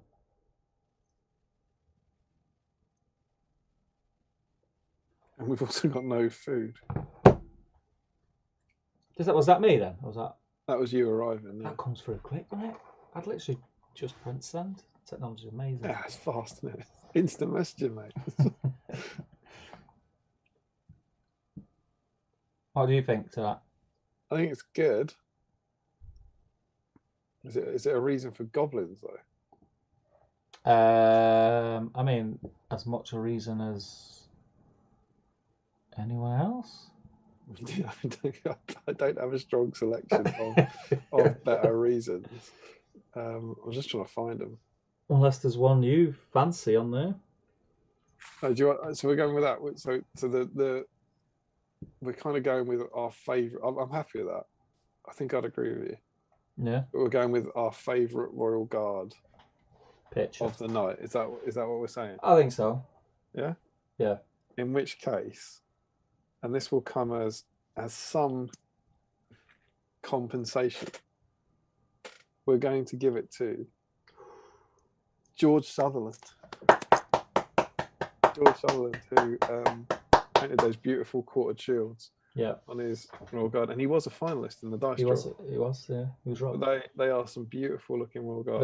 They look really nice. They look really nice. We think you've done a wonderful job, George, and to punish you for that, so you can have our junk as well, Warrior Goblin. So George is. I've said. I feel like I've sent George something recently, haven't I? I'm sure I've sent George something for some reason. I feel like I have. Perhaps not. I don't know. It just feels like a rung bell. But yeah, George, these are yours. I like it. Why not? We said we were going to do something a bit wacky, something about out there. But yeah, George, these are yours. Some solid painting on theme that we applaud you. Done a great job. So how about I send you these and you paint us up some lovely Moria goblins, and I'm clearing my backlog by making yours worth. Very welcome. Yeah. Well done, man. If you want them, get in touch. Yeah. Well done. Yeah, George. Do you want these? George, why are you replying? George. Oh, congratulations, man. I hope you paint them as well as you painted Royal Guard. When you paint them soon. Well, I think we've come to the end, mate. I think so. We're going to catch up on the chat, see what the people Nearly are saying. quarter past. Larry Miller says, hopefully Tom's not posted in the whip thread. Hey, future Tom, says Gunderbrad. They're probably alphabetical or something, says Larry, about the paints. That's a nice desk dance, says Chris. I hope that is just a painting tissue, Damien. Yep. It was solid. I'm painting baboons. Everyone knows they are part of the Rohan list, says Frederick. Damien's bin is always filled with painting tissues. This is known, says the banners. Gothmog comes separate, I believe, says Larry. Hashtag Space Stream. Twinkle Cave says, going to have to duck out. My partner has announced we are watching The Hobbit Appendices. Not sure what she's done wrong, but I'll figure it out eventually. Have a great night all. Take care, man, and enjoy. Ashley Fisher is in. He says, evening, everyone. Was out tonight, but pop in and say hi. We'll catch up at the weekend while painting something Rohan. Yorick says, the horn actually only holds around 350 mils. All right, Steve, I will defer to you. There you go. Hashtag Dolguldur. Joe Hosman says, don't forget to check the emails, by the way, guys. There's some new names on the whip thread, I think, says Nathan, because I somehow painted a Frodo tonight as Merry can Dan. Because I somehow painted a Frodo tonight as Merry can Dan have some more. He must have painted Frodo as Merry. As Merry, can Dan have some Mori goblins? A bad one, says the banners. Smiley face, Aaron, the banners. Will there be a 50-point bat rep? Painting a 4-up says, well done, Aaron. Everyone's congratulating Aaron. Thank you very much, guys. Yay, my second dice, says Aaron. Congrats, Aaron. More congratulations. Why are the goblins red, says the banners. That's just how they roll. That's how they roll. They came with the Banners Tomb game. Says, bloody hell, Cameron. I'm trying to convince them they were covered in blood.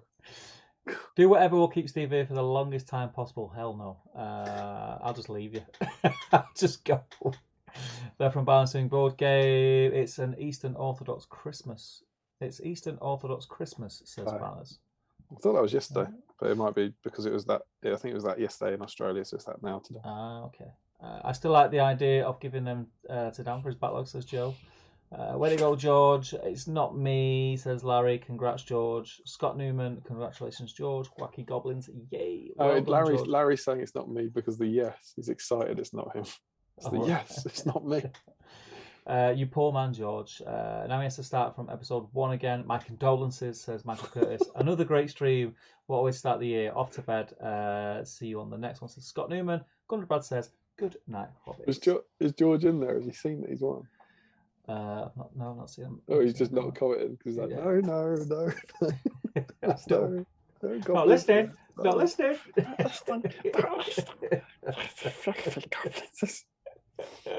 I enjoyed going back to mine, and I've done 21 of them. Yeah, I don't mind painting Mori goblins. They're all right. Well, that's it, guys. Thank you very much for tuning in and sticking with us. I normally have a little thing. Oh, there we go. Yeah. So next time in a fortnight is Paint Anything You Want. The next stream falls on the 22nd. If that date changes to the Saturday or whatever, we'll let you know. But I don't think it is. I don't think I've got anything that's going to get in the way. It is our official 2-year anniversary. Yeah. It'll be 2 years and 2 days since we started Battle Streams Midwest. Yeah, that's crazy. As Steve says, it's a free-for-all, paint whatever you want. But remember, if you're painting plastic Mordor orcs, you are more on thing. You're special. It's very special. Yeah. Anything we'll all just get stuck into our projects, which would be quite cool. Yeah. So we'll see you in a fortnight. Thank you very much. I will probably speak to some of you guys again online on Sunday when our friend and patron Carl comes to meet me for some games on Sunday. So please tune in for that. I'll post up tomorrow, let you know what time, etc. But that's it. Anything else to add, Damien? Just I was quite pleased with these. Quite how far I got with them. They're a bit too gold. I'll have to put a wash on them now. But I've done a highlight on almost every layer. So I'm going to not do what I said. I'm going to keep them out, I think, for one more evening. Keep them out for one more evening. Slippery slope, that. Put a wash on the gold, and I need to do the brown areas. But I've done tonight. I've done the cloaks. I've done the gold. I've done the silver. I've done the hair, and I've done the beards. So I've done quite a lot on them tonight. Yeah. And definitely, they are definitely. I should have taken a photo one before I started, but they are significantly poppier than they were. So well done to you boys for 10 years later getting your highlights. You're welcome. What about you? How's your acolyte?